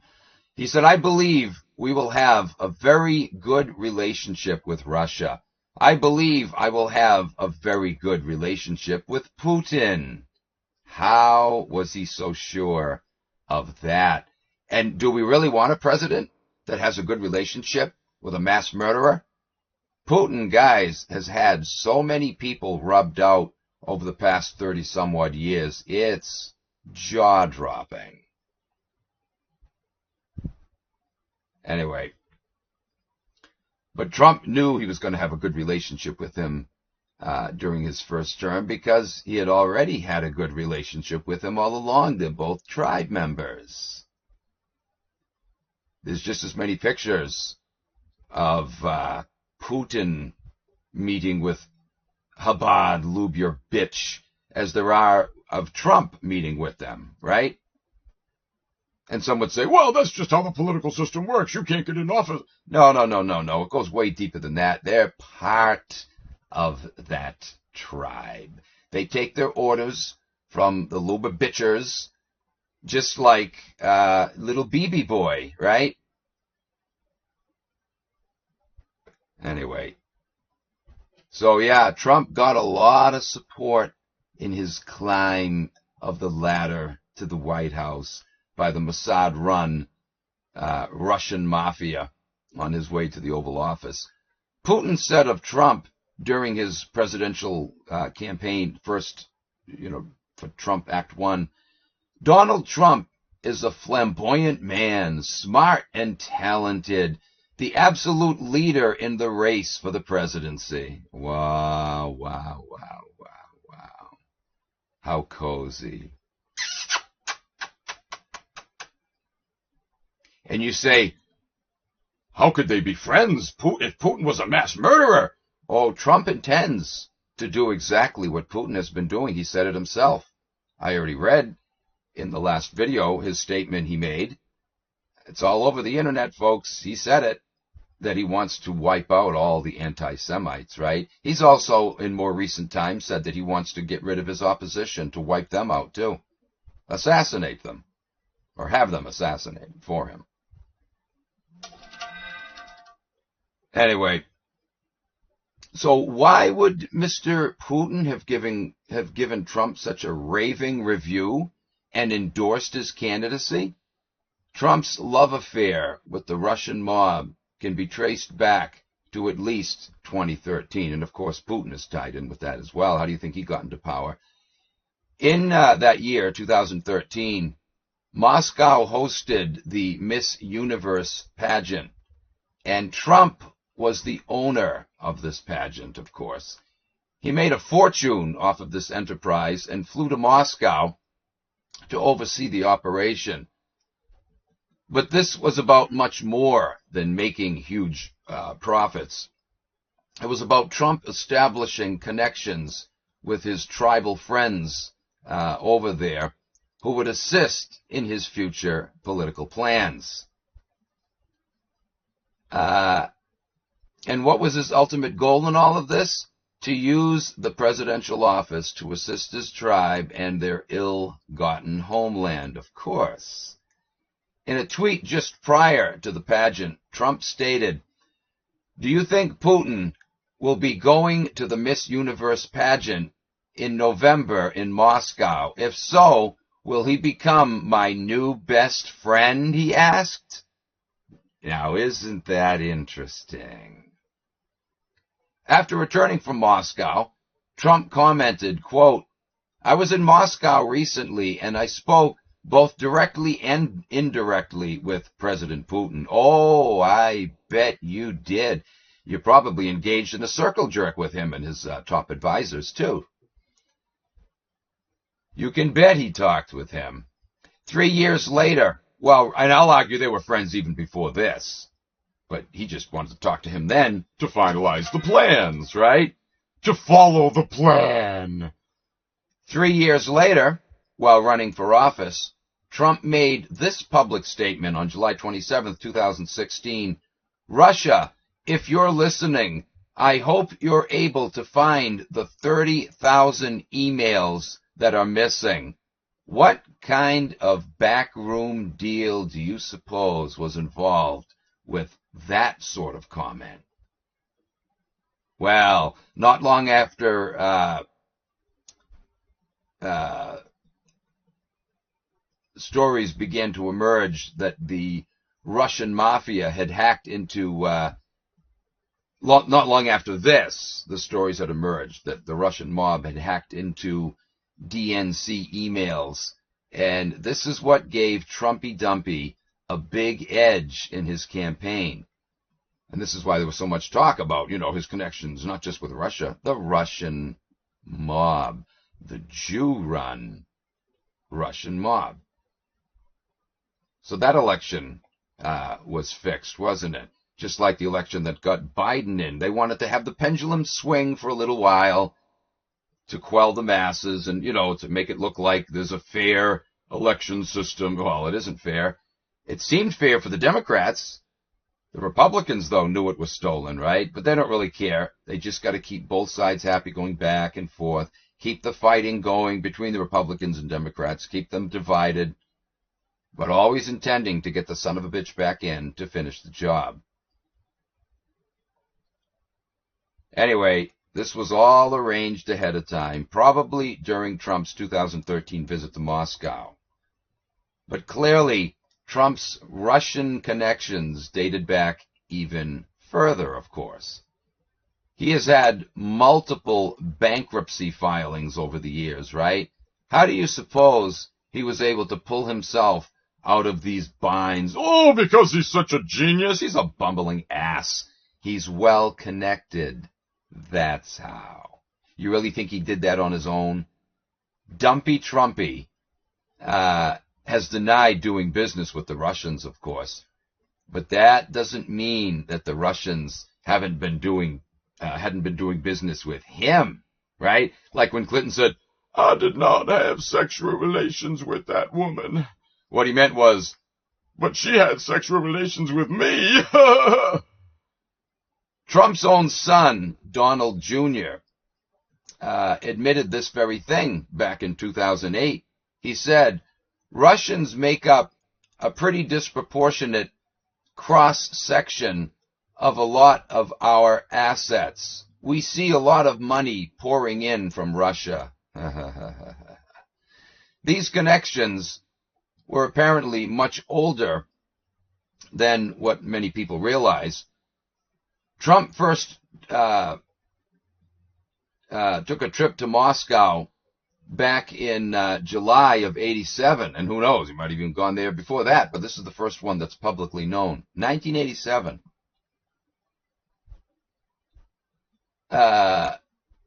Trump Soho is a huge apartment high-rise in New York City that Trump created in partnership with a company called Bayrock. Bayrock was partly owned by a man who had long been involved in the prostitution of minors and who had deep-rooted Russian mob connections. Trump's connections with those trafficking young girls is not unusual. He, like Clinton, had frequented Epstein's little island, right? Anyway, this same company had also been involved in large-scale tax frauds. Well, the whole tax system is a fraud, but nevertheless, guys, the tax system is supposed to apply to corporations, though. Artificial entities, not human beings.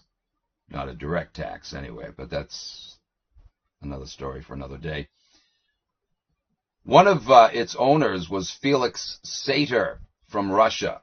I say was, I'm not sure if he still is. But anyways, his father, according to the FBI, was heavily involved with the Russian mob, of course. Surprise, surprise. He was especially connected to one of the biggest Russian mob crime bosses, Semyon Mogilovich. At least 3 of this criminal's top henchmen had lived at Trump Tower or had bought apartments there. Anyway, Sater later avoided a jail sentence for charges of stock investment fraud by turning on his accomplices. Oh, is that ever Jewish of him? He was rewarded by not only getting off the book, but by having all records of his fraudulent transactions sealed. Surprise, surprise. Shortly thereafter is when he joined forces with Bayrock. Soon after he gave an interview with a Russian magazine, he stated, quote, I became a managing director of Bayrock. We had an office at Trump Tower, 1 floor below Trump's. So now he was free to conduct all of the corrupt business dealings his little heart desired, as long as he worked in conjunction with corrupt U.S. officials who sealed his criminal history records. How do you like them apples? But over the years, people started opening their mouths about Sater's criminal past. For example, an investor in Bayrock, Mr. Menes, as he was called, who was outraged when he found out about Sater's criminal past, said that he was threatened to have his testicles electrically shocked and to have his legs cut off and have his dead body left in the trunk of his car. Fred Oberlander, New York State attorney, in a case against Bayrock, also said that he was threatened by Sater to drop the case or he would regret it. Oh, yeah, that's the Russian mob for you right there. But just look at the kind of people that Trump has partnered up with over the years, right? Is that not telling? Aside from the fact that he's an open, ass licker of Bibi. But to lick Bibi's ass is to lick these scumbags' asses too, right? They're all part of the same tribe, the same crime syndicate. Trump certainly knew about Sater's past, as it's been publicly disclosed for decades, and yet there he was. He was even asked about Sater's criminal involvement, and he claimed to be ignorant about it. Right. Like Daddy Bush saying he didn't remember where he was on November 22nd of 1963, when in fact there's pictures of him in Dealey Plaza. Everybody else knows where he was. Anyway, even after he said, though, that he didn't know about Sater's criminal history, he still went on and actually took Sater on as an advisor. He not only continued doing business with him, he took him on as an advisor. After he clearly knew that he was a criminal, right? He was told, and then he said, oh, I didn't know that. You think at that point he would have stopped doing business and have any connections with him, right? Oh, no. He went on to have even tighter connections with him. Interestingly, during the Trump Russiagate investigation by Congress, what a fraud that was, as always, right? It's all just cover-up bullshit. But anyways, during this, quote, investigation, FBI Director Christopher Wray was asked, quote, Director, are you aware of Felix Sater, the former Soviet official and advisor to the Trump organization? Wray replied, I'm not going to comment on that. Bang! Now there's a real investigation for you right there. I'm not going to comment on that. Ray was also asked about Sater's $40 million stock fraud case, and Ray replied, Same answer. in other words, I'm not going to comment on that either. son of a bitch. There's our good old boys at the FBI again. The federal bunglers of investigations. There you go, guys. Look how absolutely, thoroughly, and irretrievably corrupt your little wonderful government is and always has been. It was founded to do these very things on behalf of Israel, right? And here we are seeing them take place right under our noses. And most people don't even bat an eyelash. They're either ignorant of it or they want to stay ignorant of it when you try to tell them. This is why Trump didn't fear an investigation into his Russian ties. He knew the whole thing would be covered up for him. Ordinarily, when someone says, oh, go ahead, investigate me, I don't care, you're not going to find anything, they would say that because they're innocent of the charges, right? No, not with this son of a bitch. He said it because he knew the system was just as corrupt as him and would frickin', powder puff his little ass. Tevfik Arif is another bigwig at Bayrock, or at least was several years back. And it is she who had been specifically tied in with underage human trafficking in conjunction with the Russian mob. Yet another shady character associated with Trump's Viktor Krapapanov,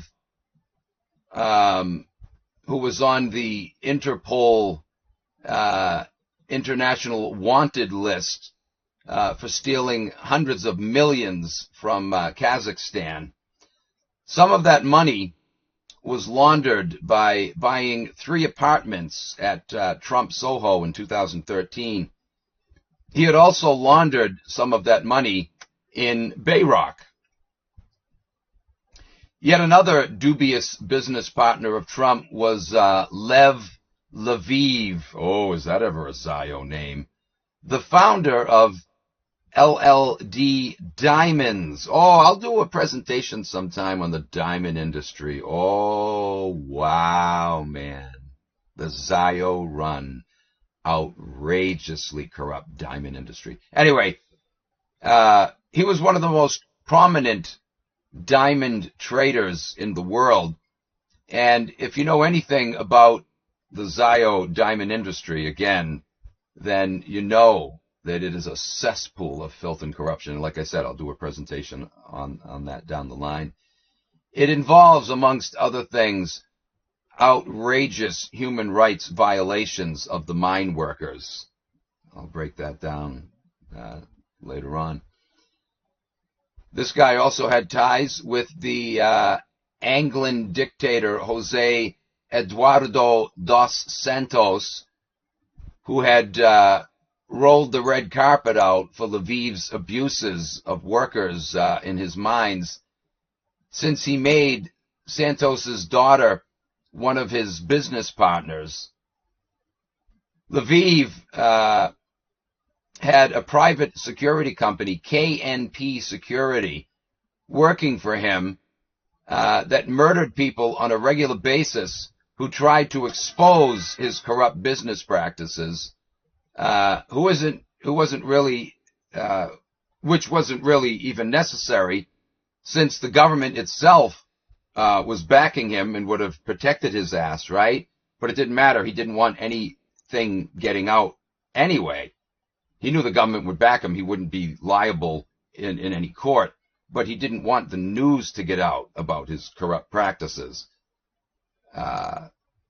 And so, yeah, he had a lot of people killed, right?